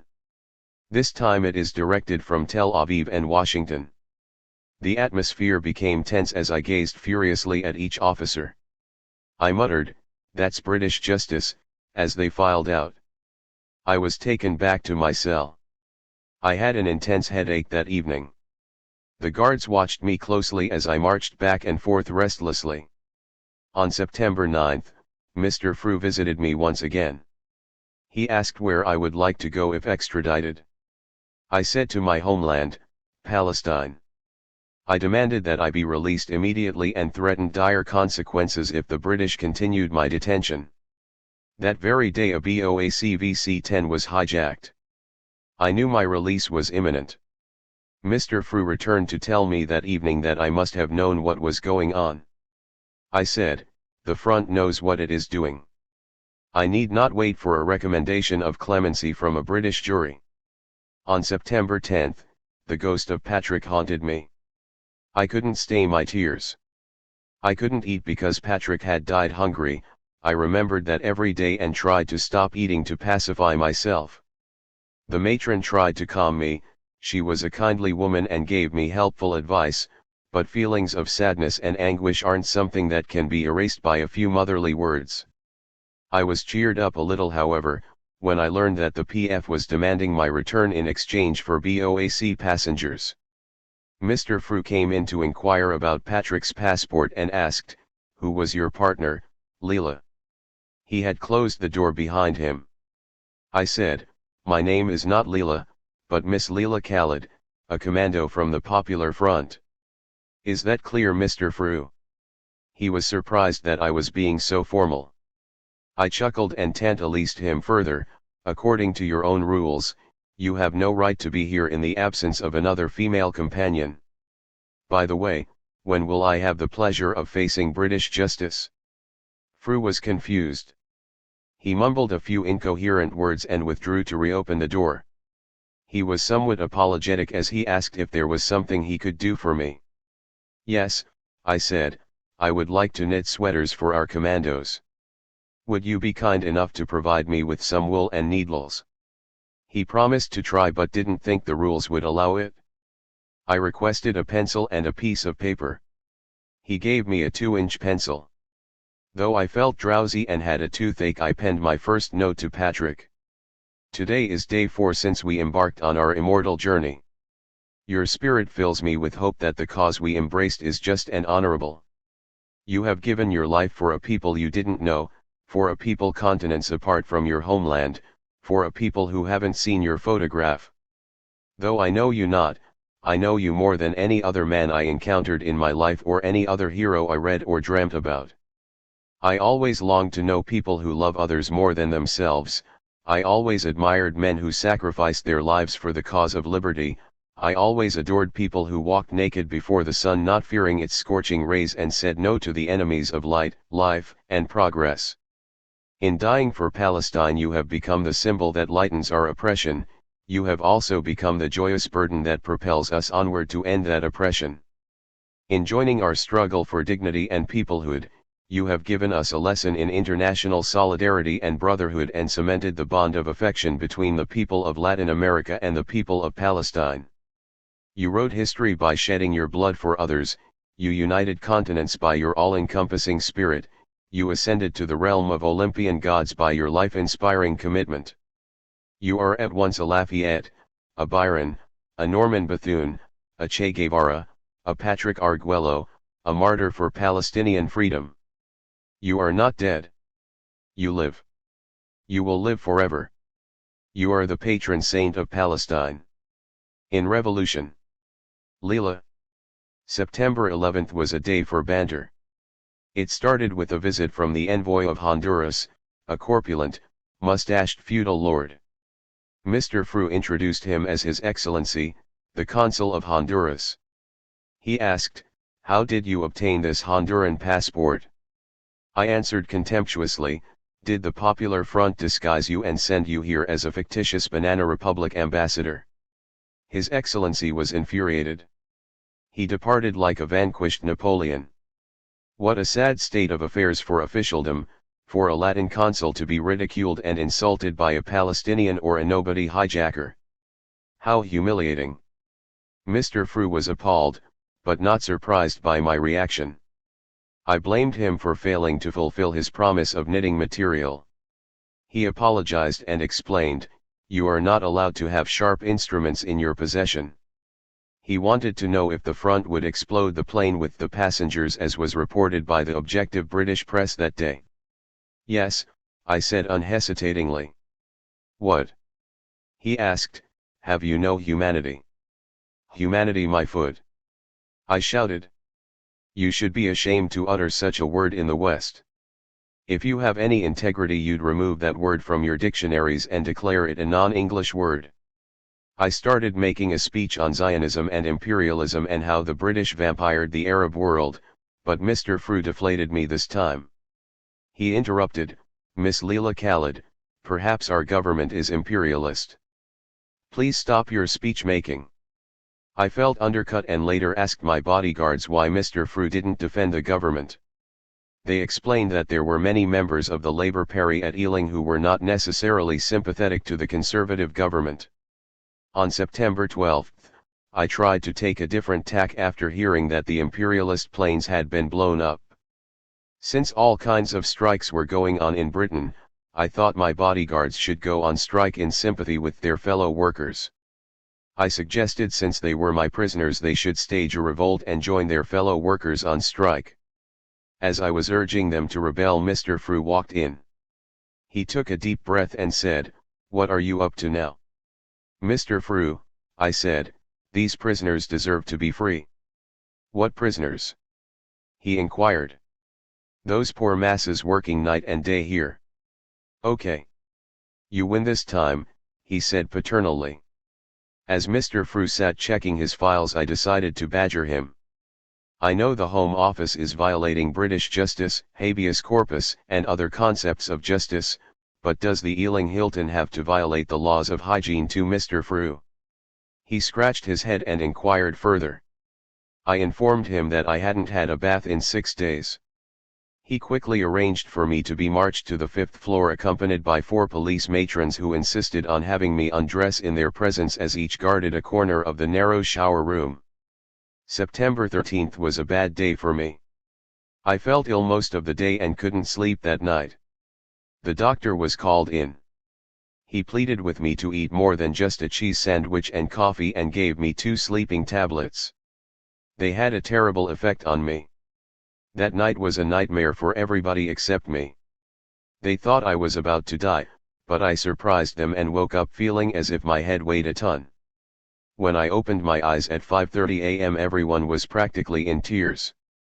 That charming little matron was truly relieved and delighted to see me revive. It was apparent that she had had a sleepless night, as had most people around me.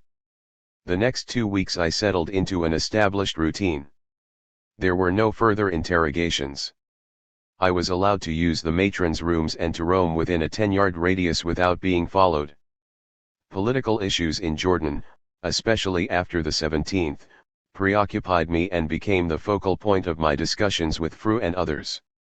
I was given a bundle of letters that had arrived at Ealing. Some denounced me, others supported the cause, one contained a marriage proposal. I was not permitted to answer any of them, but I was permitted to write to my parents and some close friends. I volunteered to translate the contents, but Mr. Fru told me that Her Majesty's government had its own interpreters. It didn't surprise me that a full-scale massacre was underway in Jordan. Isolated in a British cage, however, I did not appreciate the magnitude and extent of Hussein's terror. It seemed, judging from reports in the British press, that the incident was a continuation of the policy of harassment, intimidation, and terror instituted in November of 1968 and continued sporadically since then. Although it was obvious that the latest combat engulfed the whole country, it was not so obvious as the final liquidation attempt on the part of the monarchy. Many have alleged, without justification, that the PFLP precipitated the massacres by the Jordanian regime of September 1970 with the multiple hijackings we undertook. Such a simple explanation of the well-conceived plot on the part of the Jordanian authorities to eliminate the Palestinian Revolution cannot be accepted. The massacre of September and the subsequent mopping up operations that took place while the Arab states fulminated should convince everyone that, indeed, the Arab kings and colonels regarded the Palestinian resistance as a dangerous movement that could threaten their very regimes and engulf the whole region in an international civil war of the working class versus the forces of oppression. One thing was made clear during those momentous months: Hussein was prepared to invite Israel to take over his kingdom, rather than allow the resistance to topple him, and America almost intervened to rescue its citizens and maintain Hussein in power. The components in this drama were a power-hungry Hashemite ruling clique, prepared to commit any treachery to keep the reins of power in its hand, general Arab silence, which can only be interpreted as acquiescence to the massacre, and the American Zionist conspiracy hatched between Golda Meir and Nixon in Washington. On September 17, the British Guards, whether on their own initiative or under instructions from their superiors, urged me to ask for political asylum. To me it was a repugnant form of abdication. I rejected the idea immediately. In fact, I demanded that I be released so that I could go and join my comrades in Jordan. The British bided their time and negotiated as partners of the so-called Burn Five, under pressure from the Americans and the Israelis. I am certain the Germans, the Swiss and the British would have exchanged hostages for our prisoners had it not been for Zionist and American insistence on a unified front, an action, which, in effect, showed how little the Europeans cared for their own citizens compared with those of Zionist Israel and the American behemoth. I know that their justification for such callous deeds was that they were upholding international law and morality and defending innocent passengers, but let's not deceive ourselves, the interests of Dick Nixon and Golda Meir were placed ahead of those of Britain, Germany, and neutral Switzerland. The turmoil in Jordan disturbed me deeply.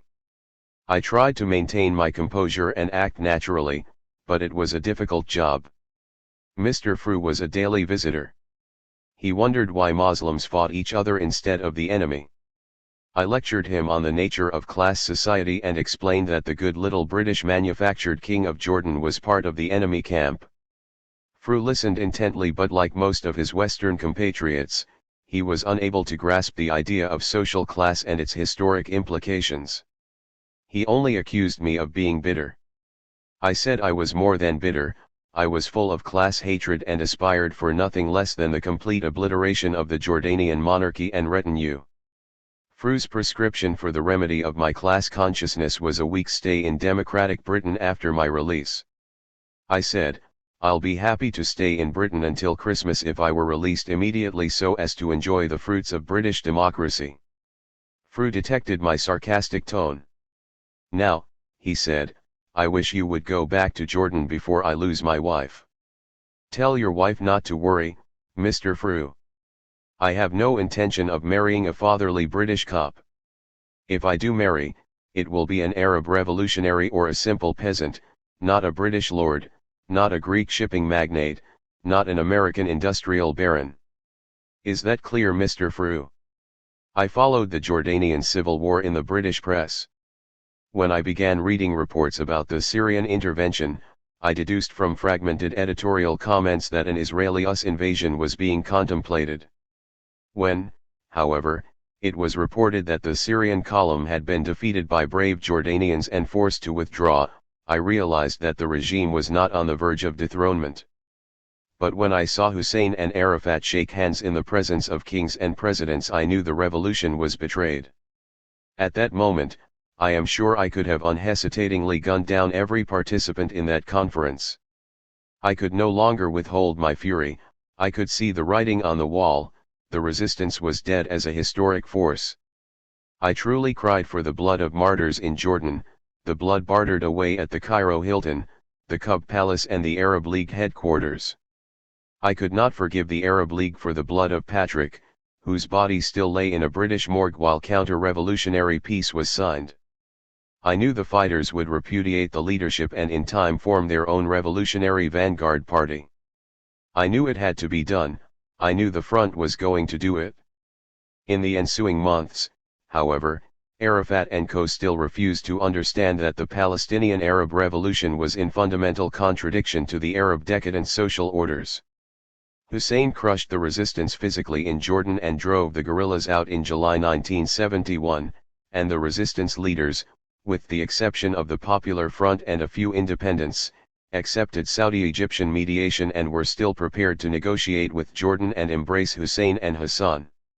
Early on September 28, it was reported that President Nasser was dying. The news didn't strike me as real, nor did I fathom the implication of his impending death. I was still too frenzied over the Arafat-Hussein accord to think clearly. Late in the day, however, it was reported that President Nasser had died. I was stunned, emotionally paralyzed. The feelings I had when Che and Ho died returned. This time perhaps more poignantly, for I was, as every Arab was at one time or other, an admirer of Nasser. He was one of the greatest Arab leaders of the modern era. As a giant among dwarfs, he symbolized everything noble, great, and weak among the Arabs. He was from us and one of us, he was a leader of men. I felt a part of me died with him. I was happy I had lived in the age of Nasser. I will only be happier to live in a liberated Palestine. Mr. Fru and those around me saw how sad I was. They couldn't understand why I should be so distressed over the death of someone I had denounced the day before. They couldn't understand that Nasser was the first champion of anti-imperialism in my world. On September 29, Fru intimated that I might soon be released. I checked the newspapers closely for clues as to when the last 6 hostages were going to be surrendered to the International Red Cross Committee. They finally were on the 30th of September, 1970. The moment the hostages reached Cyprus, I was instructed to prepare for departure. There was no indication of my destination. I bade my British friends farewell, kisses and all, and promised to send more customers to the Ealing Hilton where clients have bodyguards and accommodation is free. At 6:30, Mr. Fru came and asked me to which country I would like to go. I said confidently, the decision has already been taken by my commanders. By the way, where am I being taken? Fru didn't answer and no one answered the question in the next few hours. I was told that since I was a soldier, I was expected to abide by the rules as I was being moved out of Britain. I agreed and followed orders to the letter.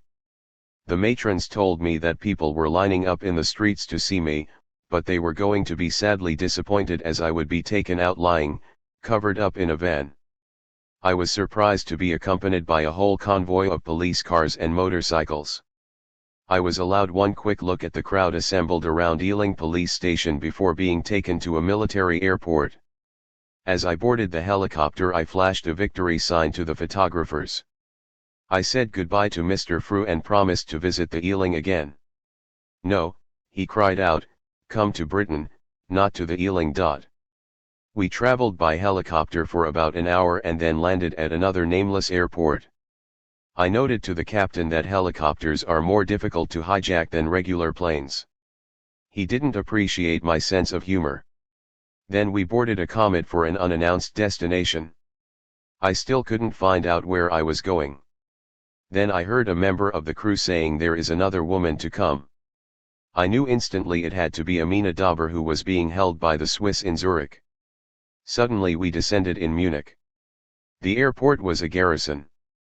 From my window I counted the armored cars. I was ordered to take the last seat on the plane. 3 brothers, from the Action Organization, Mufid Abdul Rahman, Hanabi, and Nashat, were brought aboard. I knew none of them and we were not allowed to shake hands. Next stop was Zurich, where my inspiration, Amina, and comrades Ibrahim Tufik and Mohammed Abu al-Haifa came aboard. I wanted at least to hug Amina, but it was not permitted. We just greeted each other from afar. Each of the passengers had his own bodyguard. None was handcuffed. The night of September 30th was a long one. The journey to Cairo was the longest I ever endured. I slept periodically. We had to remain seated at all times. We arrived in Cairo, October 1, 1970, at 8 a.m. The city was in mourning for the death of President Nasser. The British, German, and Swiss consuls met us at the airport. Each one of us was dutifully taken in hand by his consul and turned over to the Egyptian authorities. Protocol reigned. I was astonished to find out that Patrick's body wasn't with us, but there were no British around to denounce or Arab leaders to threaten. We were taken to an Egyptian guest house and held there for 11 days. We were told that we were being held there for security reasons. On October 12, we were flown to Damascus and each commando rejoined his or her unit. Before returning to Beirut, however, I visited my friend Colonel Ali Zaiza, the man who had accused me of working for Egyptian intelligence in the TWA affair. Colonel, I said, as I barged into his office, I trust you are convinced now that the Popular Front and I are nobody's tools. I am, he said. Wouldn't you like to keep me in your guest house again? No, Leila, this time you can be my guest for lunch. No thank you, Colonel, I said. I have to report back to my unit in Beirut within 2 hours. See you on the battlefield in Palestine. I went to Beirut in mid-October and held a press conference at Al-Hataf's office pointing out that Patrick was murdered by the Israelis and that the British excused the crime that took place in their airspace. To this date, the British have refused to put their evidence before a competent authority for inspection and the autopsy report remains confidential. For the next few weeks, I spent most of my time giving press interviews and preparing to marry a fellow fighter, Basim, an Iraqi Arab revolutionary. We got married on November 26, 1970, spent a week together and then returned to our separate tasks. Part 3, Conclusion. 8. The Fascist Tide and the Arab Revolution. Against me he is a lion, against the enemy he is an ostrich. The Jordanian soldiers carry themselves like lions when it is a question of the unarmed Palestinian refugees, but when the time came they did not know how to die in defense of Jerusalem. President Houari Boumediene of the Republic of Algeria. The supreme objective of the Palestine Liberation Movement is the total liberation of Palestine, the dismantlement of the Zionist state apparatus, and the construction of a socialist society in which both Arabs and Jews can live in peace and harmony. To achieve our objective we have adopted the strategy of people's war and protracted armed struggle. We have no other alternative. We see no other possible option to dislodge the Zionists from Palestine. Our struggle will be long and arduous because the enemy is powerful, well organized, and well sustained from abroad. We shall win because we represent the wave of the future, because we are the immense majority of the oppressed, because mankind is on our side, and above all because we are determined to achieve victory. The goal of the Arab states is the elimination of the consequences of aggression or the restoration of the status quo ante, not the liberation of the whole of Palestine. The Arab states contend that they can force Israel to withdraw to the June 4, 1967 borders by a judicious combination of diplomacy and conventional warfare, not by armed struggle and revolutionary ideology.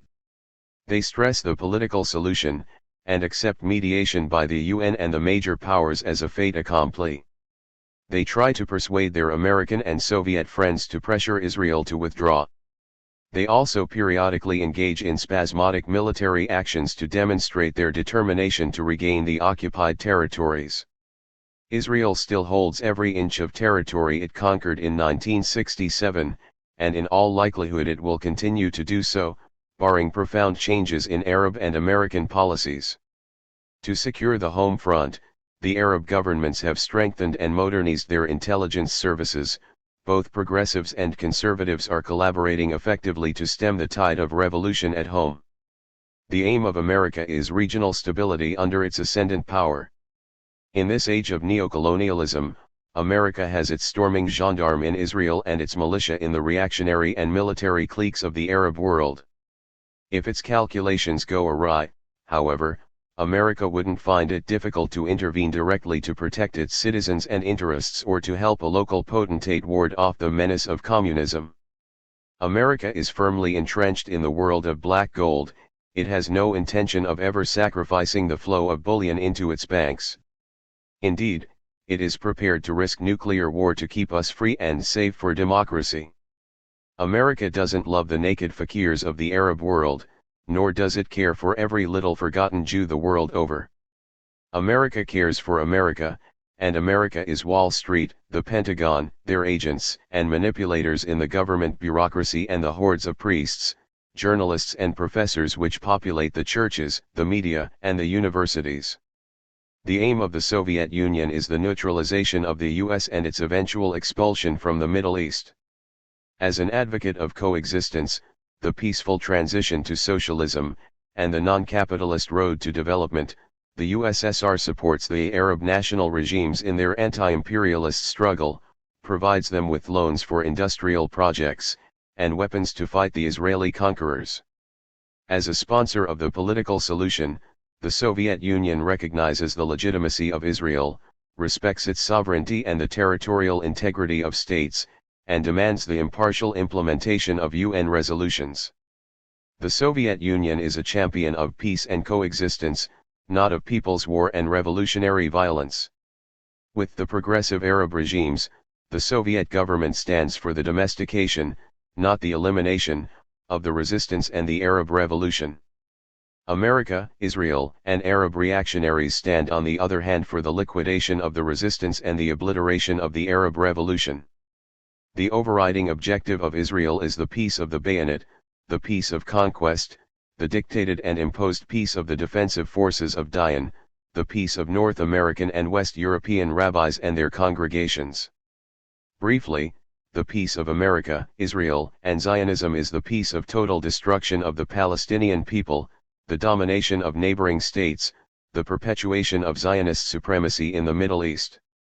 Since Israel cannot rely forever on the generosity of world Jewry, the blank check at the Export-Import Bank of America, or expect a new kind of German reparations, it needs new guarantees to achieve and maintain a self-sustaining and viable economy, it needs a continuing influx of immigrants and dollars, and it needs a peace with tension to obtain the support and concern of friend and ally. Therefore, Israel favors the present conditions of unchallenged dominance in the absence of a more durable, contractual peace. However, Israel would be prepared to sign a peace treaty, forego the possibility of further territorial conquest and withdraw to the June 4 borders, with the exception of Jerusalem, under two conditions: a. Access to Arab markets, b. Ownership of the oil and mineral resources of the Gulf of Suez. Nothing less will induce Israel to withdraw or make serious territorial concessions other than total defeat or American decisive pressure. The latter two possibilities are out of the question, because the Arab armies are incapable of waging the kind of war required, and if they were, both the Soviet Union and the US would not permit them to undertake it. Secondly, the US has not exerted enough pressure to force Israel to withdraw. Indeed, if anything, the US has implicitly endorsed the territorial conquests of Zionism, by the continuous sale of Phantoms and Skyhawks, and the outflow of millions of American tax-free dollars. Thus the state of neither war nor peace will continue into the foreseeable future, whatever ad hoc settlement may be attained under UN or great power auspices. In spite of the apparent differences among the US, the Soviet Union, the Arab states and Israel, a convergence of interests in the spring and summer of 1970 enabled them to coalesce either overtly or covertly. The implicit accord they reached manifested itself in what was termed the Rogers Peace proposals, which entailed a ceasefire agreement between the Arab states and Israel and acceptance of the UN resolutions concerning peace and security in the Middle East. The full significance of the accord was revealed in September of 1970 when King Hussein proceeded to eliminate the resistance in the southern Jordan as his part of the agreement in Rogers Peace. In mid-August, Hussein's target was Irbid, a city in the north where refugee and resistance camps were mercilessly attacked, people killed, and bodies mutilated. The talk of forthcoming Armageddon was in the air. Everything foreboded ill for the resistance, unless it seized the initiative and decided to settle who ruled in Jordan.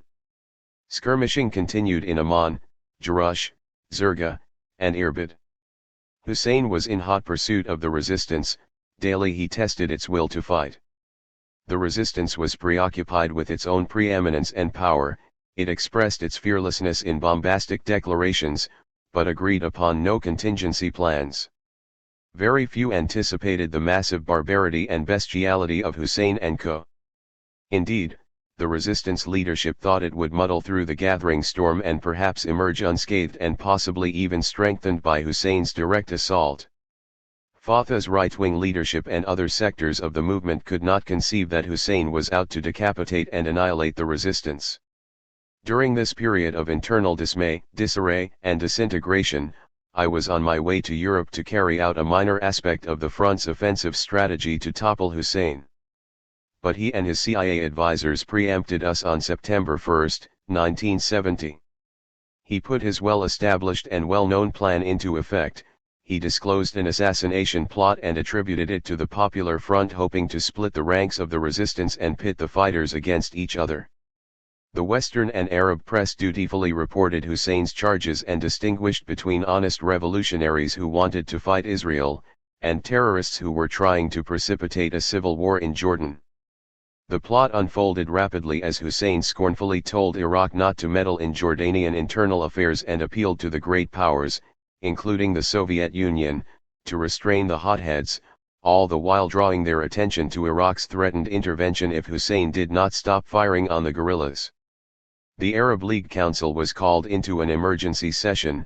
It appealed for an immediate cessation of hostilities, September 5 and 6, and reactivated the Four-Nation Committee, established as a result of the June fighting to oversee the implementation of the July 10 accord between Hussein and the resistance. Meanwhile, the Palestine National Congress failed to come to grips with the issue. It merely conducted another session of poetic oratory with no binding decisions. The resistance was hemmed in, the leadership still refused to act in concert. Then came the epoch-making strategy of the Popular Front. All the enemies of the revolution were outflanked on September 6, 1970. Hussein's authority was immediately shattered, Israel's European and American allies were put on the defensive, the Palestinian and Arab people rejoiced and applauded our deed, the world stood shocked and forced to take heed of Palestine. Palestine was on the lips of everyone the world over for a week. Our Six-Day War began. For the first time in modern history the Palestinians were on the center stage and we were directing the play. We tasted the meaning of sovereignty, we reaped the fruit of the summer harvest, we gloried in the joy of nationhood, we became a people for a whole week. But nobody congratulated us openly. All condemned us universally. But we were oblivious to the reactions of an insensitive world whose tender conscience did not have room for the Palestinians, a world that had built a shrine to Zion and couldn't afford a plaque for Palestine. Our Zionist prosecutors had a niche in the Western pantheon, we were a past memory for archaeologists to explore. The world sat in judgment on a subject it recognized as a refugee. The refugee said no to charity, no to pity, no to benevolent despotism, but yes to Palestine, to liberation, to revolution. The seizure of British, Swiss, and American planes turned things topsy-turvy for the enemy. It was no longer able to dictate peace terms. What is startling, however, is that the Western proponents of humanity and peace resorted to the threat and use of violence in order to safeguard their sovereign rights. They initially pressured Hussein into carrying out their will, which he did in an 11-day war of annihilation against the resistance. Here is the testimony of Arnaud de Borchgrave of Newsweek, October 5, 1970, p. 38. In almost a quarter of a century of foreign reporting, I cannot recall anything remotely similar to what I have seen in Jordan. I have witnessed intertribal massacres in Africa and the slow steady bloodletting in Vietnam. But there has been nothing like the urban devastation both of life and property that Amman has suffered. When Hussein appeared to be failing at the beginning of the onslaught, he with his Israeli and American allies concocted the Syrian intervention myth in order to facilitate the planned intervention of both America and Israel in Jordan. The evidence for the myth, of course, was the Palestine Liberation Army's forward thrust from Syria, September 20, which almost annihilated the 40th Brigade, Hussein's pride. Admittedly, Syria did not hamper the PLA effort and it probably approved of it and supported it. But the PLA's foray into Jordan provided the US and Israel with the pretext to threaten intervention of their own unless Syrian forces withdrew. The whole plot must have been well thought out when Golda Meir arrived unexpectedly in Washington on the 17th, the same day that Hussein planned to pulverize the resistance. Mrs. Meir was closeted with Nixon and both amicably agreed to continue their discussions in the light of developments in Jordan. On September 18, the Chicago Sun-Times reported on a long private meeting its editorial board had with Nixon the night before. The report said that America was prepared to intervene directly should Syria and Iraq enter the conflict and tip the military balance against the government forces loyal to King Hussein. The cat was out of the bag, 2 days before the alleged Syrian intervention was supposed to have taken place. Meir and Nixon decided to intervene. Therefore, To give credence to the myth of Syrian intervention, Secretary of State William Rogers pointedly asked the Soviet Union, September 20, to urge Syria to pull back and issued a statement which read in part: "We've been informed that tank forces have invaded Jordan from Syria during the night and have moved toward Ramtha.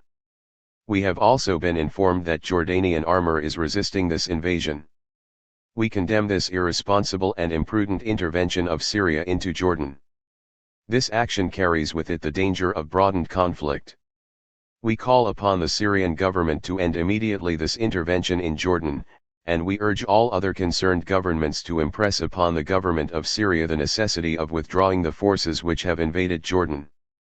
Rogers, the underrated and soft-spoken arch-imperialist, was of the opinion that Syria had no right to intervene in Jordan, but that he and Abu Ibn had a right to do so, at the request of the established authority of King Hussein.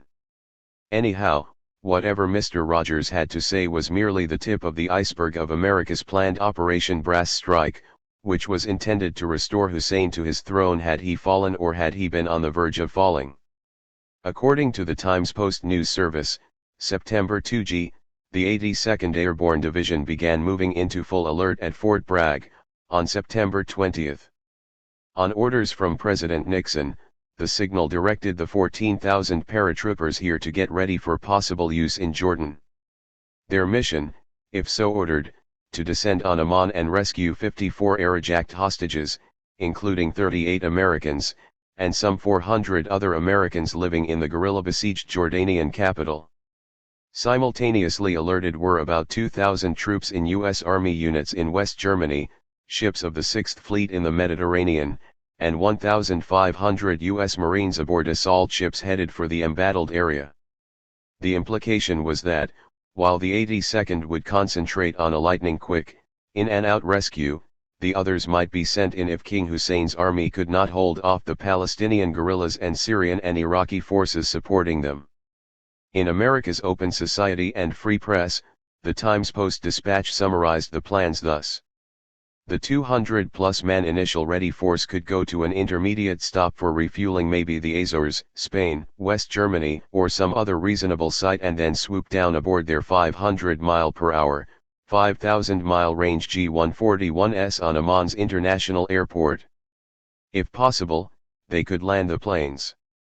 If the airport was insecure, the force could parachute down, equipment and all, and capture the field. With the field secure and more increments arriving, not only men and guns but helicopters carried inside big transports, the assault force could be ready to move out within hours. Helicopters could be prepared for flight.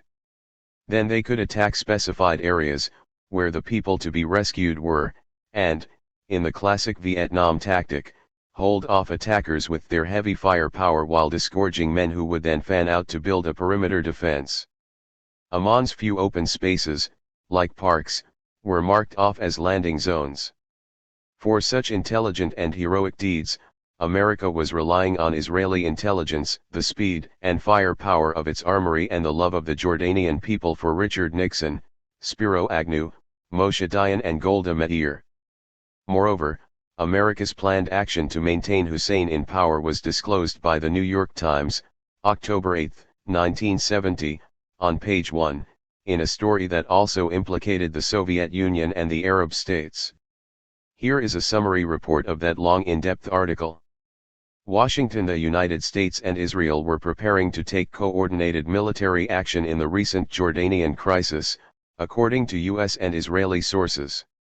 This plan envisioned an Israeli attack on the Syrian tank forces that had entered Jordan if it appeared that King Hussein's army was incapable of stopping them.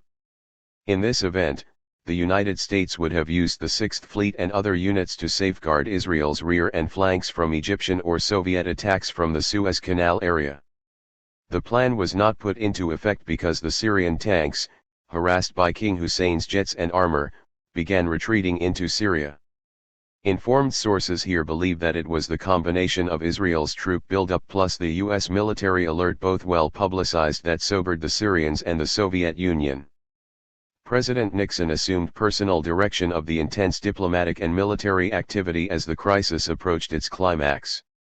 The bond between the US and Israel in this crisis was their joint determination that King Hussein must not be overthrown by outside intervention because they assumed he would be replaced by a regime closely linked to Moscow. An urgent message from King Hussein asking the United States and Britain to consider what military support they could provide him gave impetus to the planning. But perhaps an equally strong force for quick action was the feeling in Washington that Israel would consider itself compelled to strike the Syrian forces if they continued to penetrate into Jordan in support of the guerrillas who were challenging King Hussein's authority. Another more publicized factor was concern about 400 U.S. citizens and 54 hostages, including 38 Americans, in the hands of Palestinian guerrillas in Jordan at the time. And, as if Hussein has not been sufficiently exposed as an imperialist Zionist agent, Time magazine came out with a full-page account, November 23, 1970, p. 34, describing his relations with Israel since 1968 and reporting that the 10th meeting had just been held in the Arava wilderness north of Eilat between Hussein and Yuval Alon, Israel's deputy prime minister.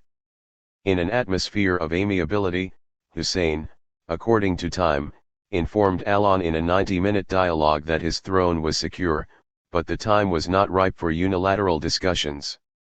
The Time report concerning the crux of the matter and its interpretative comment was as follows. Even so, one result of the border meeting is that broader negotiations with representatives of other Arab states can be expected to follow. Turning to the question of the guerrillas, the two leaders agreed that the Fedayeen were a nuisance to both countries and that coordination was necessary to neutralize them. The king received promises of Israeli help. Hussein and Alon also agreed to expand economic relations. At the same time, however, Hussein protested that Mrs. Meir was undercutting him by observing during her latest U.S. visit that Palestinian statehood was only a question of redrawing Jordan's boundaries. The king was prepared to grant Palestinian autonomy of a sort, he said, but under his rule, and not as the nucleus of an independent Palestinian state. The civil war in Jordan was not an incidental phenomenon. It was part of America's global strategy to reverse the tide of history and to eliminate liberation movements everywhere. It was part of a war of reaction and suppression whose victims have been, in the main, the leaders and movements of the Third World since the Second World War. Since most resistance movements have either been defeated, undermined, or contained, with the exception of the Vietnamese nationalists, it was imperative that the voices of revolution be stilled, or at least weakened in Palestine. Thus came the June War of 1967 that was intended as the grand finale in America's attempt to restore sanity and order in the world and rid mankind of the contagious virus of liberty and revolution. The attempt failed temporarily, but in 1970–71 the fascist tide once again flooded the Arab world. The consequences are not difficult to discern and evaluate. The immediate victim in the all-encompassing war of fascism was the resistance whose power, prestige, and effectiveness were eroded by the retreat of Fatah's right-wing leadership. They walked sheepishly to Hussein's slaughterhouse with the connivance of Arab regimes. And when the final assault came in July 1971, another fruitless Arab summit meeting was convened. Hussein imprisoned 2,300 guerrillas and drove the rest of the movement completely out of the Ajlounjerish area. No strongholds were left for the movement. Its former headquarters offices were in ruins in Amman and elsewhere in Jordan. Phase 1 of the revolution, revolutionism without ideology, was dead. As America extended its influence and spread its wings of annihilation anew in the Middle East, the comrades in arms of President Nasser - the Soviet wing of Ali Sabri and Sami Sharif were charged with high treason, May 13, 1971, and removed from their strategic positions in the Egyptian state apparatus and the Arab Socialist Union. President Sadat and his brilliant mentor, Mohammad Hossein Haikal, moved closer to Washington and slowly detached themselves from the Soviet Union in order to redress the balance in favor of non-alignment and to reintegrate the middle classes into Egyptian society and improve its relations with the West. The ceasefire continued. No actions on the Suez front took place as the re-Egyptianization of Arab Egypt commenced in earnest in the aftermath of the upheaval. In less than 2 months after the Egyptian bombshell, Hussein intensified his incessant attacks on the guerrillas. To the eternal shame of the Arab world, about 100 Palestinian guerrillas took refuge in occupied Palestine and placed their fates in the hands of Dayan rather than die at the hands of King Hussein. The king proudly stated on July 18, "We had no choice but to act against the commandos because they became a nuisance to many people and to the armed forces. The fighting is finished. This is final. Now there is no problem and attempts are being made to bring them together and achieve a better solution. If need be, we are all fadayin against the Israelis." Asked if there were any new agreements with the guerrillas, Hussein stated the time has gone when the commandos could act according to their whim. The time has come for the state to determine the areas where they must stay. They must also respond to the state's instructions.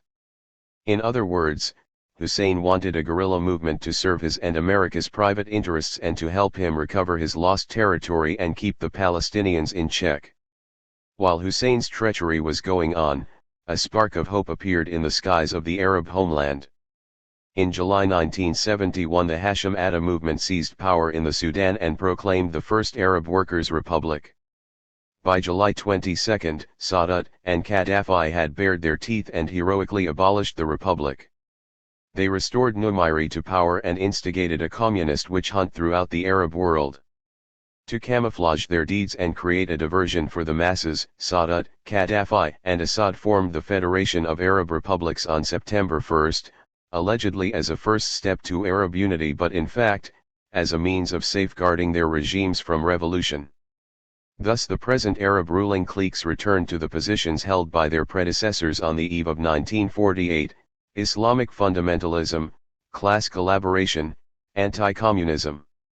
It would seem that the Arab ruling classes would rather embrace Zionism, live under the yoke of American imperialism and retard the historic evolution of their societies, than submit to the will of the masses, abdicate power, or let other forces of progress lead the revolution.